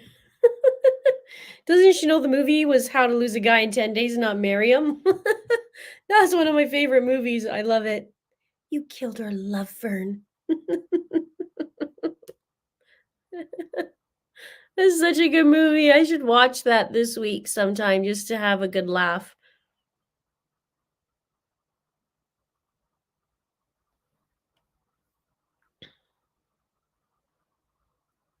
This is perfect because this is interesting. They're going to charge Chad with Charles' murder, co-conspirator, and attempted murder. They waited until after Lori's trial before they charged her. They will wait until after Chad's trial to charge him. Do you remember a couple weeks ago there was something going on and it had to do with Arizona?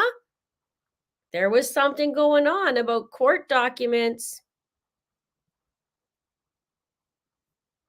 The love Fern. I love that movie. I love that movie. It's so good.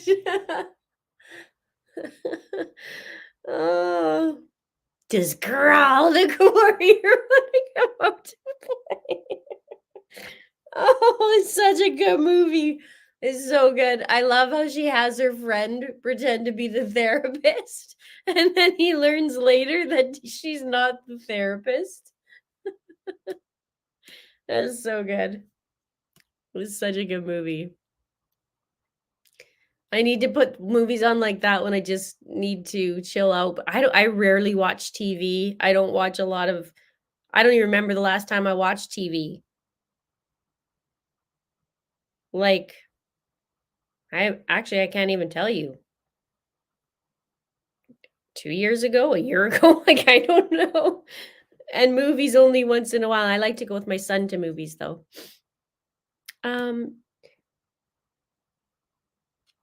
I didn't see your comments. See.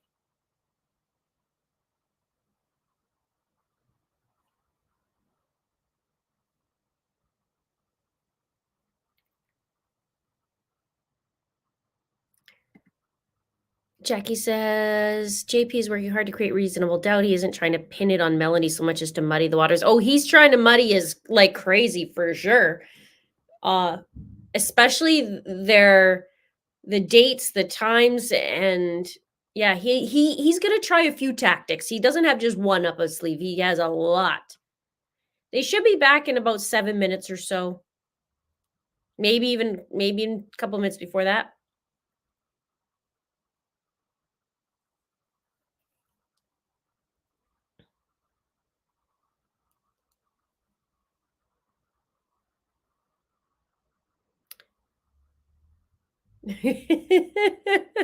Such a good movie. I have seen Couples Retreat as well. Actually, well, what's his name's in it?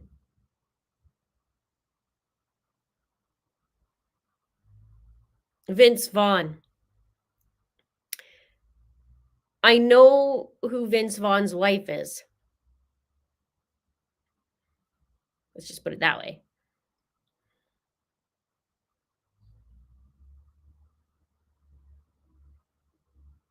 We are day 9. Yep.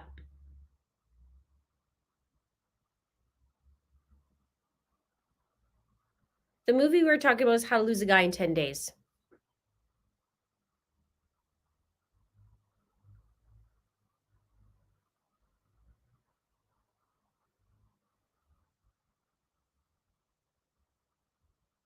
Oh, yeah. John wants to focus on it was Alex and Lori. Alex and Lori, they're super close together. They're the ones who would be the ones who killed everybody.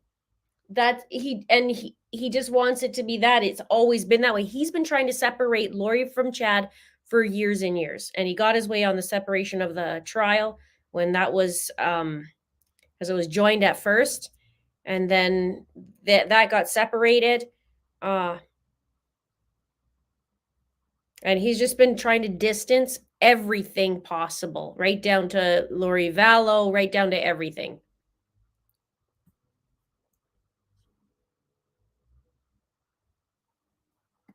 Person in another chat on Idaho News stated she was called for jury for this. Last day wasn't picked, but did see witness list. Zulema was on the list. Doesn't surprise me. Zulema was in on the other one as well.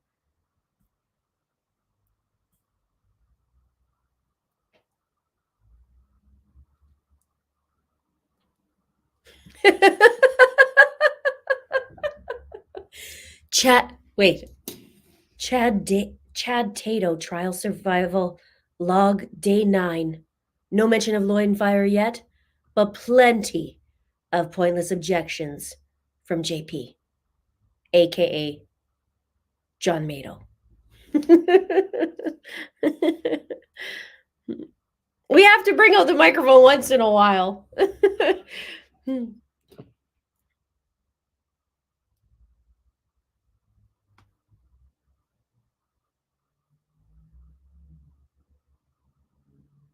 Vanessa's in South Pasadena, outside of Los Angeles, in Tammy's hometown. She went to school in South Pasadena.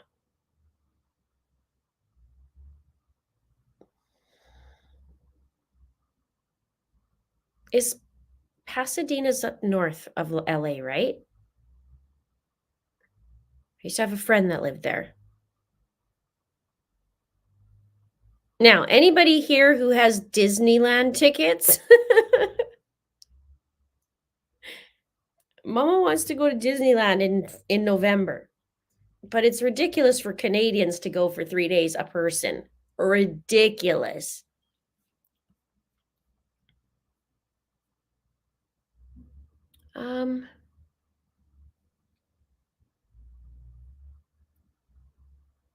Yes, Monica. Does anyone else feel the hardest part in watching this is that the jury doesn't know what we know yet? I just want to shake them and say he's guilty. Trust us. Oh, I think they're looking at him with a side leer. I think for sure at this point. I mean, it was pretty strong when they first started. I just hope that they are getting the gist of what's happening because there's a lot of moving parts. Remember when we first learned about like what? There's dark and light ratings. What's this? What's that? Like, it's going to be a little bit convoluted, but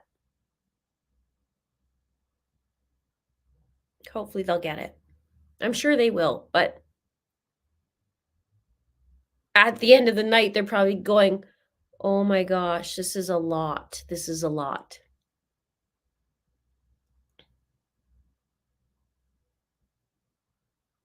You're welcome, Jean.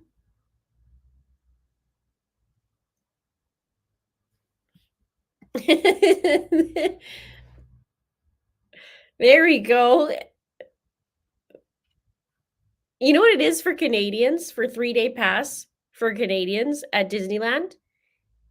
It's around $1,000 per person.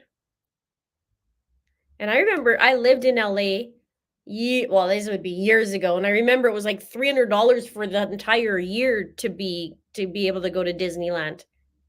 It was a long time ago, though.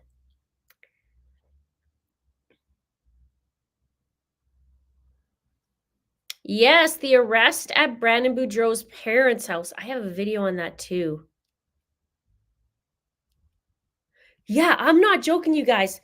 It is crazy for Disneyland passes. And I heard there sometimes is a deal, but I have yet to see that. I gotta show it to you. I'll show you guys. Not even joking.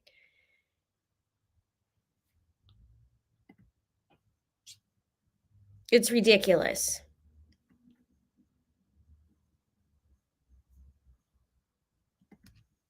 Okay, let's just try this as we wait.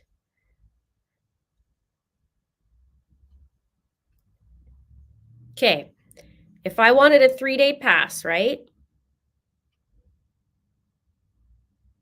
In US dollars. 3 days. Okay. One for me, one for my kid, let's say, okay? And we want the park hopper.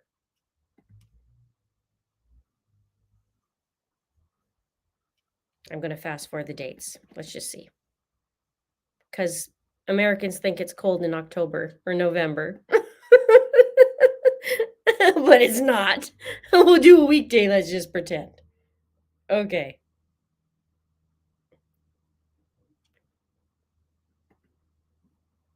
Oh, is it letting me doing it? Okay, now it won't let me continue. Okay, wait. $8.95 so far American. Make sure I got that right. Oh yeah, I have to do it before my kid turns 10, otherwise it's the adult. Oh, $1,200 is so far what I have. Hang on. But I have to do it before he turns. It won't let me continue now for some reason. Anyways, I'll finish it off and then I'll tell you guys what it is. It's crazy. It's not fair.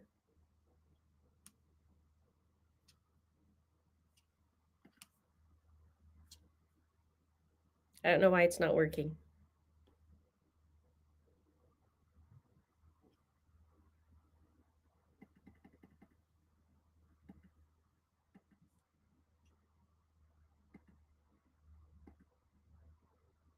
Yeah, it won't. It's just stopping.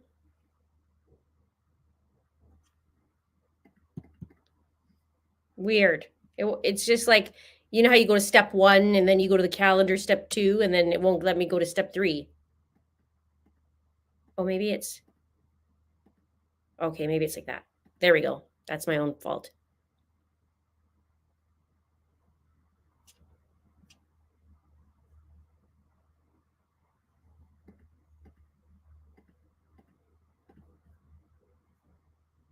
Do it a little bit different.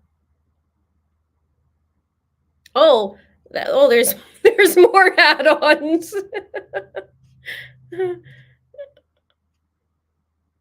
Yeah, so far $900 US as long as I go before my kid turns 10.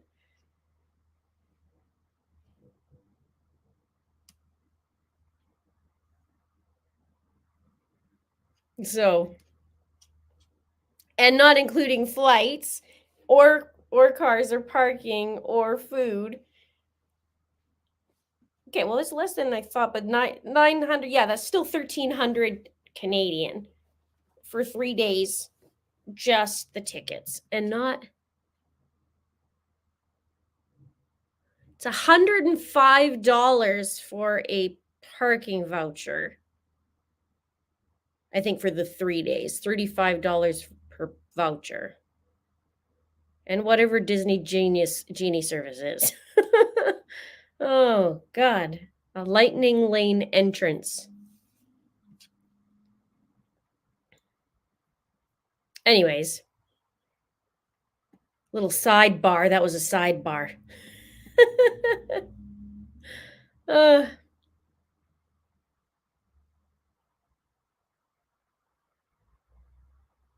oh, they'll be back. Court should be any minute now. It'll be pretty quick here. They've been pretty good. Dale from Shelby, love channel here in North Carolina. Thanks for being here. Thank you. Please be seated.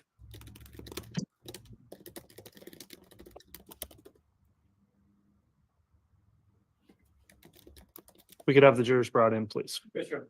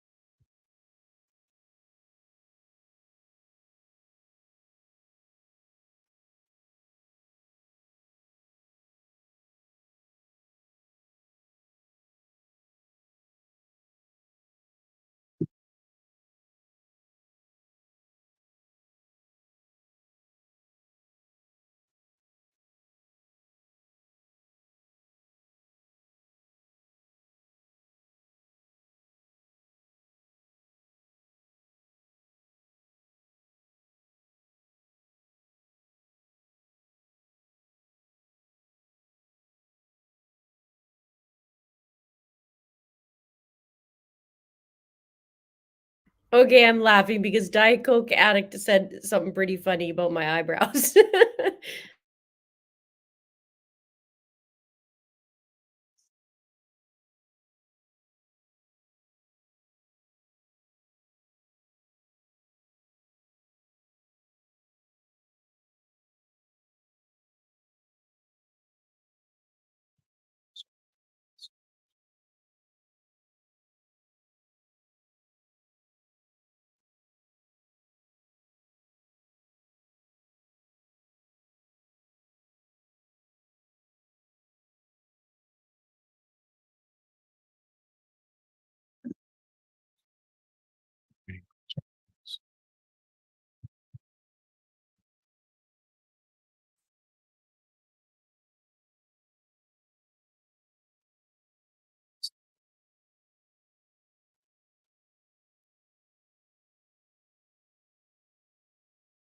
All right, please. Thank you.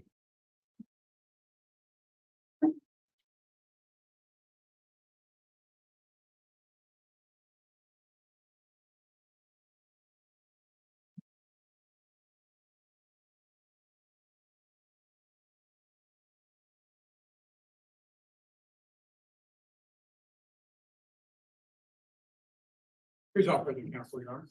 All right, thank you. Please be seated.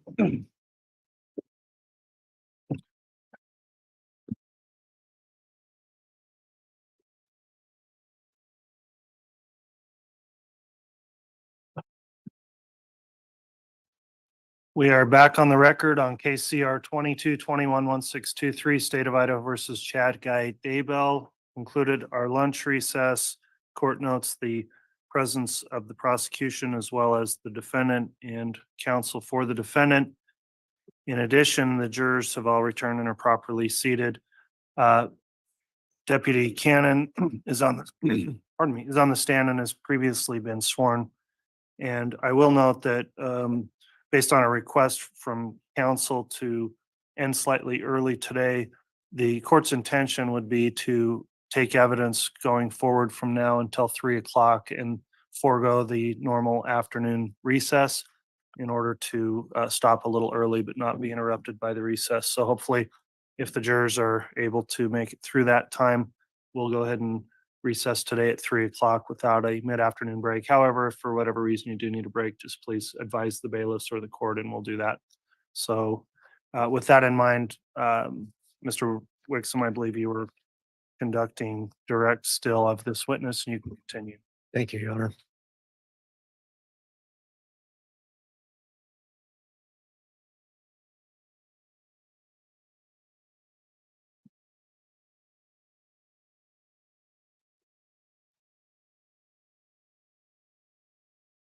So Deputy Cannon, I believe we left off and I was asking you about what you first did when you arrived at the location. Yes. And what was it that you first did when you arrived? I drove through the area, looking for the suspect in that area. So, And what was the description of the suspect that you were looking for? a male wearing all black clothing and a black ski mask. And what did you find, if anything? We didn't locate anybody in the area matching that description. When you say we, was there other law enforcement helping? Yes, there was another deputy that responded to the area as well.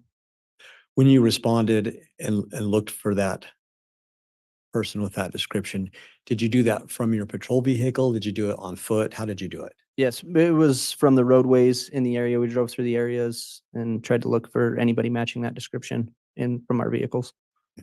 And once that was completed, what was the next thing that you did? I went to the Daybell residence and contacted Tammy at the front door. Okay. And what, if anything, happened in that conversation? Yeah, so I contacted Tammy by knocking on the front door. She answered the door.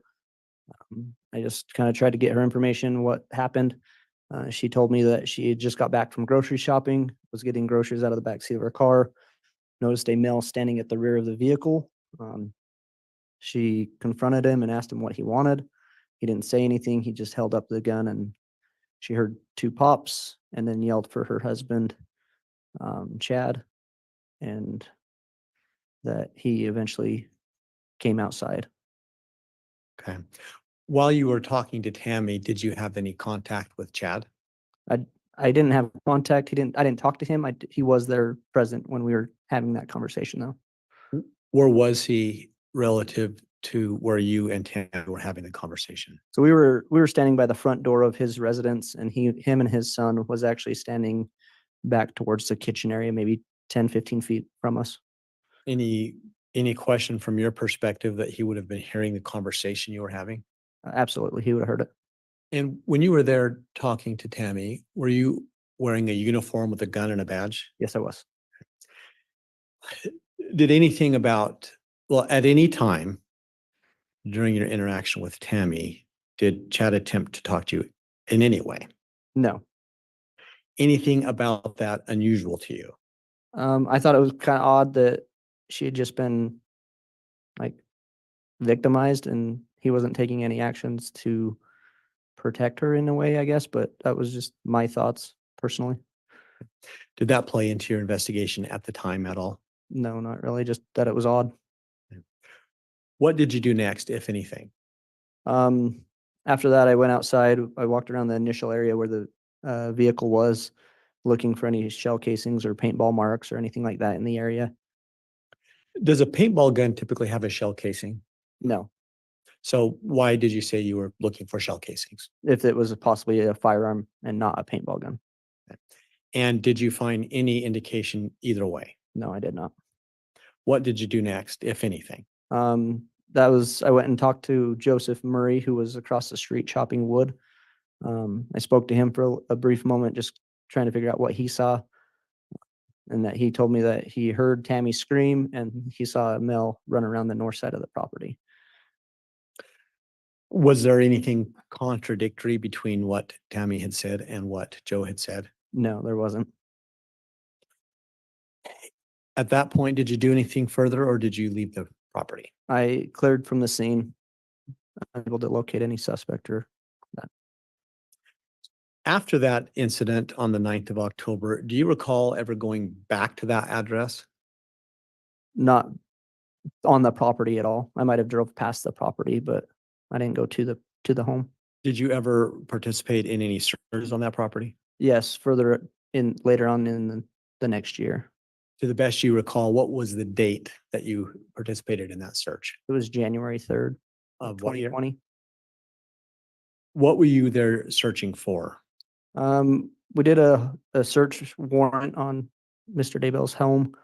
I helped the FBI sift through the snow, again, looking for any shell casings, any evidence that we could possibly find of a gun being used there. So at either point, did you find any evidence of any bullet or any traces of any shots in any buildings, anything like that? Not to my knowledge, no. So as far as you sit there today, would there have been anything else you could do to investigate that particular call? And me personally, no. Your Honor, I have no further questions at this time. All right, thank you, Mr. Wixom. Mr. Pryor, cross-examination. Thank you, Judge.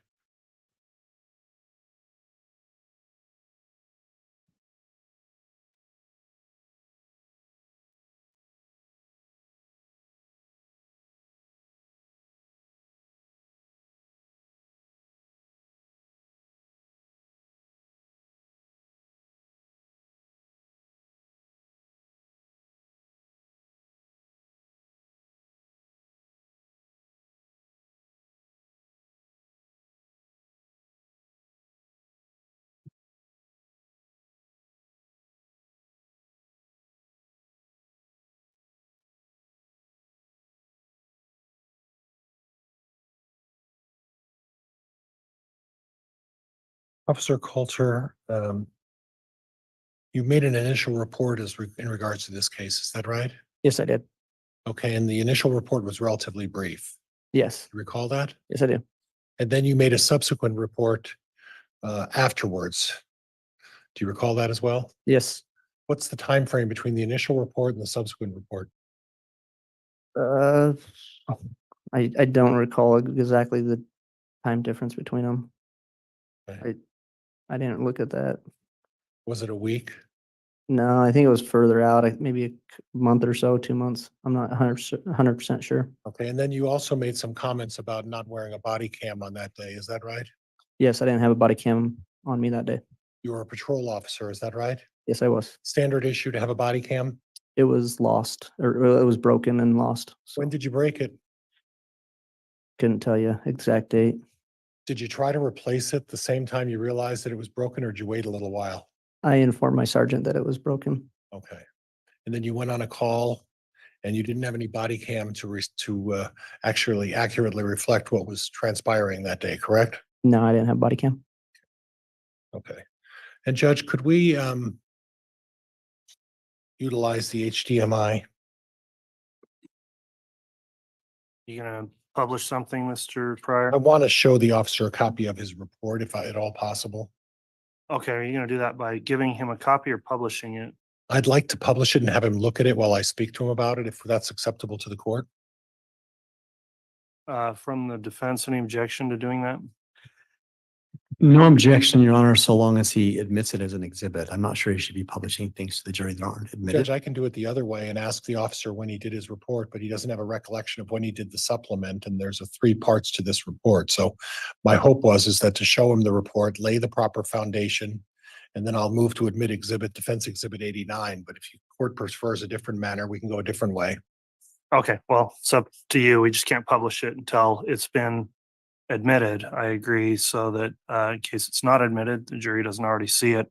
Okay. So however you want to handle that, and if the state doesn't object, then we can perhaps shortcut that.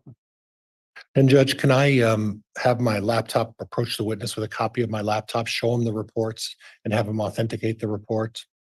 Yeah, perhaps maybe just ask Mr. Wixom and show him what you've got and see if the state is going to object. I think he's indicating maybe he's not.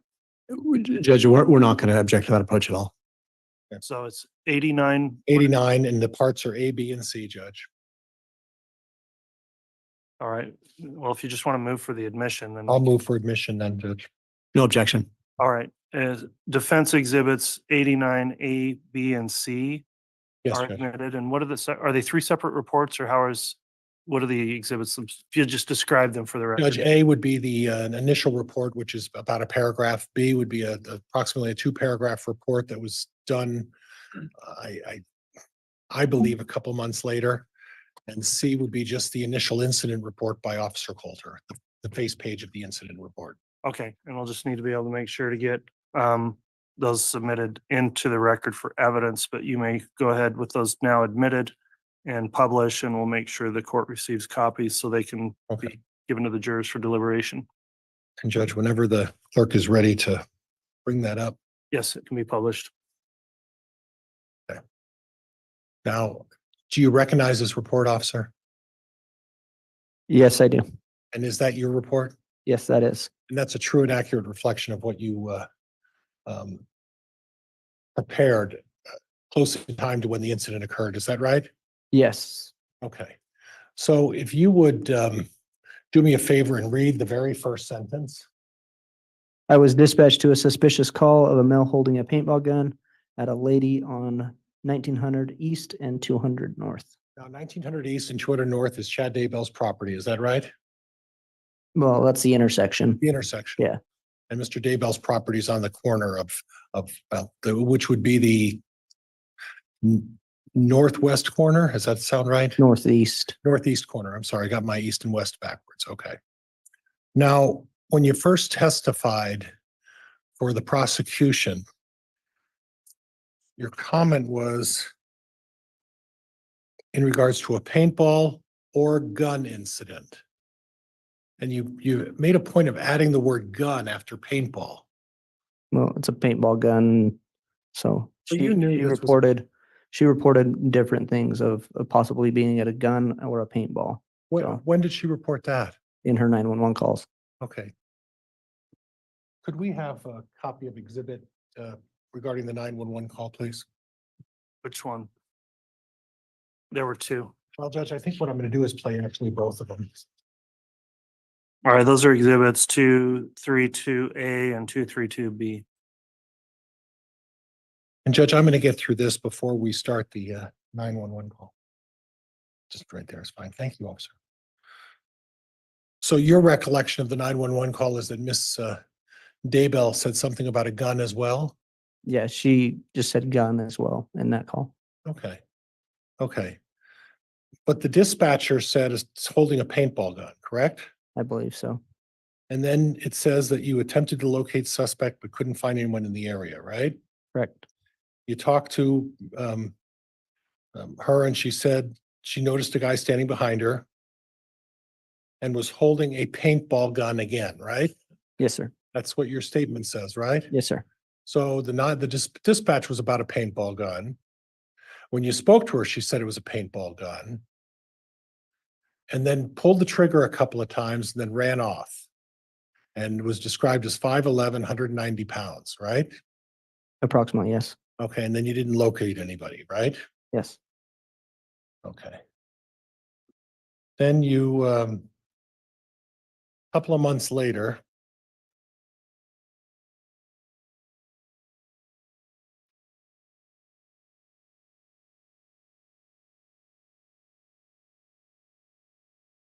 your story, at least your report expanded a little bit. Would that be fair? Yes, I was asked to put more detail into it. You were asked to put more detail into the report. Yeah, just to be more brief about actually more detail on the report. Who asked you to put more detail into the report? I don't exactly remember who asked me. It was one of my supervisors. So one of your supervisors said they needed to get more detail in the report. Yeah, they just said be more specific. Okay, and that was after the death of Tammy Daybell, right? I believe so. So this occurred on October 9th, correct? Yes. And Tammy Daybell died sometime shortly after that, correct? Yes, I believe so. And then after you did your initial report, your supervisor came up to you and said, you know, we don't have enough information in that initial report, so we need to add some more information, right? Well, just more detail. Okay. Report. Was this such a significant issue with a paintball gun that it required you to go back and then write a 2-3 page paragraph with more detail on it after the incident had occurred 60 days earlier? Can you ask that again? Sorry. Well, they put you up to putting more detail because they were trying to get you to allege that in some way there may have been a gun there. Isn't that what the police are trying to do here? Objection, Your Honor, argumentative. Sustained. So you put in your report on October 9, 2019, 21:45 hours. You were talking to Tammy Daybell in front of her home, right? Yeah, it should have been in her home. Okay.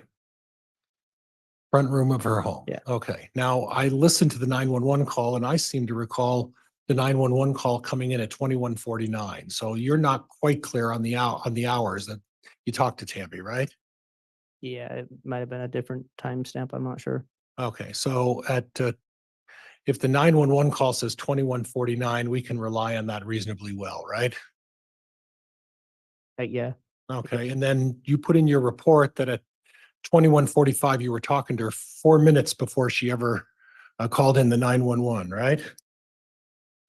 That's what it's saying. Yeah. I guess. Okay, well, we'll go back and listen to the recording again in a minute here, but, and her son and we're sitting back with the room by the door.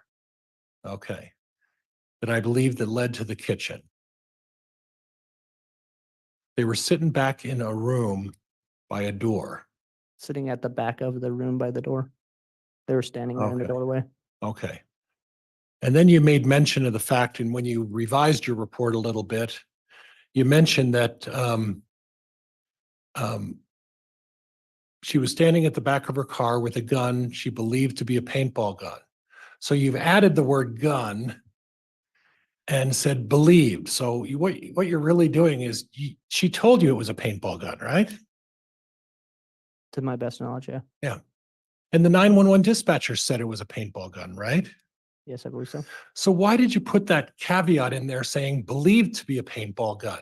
You knew it was a paintball gun. There was no gun there that day, was there? Sustained.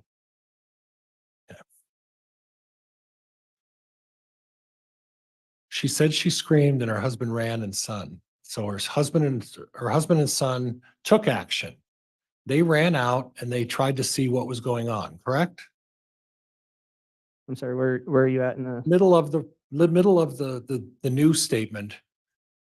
Tamara stated she screamed and called for her husband and son.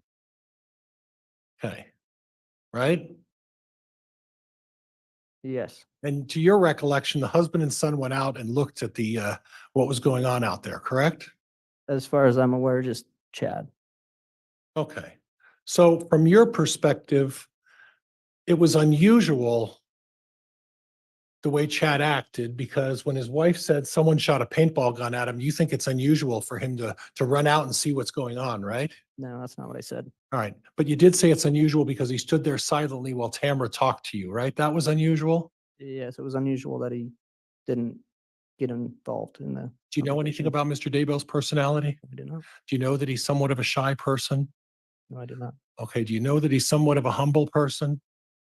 Objection, Your Honor. The attorney is testifying. Sustained. Okay. Mr. Pryor, also please let him finish his answers. The court reporter's getting stressed. Okay. And then you modified your original statement, because in your original statement, you said the shooter, according to Tammy, was about 5'10", 190 pounds. Where did you get the 6 feet tall and 200 pounds from? I said approximately. Okay. Well, why didn't you say what you put in your original report? Why did you add 2 inches and add extra weight on this person? It was 2 months later. I was going off my memory. Okay. Or is it possible that when your supervisor said we need a greater report with more detail that seems to point the finger at Alex Cox, is that why you changed it from? Objection, argumentative, Your Honor. Sustained. You changed it because you didn't fit the scenario of Alex Cox, did it? No, that's not why I changed it. Okay. But you waited 2 months on a report before you decided to change that report, correct? I didn't wait. I was asked to change it. Okay. By your Not change it, but to put more detail into it. And I guess this more detail that you need of a paintball incident is a result of your supervisor needed more favorable information, didn't he? Objection, argumentative. Overruled. Your supervisor needed more favorable information to link this to Alex Cox, didn't he? Not to my knowledge, no. Okay. Not to your knowledge, right? No. Okay. And then you say Joseph Murray, who lives kitty corner from the property, right? Yes, he lives kitty corner. You went over to talk to Joseph Murray, right? Briefly, yes. Okay, and Joseph Murray stated he was cutting wood, heard a scream, and he saw someone run around the north side of Tamara's property, right? Yes. Okay. Would it surprise you to learn that Joseph Murray may be telling you a different story than what you're telling this jury? No. Okay. That wouldn't surprise you, right? No, it would surprise me. Sorry. Okay. Okay. You know, did Joseph Murray hear a gunshot? I don't know. Well, did you No. bother to ask him if he heard a gunshot? No. I Well- just asked him what he saw. So he, according to your testimony and your report, Joseph Murray saw somebody running, and that's an important fact, isn't it? I don't know. Well, it's important enough that you had to change your report and add that into the report, right? So it must be an important fact. I guess maybe so. Okay. But wouldn't you think it'd also be an important fact if Joseph Murray had actually heard a gunshot of some kind? I don't think he would have heard a gunshot if it was a paintball gun. Exactly. Exactly. So this narrative that you're trying to suggest to this jury that this was a gun, you know it was a paintball gun, don't you? Objection, argumentative. Sustained.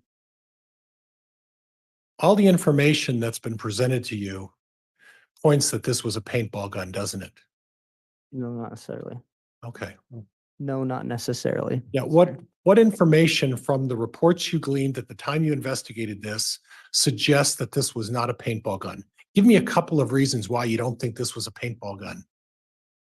Just from the calls and what I've heard on the testimony from Tammy's call. Okay. Okay. So from Tammy's call and from your report and the dispatcher saying it's a paintball gun, where did it say it was a rifle or an AK-47 or anything like that? I never said it was. Okay. So again, you know this was a paintball gun, don't you? No, I don't. Judge, I'm gonna replay the video if I can get it to work on my or the 911 if I can get it to work. All right, please clarify which of the two you're playing. And you may publish, but clarify which one. 232B will be first, Judge.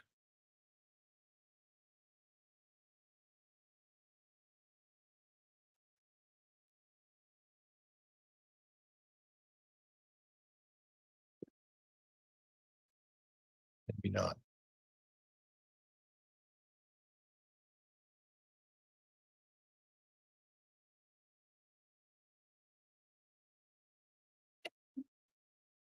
October 9, 2019, 21 hours, 49 minutes, 20 seconds.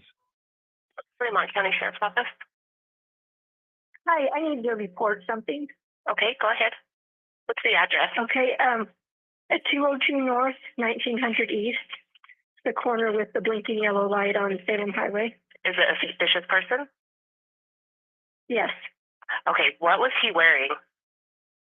He was all dressed in black and he had a ski mask on.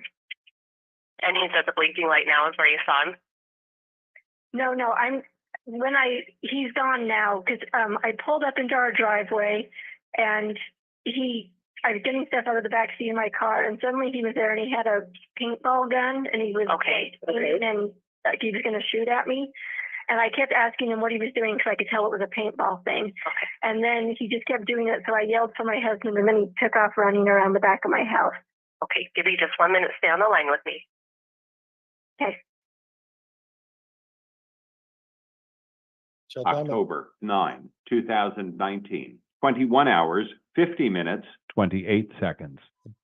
That was north 1900 East. We can stop. Yes. Okay.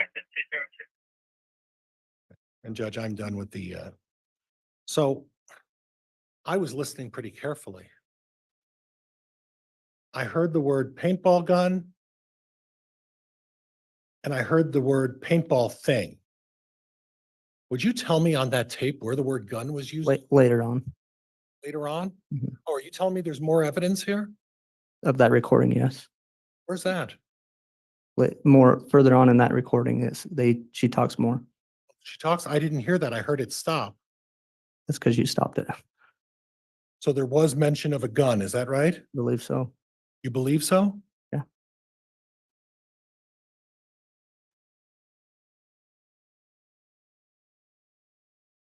And when you first listened to this, you heard the words paintball gun, right? In her initial statements, yes. You heard the words paintball thing, right? Yes. And the dispatch said that it was a paintball gun incident, correct? That's what she put in her notes, yes. And in your initial report, you said that it was a paintball gun incident, right? Yes. And then 2 months later, after Tammy Daybell dies, and you talk to your supervisor and you don't know why he asked you to change it, you changed it and now you're talking about possibly it being a gun, right? Objection, Your Honor, that misstates the evidence. Sustained. Well, the subsequent report then starts hinting at, well, maybe this was a gun, right? No, it's Okay. still a paintball gun. Okay, all right, just so we're clear.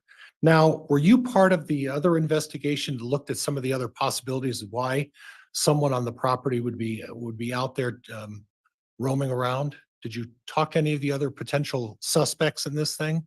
No, I didn't talk to anybody about Tammy. Okay, who was the other officer with you? Deputy Simper. Okay. Did you go down and talk to one of the neighbors about the husband of a dog kidnapper that had been causing some problems down the street, just right down the street? Not that I can recall. And what about the autistic child that was roaming the neighborhood, causing some issues within the neighborhood? Did you talk to that person as well? Not that I can recall. Okay. But you agree with me finally now that this was a paintball gun incident, right? Like I says, I don't know if it was a paintball or a gun. Okay. All right, Judge, that's all I have. Thank you.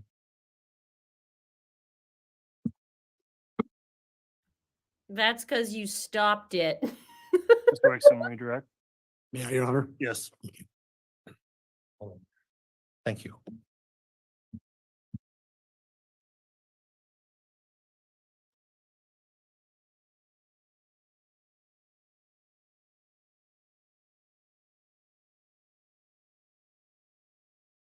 Deputy Cannon, you were just asked on cross-examination a number of questions about having written this second report. Yes.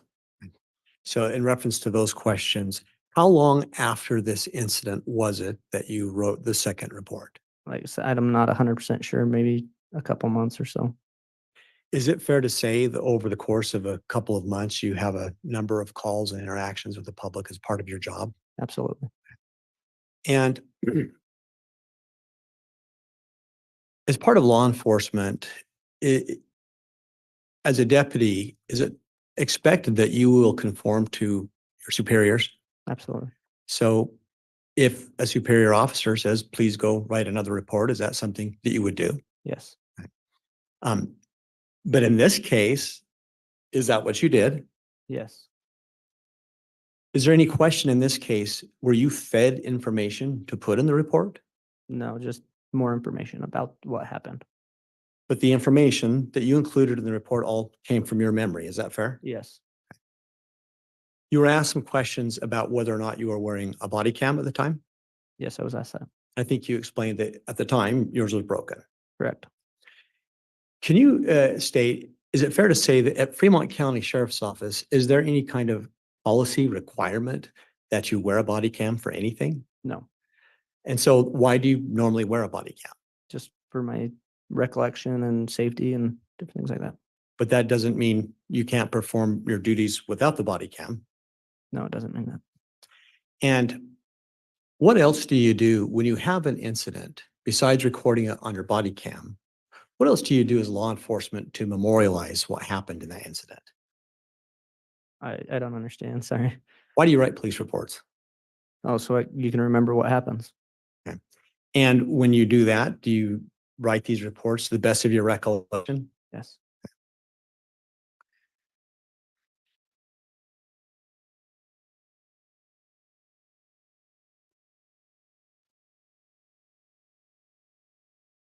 defense counsel pointed out that in one report,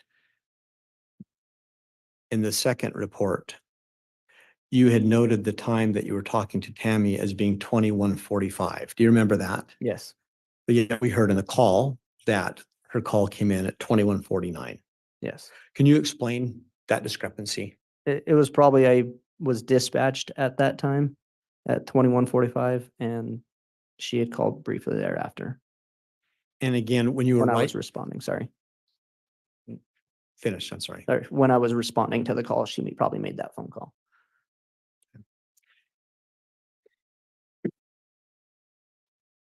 When you were writing that second report, were you writing it from memory? Yes, just from my memory. Is it possible that the 4-minute difference could have just been a function of your memory? Absolutely. And to be clear, you did use the word paintball gun in your report, correct? Yes, But yet on direct, you indicated that you were looking for shell casings. correct. What made you look for shell casings? Judge, exceeding the scope of cross. I'll sustain that. Was there anything about the information that you received when you initially investigated that would cause you to rule out the possibility that it could have been a real gun? Sorry, say that again. Was there anything about the information that you had when you first responded that would have required you to rule out that it could have been a real gun? No, that's just, she heard 2 pops and she screamed, and so. So as you sit there today, from the information you have, can you rule out that whatever she saw was not a real gun? No, you can't.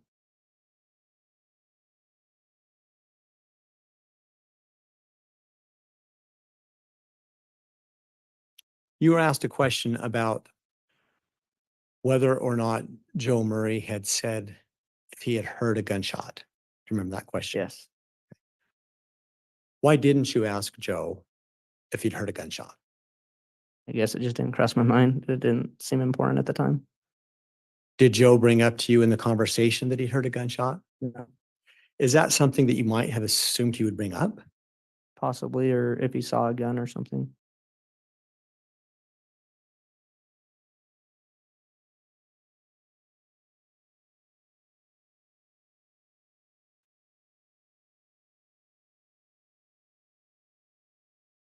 Just the last question, to be clear. In the second report, did you include any information in there that had been provided to you by anybody else? No, just from my memory. Thank you. Your Honor, I have no further questions. All right, that'll conclude the testimony then of Deputy Cannon. Thank you, Judge. Thank you. Is the state or defense intending to recall this witness? Judge, I subpoenaed Deputy Cannon, but I'm going to relieve him of his subpoena today so that he will no longer have to show up in my case in chief. You're welcome. Your Honor, the state is not going to recall Deputy Cannon. Okay, that'll conclude your testimony then. Thank you for appearing this afternoon. You can be excused. And the state can call up its next witness. Your Honor, at this time, the state would call Officer Allie Greenhall.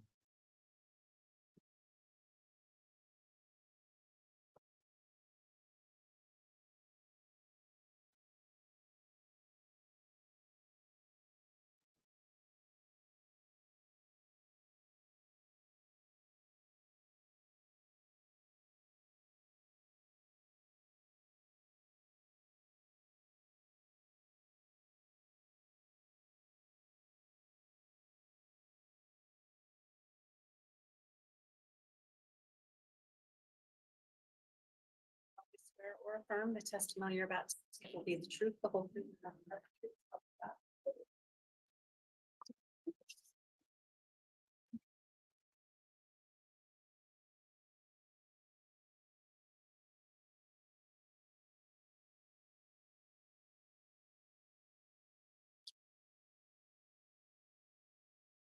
All right, now that the witness has been sworn before direct, I'm going to inquire of the witness, Officer Greenhall. Have you listened in on or in any way observed or heard any of the testimony that's occurred in this trial thus far? No, I have not. Okay, have you discussed with anyone else their testimony they've given at trial? No, I have not. Okay, thank you for that affirmation. Mr. Wixom, you can inquire. Thank you, Your Honor. Officer Greenhall, I believe I'm mispronouncing your name. It's Greenhalch, isn't it? Correct. Okay, I apologize. Will you please spell your full name for the record? Oh, first name is spelled Alyssa, and the last name is spelled Greenhalgh. Thank you. And ma'am, can you tell the jury, where is it that you work? Currently, I work in Rexburg, Idaho for the Rexburg Police Department. What is your job title there? I'm a patrol officer. How long have you done that? Total about 7 years. 7 years with the Rexburg Police Department? About 3 with Rexburg and 4 years before that with the Fremont County Sheriff's Office. What was your job title at the Fremont County Sheriff's Office? I was a patrol deputy. And can you explain to the jury what post training or otherwise do you have as a law enforcement officer? Currently, I hold an advanced certificate through the Idaho Post Academy, as well as some other miscellaneous specialty trainings. And as part of your work for Fremont County, was it one of your functions to respond to calls about unattended deaths? Yes.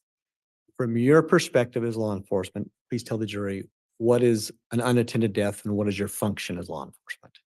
An unattended death is, generally speaking, any death that occurs where the person is not under a physician's care. Typically, somebody will call when they find a family or friend or loved one that has passed. And my duty as a patrol officer or deputy initially on scene is to respond before the detectives and the coroner get there, to check for obvious signs of foul play, and then request resources as needed. And when you say foul play, can you tell the jury what types of things do you look for when you're looking for signs of foul play? Yes, so typically we're looking for obvious injuries, disheveled houses, like if furniture is broken or pushed around, obvious injuries being gunshot wounds, stab wounds, needles, drug overdoses, things like that. So with any given unattended death, is it fair to say that you respond with that role in mind, trying to either identify or rule out some foul play? Correct. I want to draw your attention back to October 19th of 2019. Do you recall responding to an unattended death call for a Tammy Daybell? I do. At that time, prior to your response to the scene, had you ever heard Tammy Daybell's name? No, I had not. Had you ever heard Chad Daybell's name? No, So you weren't familiar with either one of them? I was not. Who dispatches you to an unattended death? Whichever dispatch officer is working that day. So is it fair to say that when there's an unattended death, that someone will call into law enforcement and 911 or otherwise, and then they'll find an officer on duty and send them to the scene? Yes. Your Honor, at this time, the state wishes to request admission of what we believe is a stipulated exhibit number 233, which is a recorded 911 call made by Garth and Chad Daybell on the day of Tammy's death. Any objection? Okay, exhibit 233 then is the audio file of that call. It will be admitted by stipulation. Just make sure we have the correct exhibit submitted to the clerk, and then if you wish to publish, you may. Thank you, Your Honor. Would the court have me send it up now, or should I play it first? As long as you're convinced it's the right thing, you can go ahead and start publishing. Thank you. Listen to the fake crying, okay? And him pointing to pictures on the wall. That was, I don't even know if he said that on that one. That was described. Just listen to his fake crying. It's pathetic.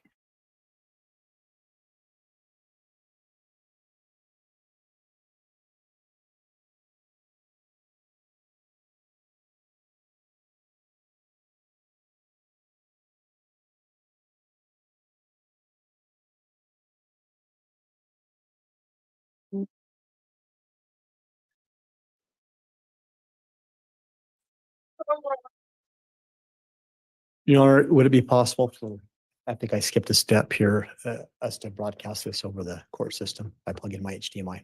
Sure.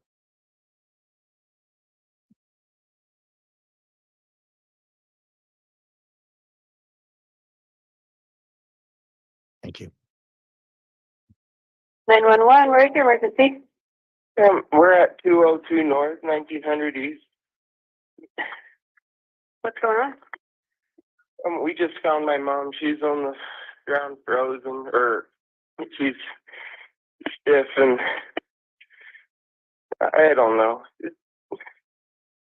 Are you in Madison County or Fremont County? Well, I'm Chad, the husband. She's clearly dead. We don't Oh, know. sorry. Okay. Okay. Are you in Rexburg or, because your address shows Rexburg address, but you're in Fremont County? It's a mile past. Okay. Oh, no. Okay. Oh.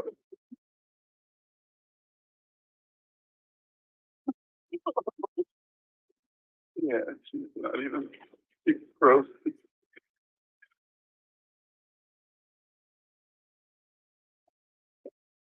Okay. Can I get your name? Chad, Daybell. Oh, man. Oh. Okay, Chad. I'm going to get somebody out to you right now, okay? Yeah, the corner where the blinking yellow light is with the red house. Yes, sir. Red house on the corner. Yes. Blinking yellow light. Right. Okay. We'll get somebody out to you, okay? I'm so sorry. Okay. If you need anything else, you call me back, okay? Okay. Okay, bye-bye.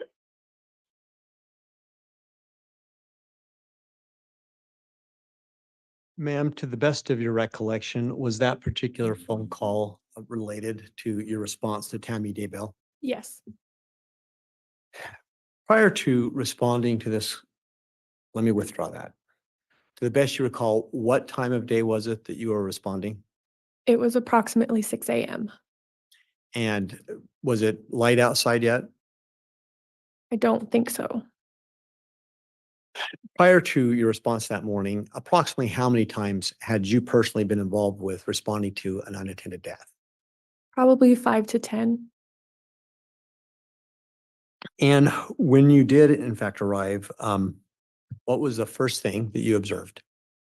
I observed Garth Daybell in the living room. He's the one that let me into the house. And then Chad came into the living room shortly after I arrived. And I just asked them what was going on and to show me where Tammy was. And did they do that? They did. Let me pause and ask, at that point in time, was anybody else at the home? No, Did anybody else later arrive at the home that morning? yes. Who do you recall arriving at the home? The deputy coroner arrived, the coroner arrived, and then some family members also arrived later. And for the jury's sake, to the best we can identify those people by name. Yes, sorry. The deputy coroner, Cammie Wilmore, the coroner, Brenda Dye, and I'm not sure who the family was. I didn't speak with them after they arrived.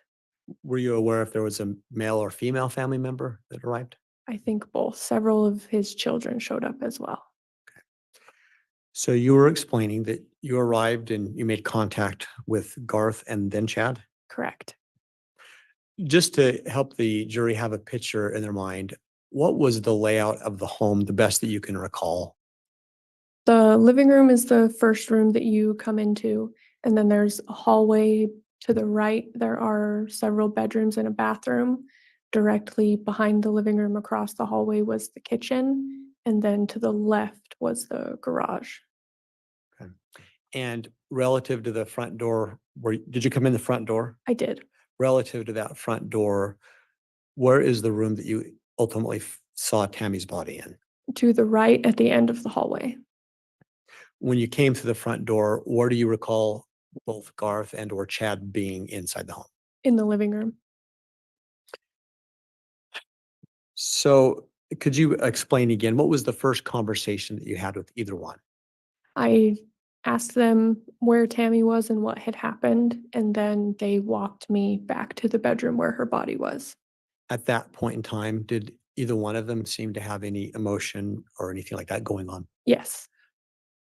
Both, or which one? Chad was definitely more emotional than Garth was. He was sobbing and then would gasp for air. Garth was a little bit more reserved and didn't say very much. So when you got back to the room where Tammy was, what was the first thing that you observed? I observed Tammy's body on the bed, and her feet were hanging off the corner of the bed, and the mattress was pushed off the box spring just a little bit, and she was covered up with a blanket up to about her shoulders. In that moment, did you notice anything else about Tammy's body? Not from the doorway until I moved in closer to her. Before you moved in closer, did you engage in chat in any conversation about what had gone on? Yes, during the walk back and while I first entered the bedroom, he was kind of explaining to me the course of events that had happened that morning. What do you recall him explaining to you at that time?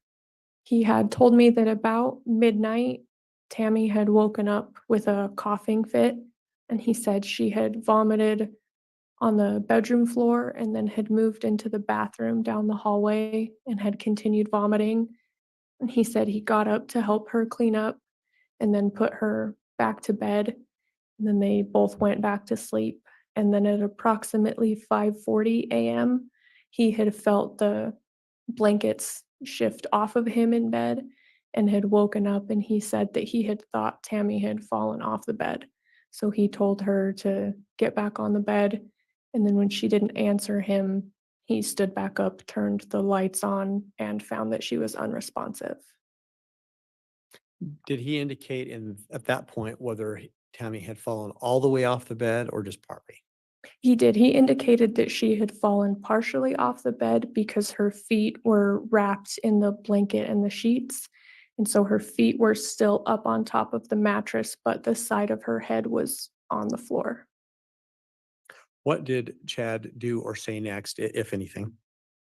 He said after he had turned the lights on and found her, he checked her and then called to Garth for help to come help move her back onto the bed, which Garth came over and they both moved her body back up onto the bed. So when you first, let me withdraw that. This is being explained to you as you're walking into the room where Tammy's body is? That's correct. So when you first walk into that room, did what you saw with Tammy's body match the description of what Chad had just explained to you? Yes, it did. And what about the covers on the bed? The covers on the bed had been pulled back up, covering her arms to about her shoulders.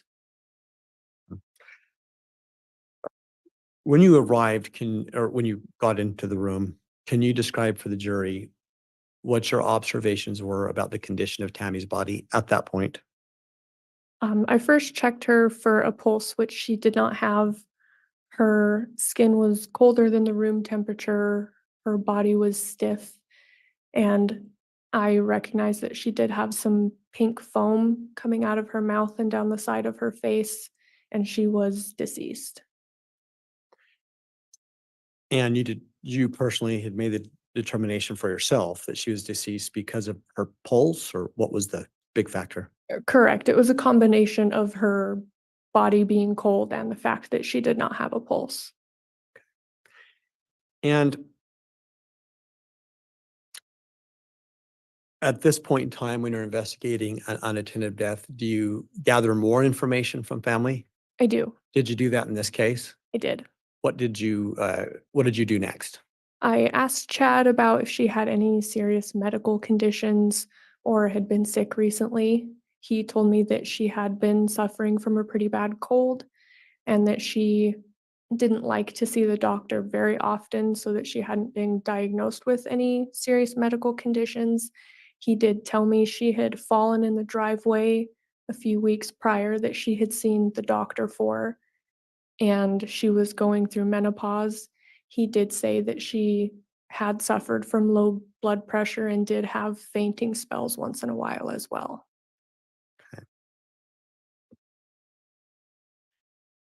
And based on your recollection, was this information that Chad had relayed specifically to you at that point in time? Yes, it was. Did he say anything else about whether he believed that Tammy had any other major medical issues or injuries besides what you just talked about? Not that he said to me.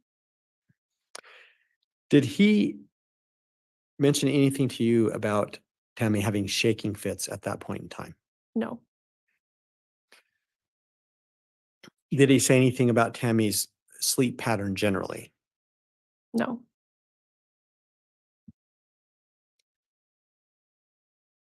At what point in time, well, I'll withdraw that.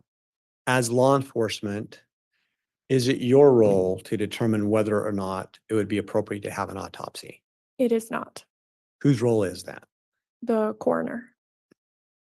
And then as you were there on scene, did you reach out to any other superior officers to get any help with your investigation? I did. Who did you reach out to? I reached out to Detective Mattingly and Detective Kaya Kamanu. And why did you reach out to them? It's standard procedure when there's any kind of death, especially an unattended death, that we notify detectives to give them kind of the basis of what we've learned in our investigation to determine whether they need to respond or not. Did they give you any instructions that you can recall? Yes, they told me to take photos and then let the coroner decide whether or not to do an autopsy. And in fact, did you take photos? I did. We'll get to those photos in just a moment. At that point in time, did you do anything else in your investigation? No. At any point in time, did you do anything to look at medications or anything else in the home? I did. When did you do that? I did that shortly after I had taken some initial photos of Tammy's body while I was waiting for the deputy coroner to arrive. And with respect to your time there and your observations, had you identified anything at that point that you felt like was suspicious about the scene? No. Now, were you basing that perspective upon the information that Chad was giving you? Yes. And without getting into it, were you basing it upon any information that Garth had given you? No, because he hadn't given me any information. Besides Chad, did any other family members give you any information that morning? No.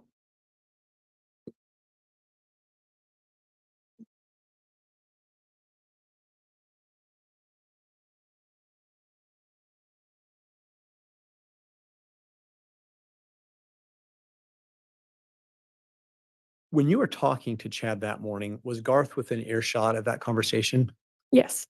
Did he ever voluntarily interject or contradict anything that his dad was saying? He did not.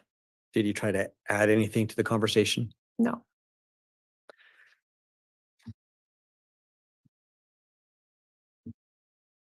Your Honor, at this time, the state would like to offer up to the court and request admission of the state's proposed and marked exhibits 295A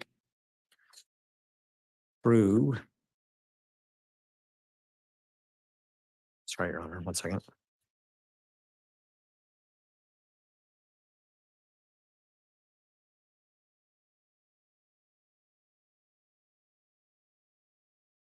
A through J. And I believe we have a stipulation that these will be admissible, Your Honor. Any concern with broadcasting these, Mr. Wixom? May we sidebar, Your Honor? Yes. Thank you. Yeah, we don't need to see some of that stuff. We do not need to see it. But Chad's demeanor is very interesting. Now, a little tidbit about, well, a couple things. His frozen comment. I talked to my ex-husband. We talked about this a long time ago, and we talked about it again. He's been a paramedic for 20 years. He has seen 8 to 12 calls a day, okay? He's never heard anyone ever say frozen, the word frozen. And that just happens to be the same verbiage that Lori uses. And you hear Garth, this is the important thing too. You hear Garth when he was on the 911 call, he said, she's clearly dead. Or no, he's not the one who said clearly dead, but he was going to say frozen and then changed what he said. Now I have wondered if, like, because he heard it from Chad and going, like, what kind of wording is that? But he said it twice. Chad's so full of you know what. That whole bit about Chad mentioning menopause, it's because he said that Tammy likes to put her leg out at night, which isn't the problem. The problem is how Tammy was found, and through forensics, she actually died on her back. And so when they found her, the lividity didn't match up with how she was found, meaning she died in a different spot from where she ended up. And so he's saying the whole menopause thing in her leg because he's trying to justify why the heck she's twisted and on half on the floor. Then calls his son, their son, in to come help and pick her up. And you have a son picking up his mother off of the floor, dead. And this Jack, you know what? Or bastard, as I called him earlier, and you guys were laughing. He's just continuing on as long as he covers his butt up. Right? So I did a video on that. I did put it in here about Tammy's being posed. And then also there's another one on Alex, if he was there or not. And I outlined his timeline.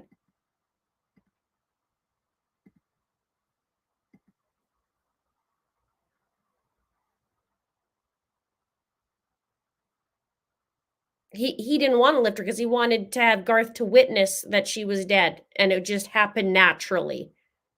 God, that guy, he's such a jerk.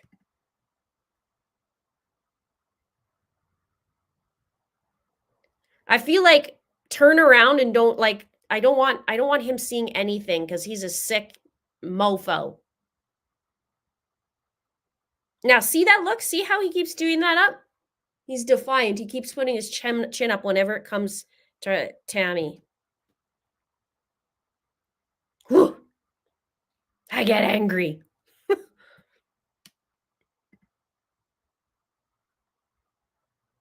I just want to, like, he's so gross.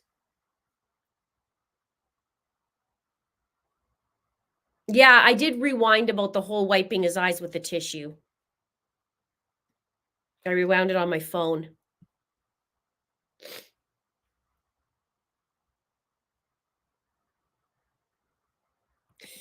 I get spicy. He's so angry.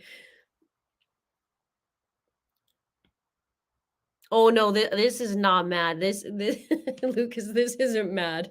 You've seen nothing yet. Go to see my Chris Watts video. You can see me very wet, very mad.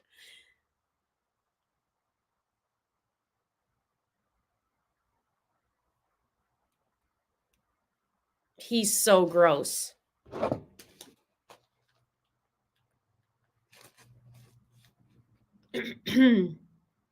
Now I'm just gonna find so I can watch up close his demeanor. And then what I'll do is when I do a recap video, I'll zoom in so you guys can see it.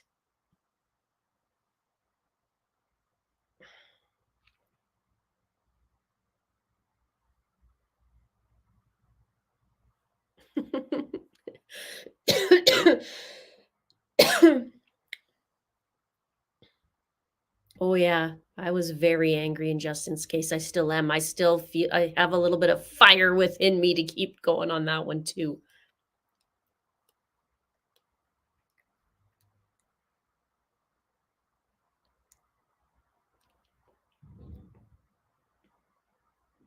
These bad guys they can't get away with it. That's the whole thing. I just lay it all out so they don't get away with it.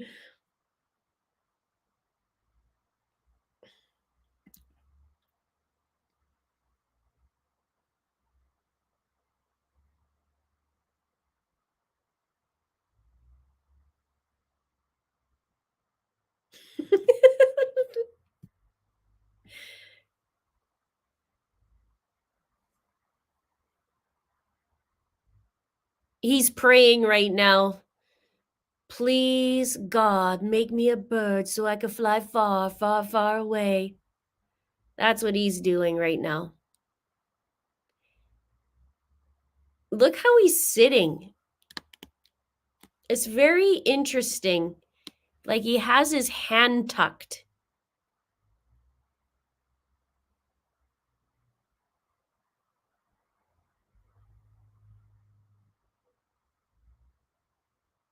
Yeah, keep your eyes down, loser.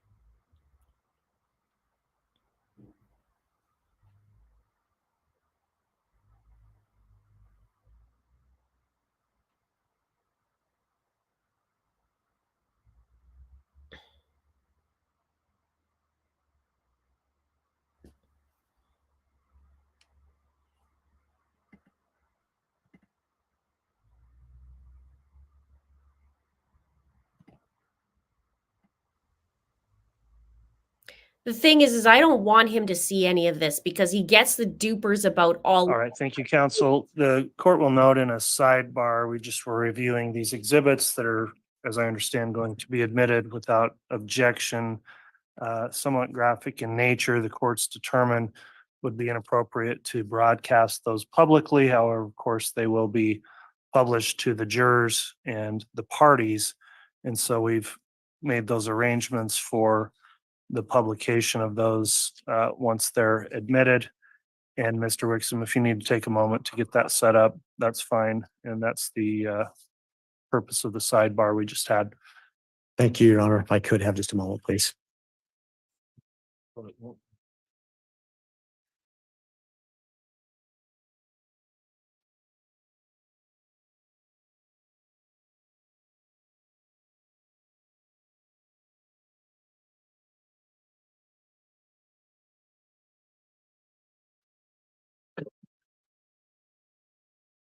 And Judge, as we attempt to get set up electronically, I need to clarify for the record, the state does not intend to admit the photos in full sequence that we gave, Your Honor.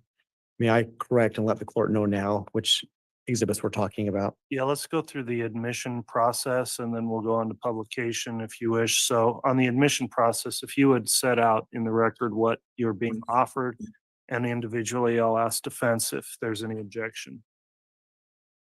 Thank you, Your Honor. All of these photos for frame of reference are death scene photos of Tammy at the time that this officer responded to the call. They're marked as states 295D, as in David, through 295L.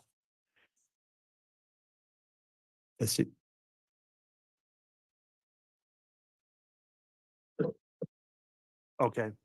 Mr. Pryor, have you reviewed the photographs on exhibits 295D through L? I have, Your Honor. My understanding, there's a stipulation to their admission. Okay, without objection, then each of those individual photos, 295D through L, are all admitted as evidence. And in terms of publication, Mr. Wixom, if you just want to work with co-counsel, and if you need to review or view that other monitor to get things lined up, I understand the difficulty where you can't use the big screen because we're intentionally not broadcasting there. The monitors the jurors have will show the images.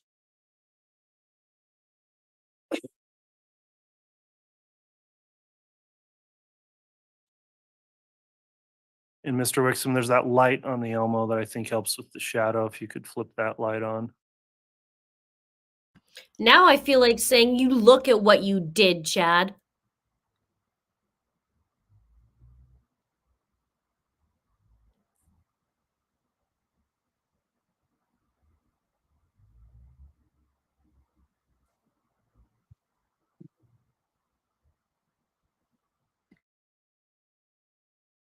The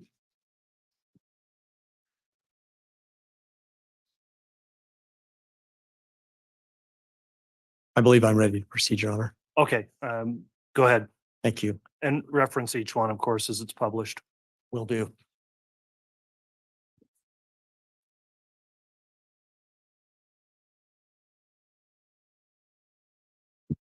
So ma'am, I'm going to show you what I believe are photos that you took at the scene. The first photo that I'm going to show you is a photo, it's 295D as in David.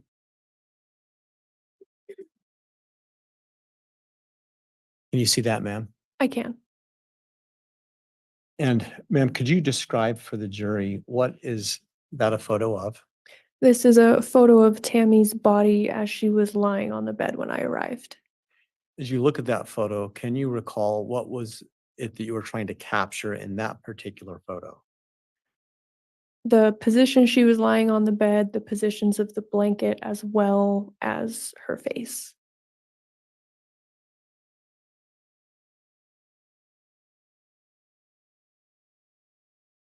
Next, I'm going to show you what's been marked as states 295E.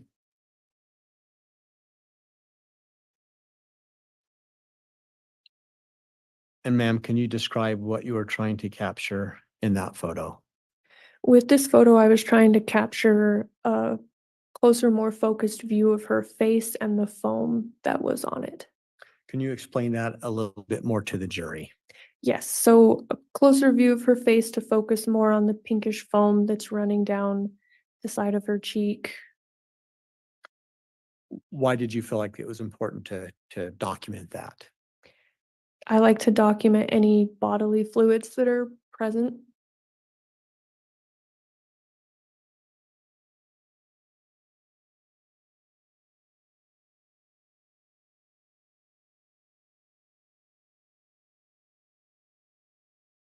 Next, I'm going to show you what's been marked as states 295F as in Frank.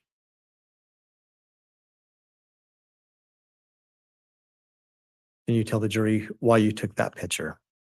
I took this photo to also show how her arms were lying when I arrived, uncovered by the blanket. Why was it important to document how her arms were lying? It's important just to document everywhere of how she's lying as she was when I get there, uncovered from the blanket, because from the initial photos, when she's covered, you can't see how her body is actually lying. Okay.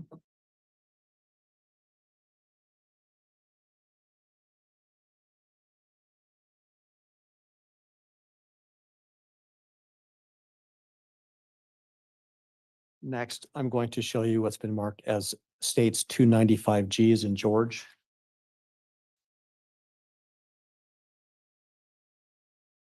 Please explain to the jury why you took that photo. I took this photo because at this point, the coroner had arrived and she was completely uncovered from the blankets. So just another full body photo to show how she was lying on the bed. Earlier, you had indicated that the mattress had been moved from the box spring. Correct. Does this photo capture that? It does a little bit. Can you explain that a little bit more for the jury's sake? Yes. So on the top right of the photo, you can see that the mattress is shifted a few inches off of the box spring below it. Why was that significant to document?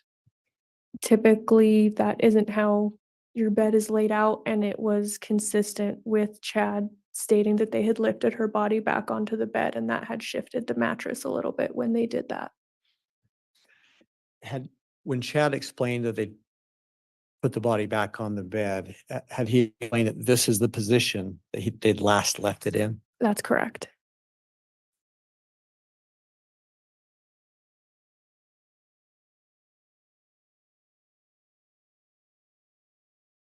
Next, I'm going to show you what's been marked as states exhibit 295H.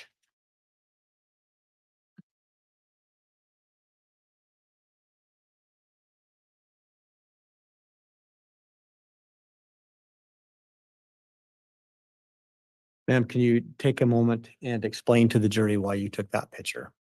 I took this photo to get a clear portrait of the other side of her face, as well as her hair and her left ear, which had a little bit of discoloration. Does this document the discoloration in her left ear? Or her right ear, I'm sorry.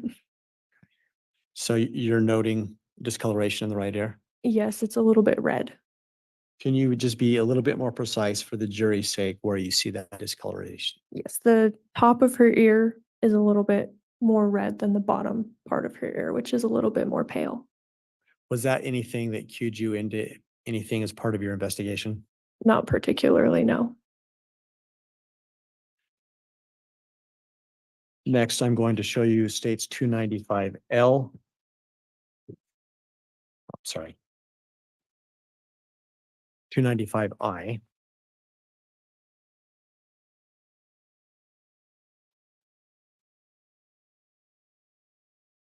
And why did you take that photo? I took this photo because it was a little bit closer up of her face where you can see some blood around her nose and mouth, and then some more purple discoloration in the middle of her ear. When you say blood around her nose and mouth, is that in reference to the sputum or some other source of blood? It's in reference to the sputum. Does this picture document from your perspective which direction you believe that sputum had been flowing from her? Yes. Can you explain to the jury what you believed it shows? It shows that it flowed down the left side of her face. And did you find that at the time to be consistent with the way that Mr. Daybell had explained that she had been positioned in the bed and fallen out of the bed? Yes.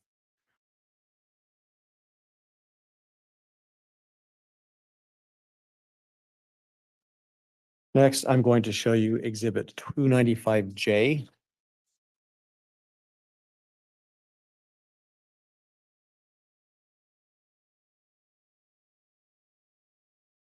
Why did you take that picture? I took this photo to show the foam and blood running down the left side of her face. At this point, why did you need to take this picture of the foam running down that side of her face? Because I had never responded to an unattended death that had foam coming out of the mouth, so I felt it was important to document. What was your intention of taking yet this photo when you had some other photos already of the pink foam? This one specifically showed a little bit more of the blood running down the side of her face and not just the foam. And at that point in the photo, being there in real time, could you tell if that blood running down her face, had it dried, any change in color at all? I don't think I checked that at the time.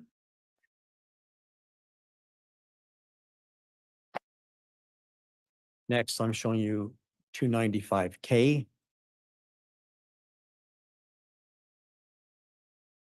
Why'd you take that picture? I took this photo because at this point the coroner had arrived and some of the fluid from her face had been cleared off, so I just took another photo after it had been cleared off. When you say because the coroner had arrived, did the coroner give you any instruction about other photos that you should take? No, So you did this at your own behest? I did. Lastly, I'm going to show you what's been marked as states 295L.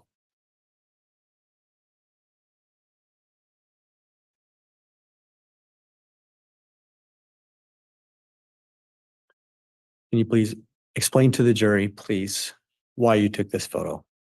I took this photo because at this point she had been moved to the mortuary and some time had passed. And so I took this photo to show some bruising and color changes that had happened on her skin. When you say bruising, can you identify in that photo where you believed the bruising had identified itself?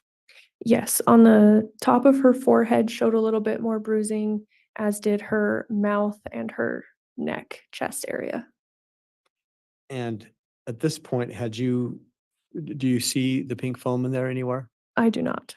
Had you done anything to wipe or remove the pink foam at that point? I did not.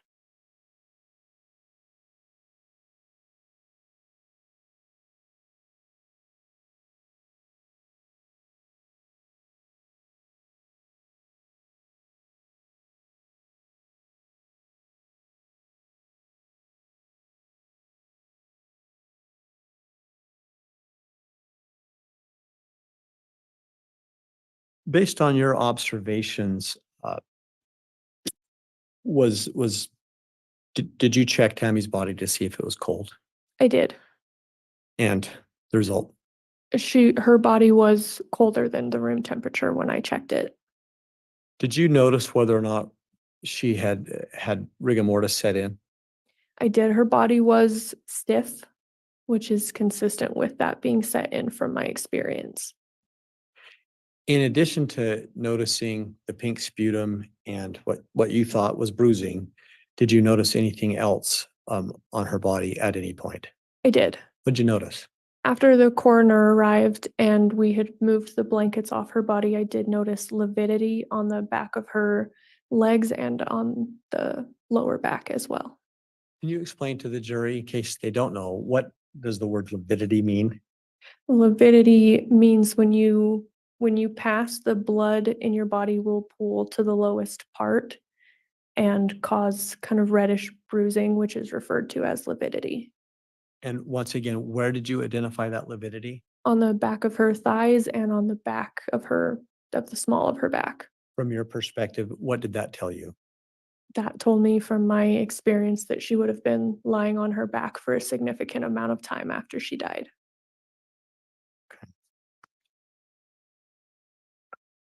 Now, at some point, I'll withdraw that. At some point in the interaction, did you go and have a conversation with the deputy coroner and the coroner? I did. And what was discussed there? The cause of death was discussed, as well as whether an autopsy was to be performed, and as well as things that were said to the coroner. Okay. And again, your role as law enforcement, do you have any role in determining cause of death? No, I do not. And do you have any role, as you understood it, to determine whether an autopsy should be performed? No. Did you ever discuss the potential for an autopsy with Chad? No. Did you ever hear him discuss that with anybody on scene? No. Mr. Wixom, are you done publishing the photos? I am, I'm sorry. Oh, if you are, go ahead and we'll turn the lights back up. We'll keep the audience seated where they are for the remainder of the day.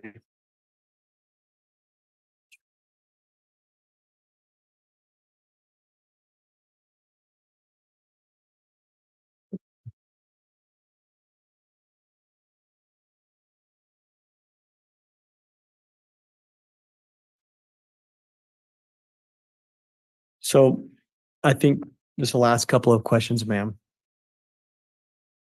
Did you eventually do any kind of medication check at that home? I did. Did you determine whether or not you believed Ms. Daybell had been on any medications? Yes. What did you determine that she was on? I was told by Chad that she did take fluoxetine for depression, and then some natural remedies and over-the-counter medications as well. Was there any evidence, as far as you're concerned, that she could have been overdosed on something? No. And with respect to anything else about that investigation that caused you any concern about anything suspicious at that point in time? No, there was not. You know, that's all the questions I have at this time. All right.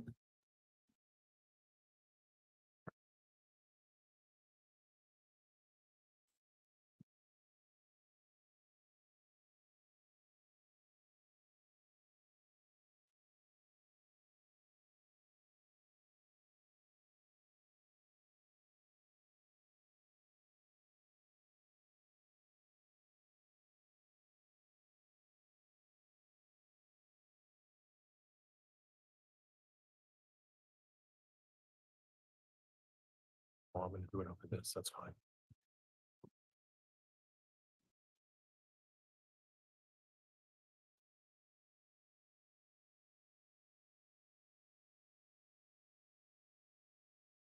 All right, cross-examination, Mr. Pryor. Thank you, Judge.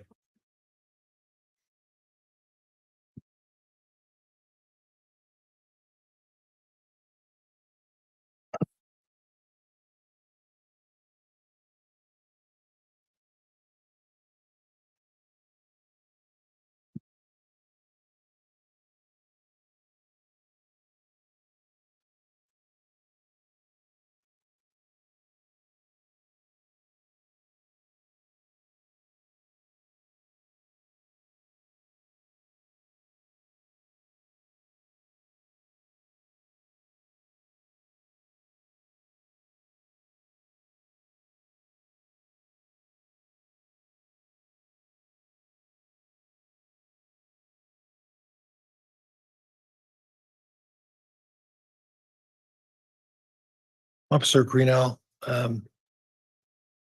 you prepared a report in regards to this incident, is that right? Yes, And at the bottom of your report, you made mention that the coroner determined an autopsy was not necessary unless the family wanted one, which they did not. correct. So from what I read from your report was that you discussed the option of whether an autopsy would be performed and the coroner determined that it wasn't necessary. And then subsequent to that, the family decided they did not want an autopsy. Would that be fair? Yes, Okay, thank you. Now, I also noted, did you have a chance to talk to Brenda Dye and Cammy and Deputy Coroner Wilmore about this case in detail?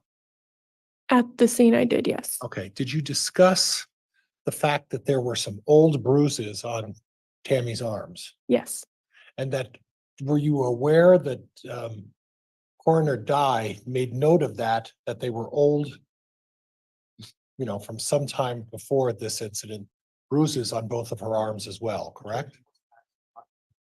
She just testified to it, Judge. Overruled. Fact that Miss Dye noted in her coroner's report that there were old bruises on her arms, correct? I wasn't aware if she knew the age of them.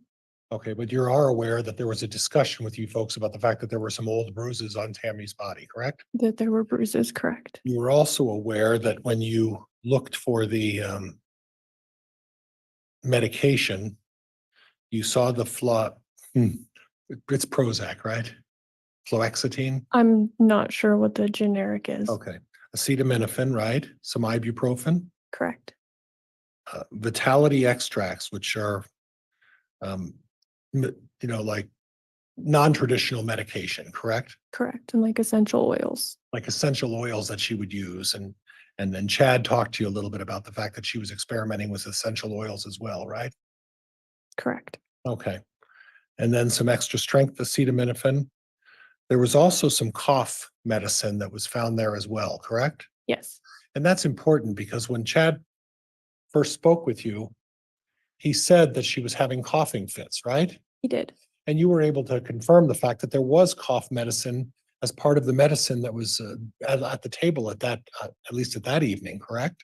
Correct. You weren't able to tell whether she took it or not that night, but clearly on her side of her bed, there was cough medicine, right? Correct. Okay. And then again, some essential oil. What is essential oil respiratory blend? I don't understand what respiratory blend means when it applies to essential oils. That's what the bottle was labeled. Did you happen to look into what that's for? I did not.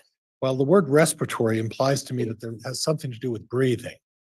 You didn't look any further than just noting that it was it was some respiratory essential oil. Correct. Okay. And then below that one, you put a note that there was also a supplement for bruising and sore muscles. Yes. So she was taking supplements for some bruising that she must have been experiencing and sore muscles, right? I assume so. Okay. Well, those are the ones that the family showed you were that she was taking regularly, correct? Yes. Okay. Now, again, I'll go back to what he initially told you that she got up at about midnight, right? Correct. Military time always confuses me. So 0000, right? Yes. That's midnight. And then at approximately 5:40, he felt the bed and she slid off the bed. And that's when he realized that she had passed, right? Yes, that's what he told me. Okay. And he was pretty shook up about this, wasn't he? Yes, Far more shook up than anybody else in the house, right? yes. He was more disturbed about this than his daughter who eventually showed up, right? I didn't see or observe his daughter after he showed up. He was far more despondent than his son who was there as well, right? Correct. Okay. And what you observed in terms of the mattress, in terms of the position of the mattress, was consistent with what Chad told you in terms of why the mattress was moved. Is that correct? Yes, Okay. So there's nothing unusual about the mattress, nothing there, correct? correct. Okay. And as far as medical conditions, again, while he was discussing with you, he was pretty despondent, pretty upset, right? Yes, Okay. And as well, he was trying to talk to you. He made something that she had taken some steroid shots for some sore muscles, that she had fallen a few months ago in the driveway and injured her arm. Did he happen to mention to you that she was having incidents of falling, unexplained falls that she was making? not that I remember. Don't remember that? You didn't have a body cam on either, though, did you? I did not. You didn't have a recorder with you either, right? No, And you were going to an unattended death. Are you issued a body cam? I was. Are you issued a recorder? No, Okay, so you are issued a body cam, it wasn't available, or was that one broken too? I believe it was charging at the time. Okay, all right. And then he mentioned that she had been feeling sick, had a cold, and that she had low blood pressure and that she'd been fainting occasionally. Yes, Okay. Now, did he ever mention to you the fact that Tammy Daybell suffered from anemia? not that I recall. Okay. When you looked at the pink foaming, did you happen to do some research on what causes that pink foaming? I did not. Okay, so you're not aware of the medical condition someone would have that would cause their mouth to foam at the mouth, right? I'm not. Okay.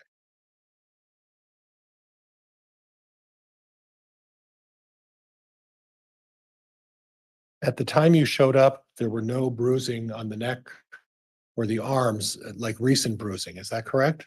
Correct. And there was no indication of a struggle, correct? Correct. And there was nothing in the position of the pillows or the sheets or anything in the bedroom that would indicate there was any sort of a fight, struggle, or altercation within that bedroom. Is that right? Correct.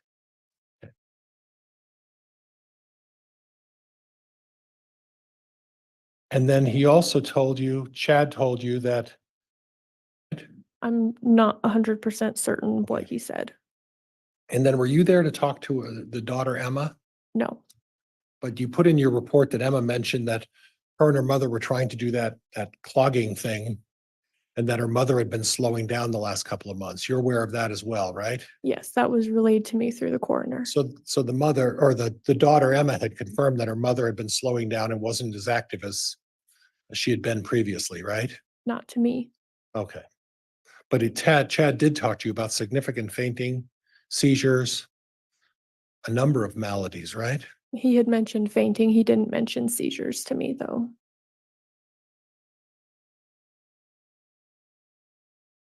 Chad told the coroner that sometimes Tamara had minor shaking fits consistent with seizure activity. That was what the coroner. had Oh, told I'm me. sorry.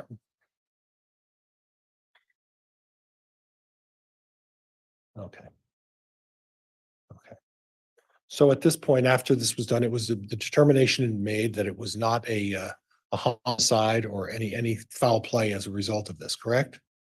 I'm not sure exactly what the determination was that was made by the coroner. Okay, and we'll get to that with the coroner, but from your pictures and your assessment, it didn't appear that there was any foul play from the pictures that you took. Is that correct? Correct. Okay. Judge, I have nothing else. Thank you. Any redirect? Just a few, Your Honor, a few questions. Very well.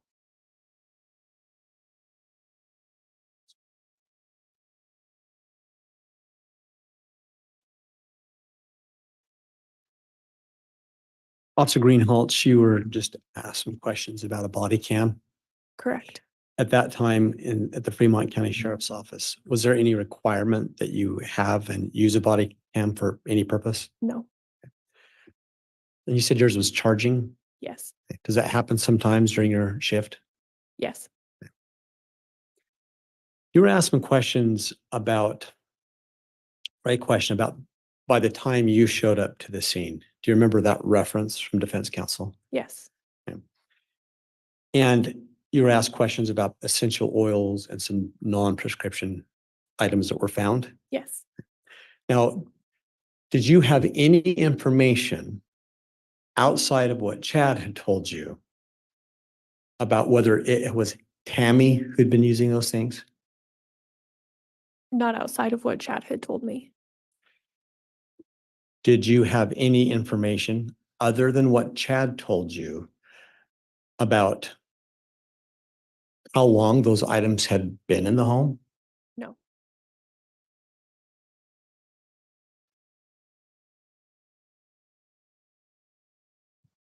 And to be clear again, at the time that you responded, Tammy was cold to the touch. Yes. And as far as you knew, she had had rigor mortis set in. Yes.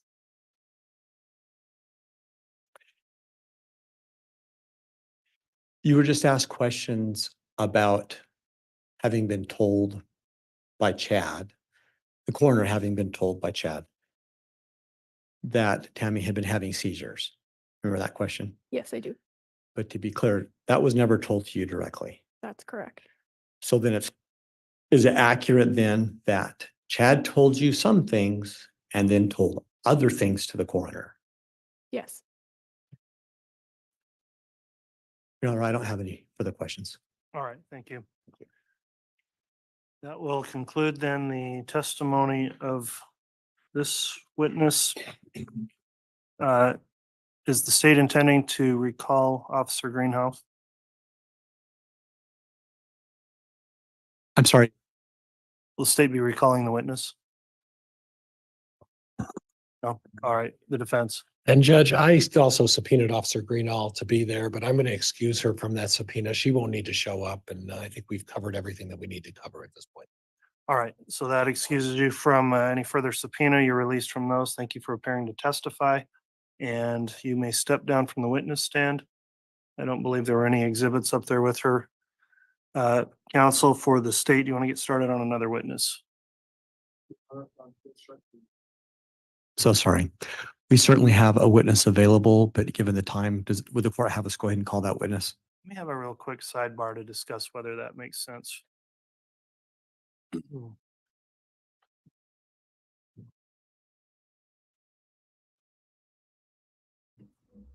We'll see if they're going to keep continuing on or what.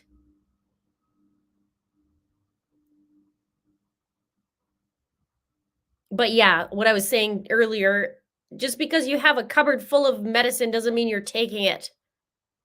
And essential oils, like, just roll your eyes.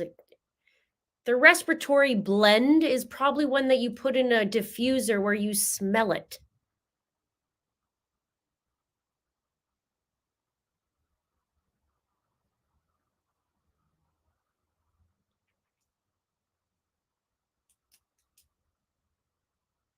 Right? Murder by lavender.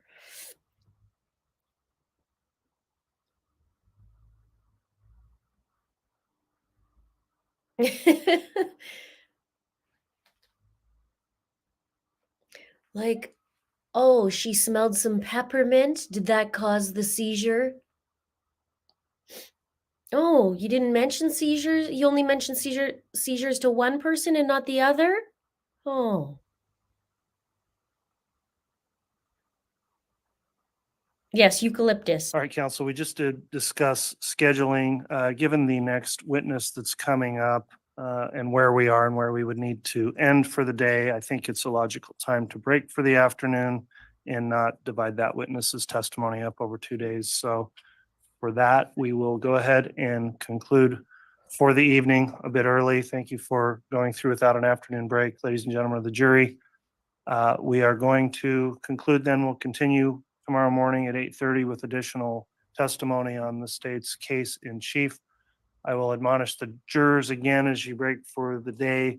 Please make sure to not discuss this case and the evidence with each other or with anyone else on this break. Please don't do anything to investigate the case, look the case up, or follow any news or media about the case until we reconvene tomorrow morning. Thank you as always for appearing on time each day, and we'll make an effort to get started on time tomorrow at 8:30. With that, then anything further we need to bring up this afternoon before we break for the day from the state? No, Your Honor. Anything further from the defense? No, Your Honor. Thank you. Okay, thanks all, and thanks everyone in attendance today for complying with the courtroom conduct order. We'll be in recess until tomorrow.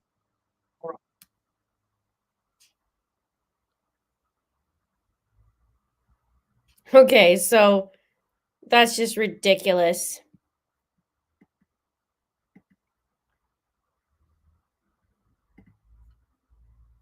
Super ridiculous. But I like how she says, well, he didn't tell me about the seizures. And he starts reading and she goes, yeah, no, that wasn't me. Oh, okay. Okay. No further questions. We'll just get rid of her. He doesn't want to talk about that.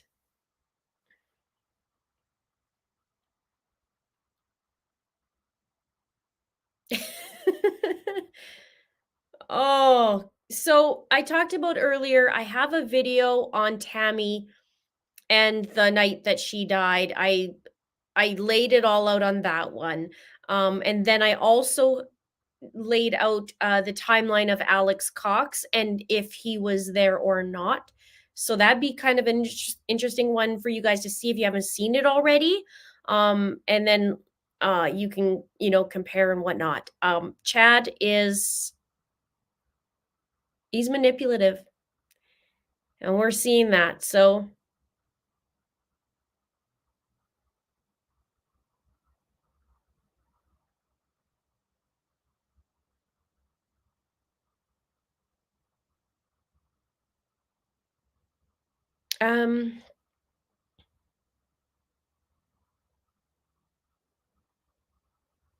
oh sure.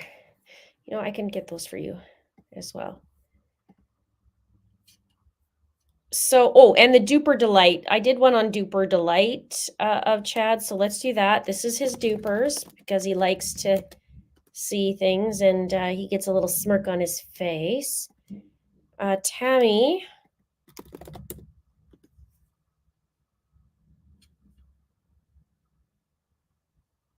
It's called Chad's Wicked Involvement.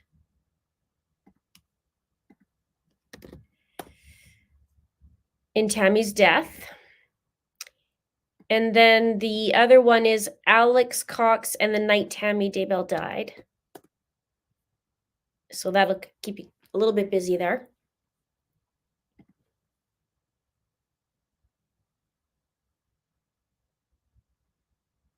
And we could start putting it together.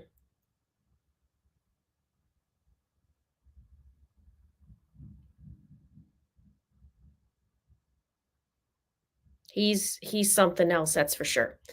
So, I'm going to decide what happens tonight. I got to look into a couple things about the scheduled power outage tomorrow that apparently is happening in my life. So I got to think about a few things, but it's easier to think on my own rather than on the spot here. Maybe Garth will be next. This is a good guess.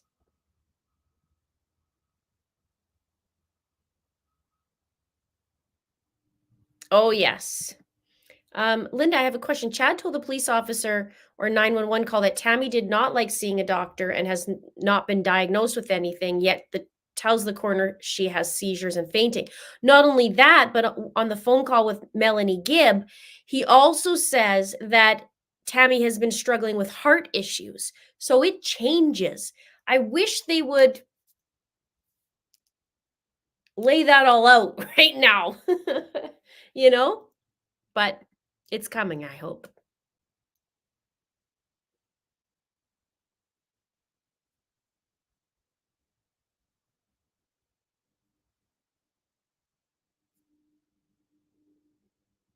really long extension cord.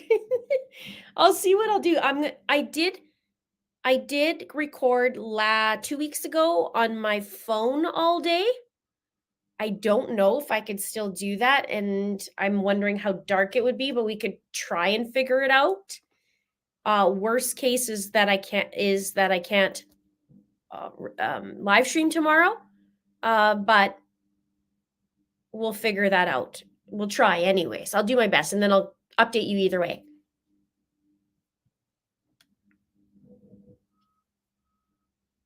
I got to see if it's all around my area or if it's just a portion, and then maybe I can try and go to somewhere, but we'll see.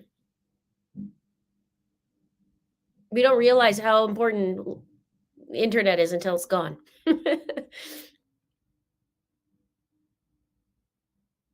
Oh yes, there's tons of questions about this. She was healthy. She was going to her sister's. She was training for that. She had clog lessons. There's all clogging lessons. She had all kinds of things. So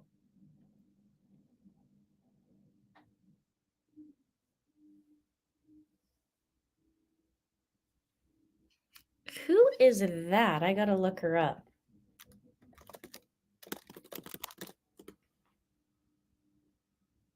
Oh, maybe a little bit. Kind of. Her nose is smaller than mine, though.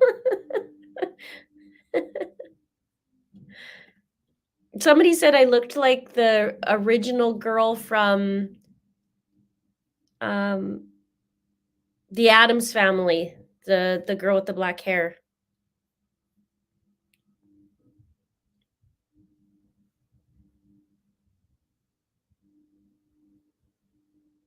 Juliet.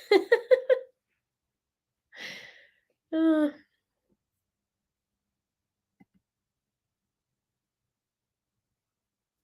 that's right. I remember that now. She's training for a 5K. But still.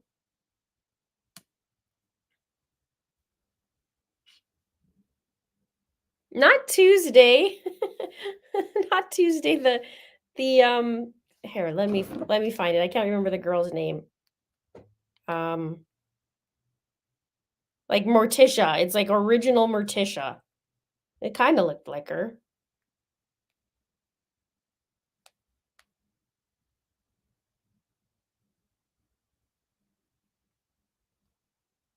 Maybe a little bit.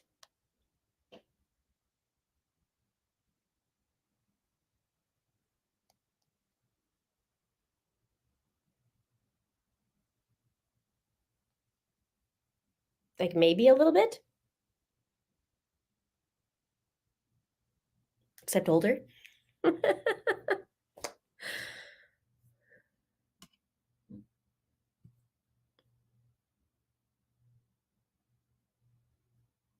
Wednesday, not Tuesday.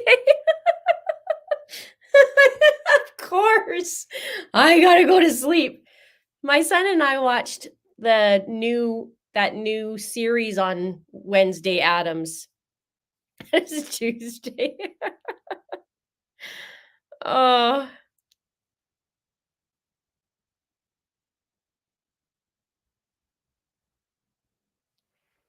I think I need some sleep. Okay, so I'll keep you posted on what's going on. I am frozen right now, so I'm going to go, and not that kind of frozen. I'm pretty cold. I'm going to go and warm up. Then I'm going to work on the video, and then we'll update you. Diet Coke Addict would like me to do a makeup tutorial, especially on the eyebrows. Yeah.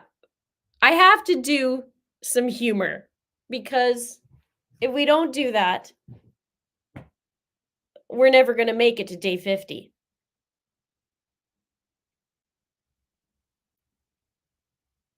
Right? So I appreciate you guys hanging out all day with me. It's amazing. Thank you to my moderators. Thank you for keeping it classy. Remember to give the like and subscribe and share all the yummy, yummy stuff that helps a girl out. And we do need a wine and movie night.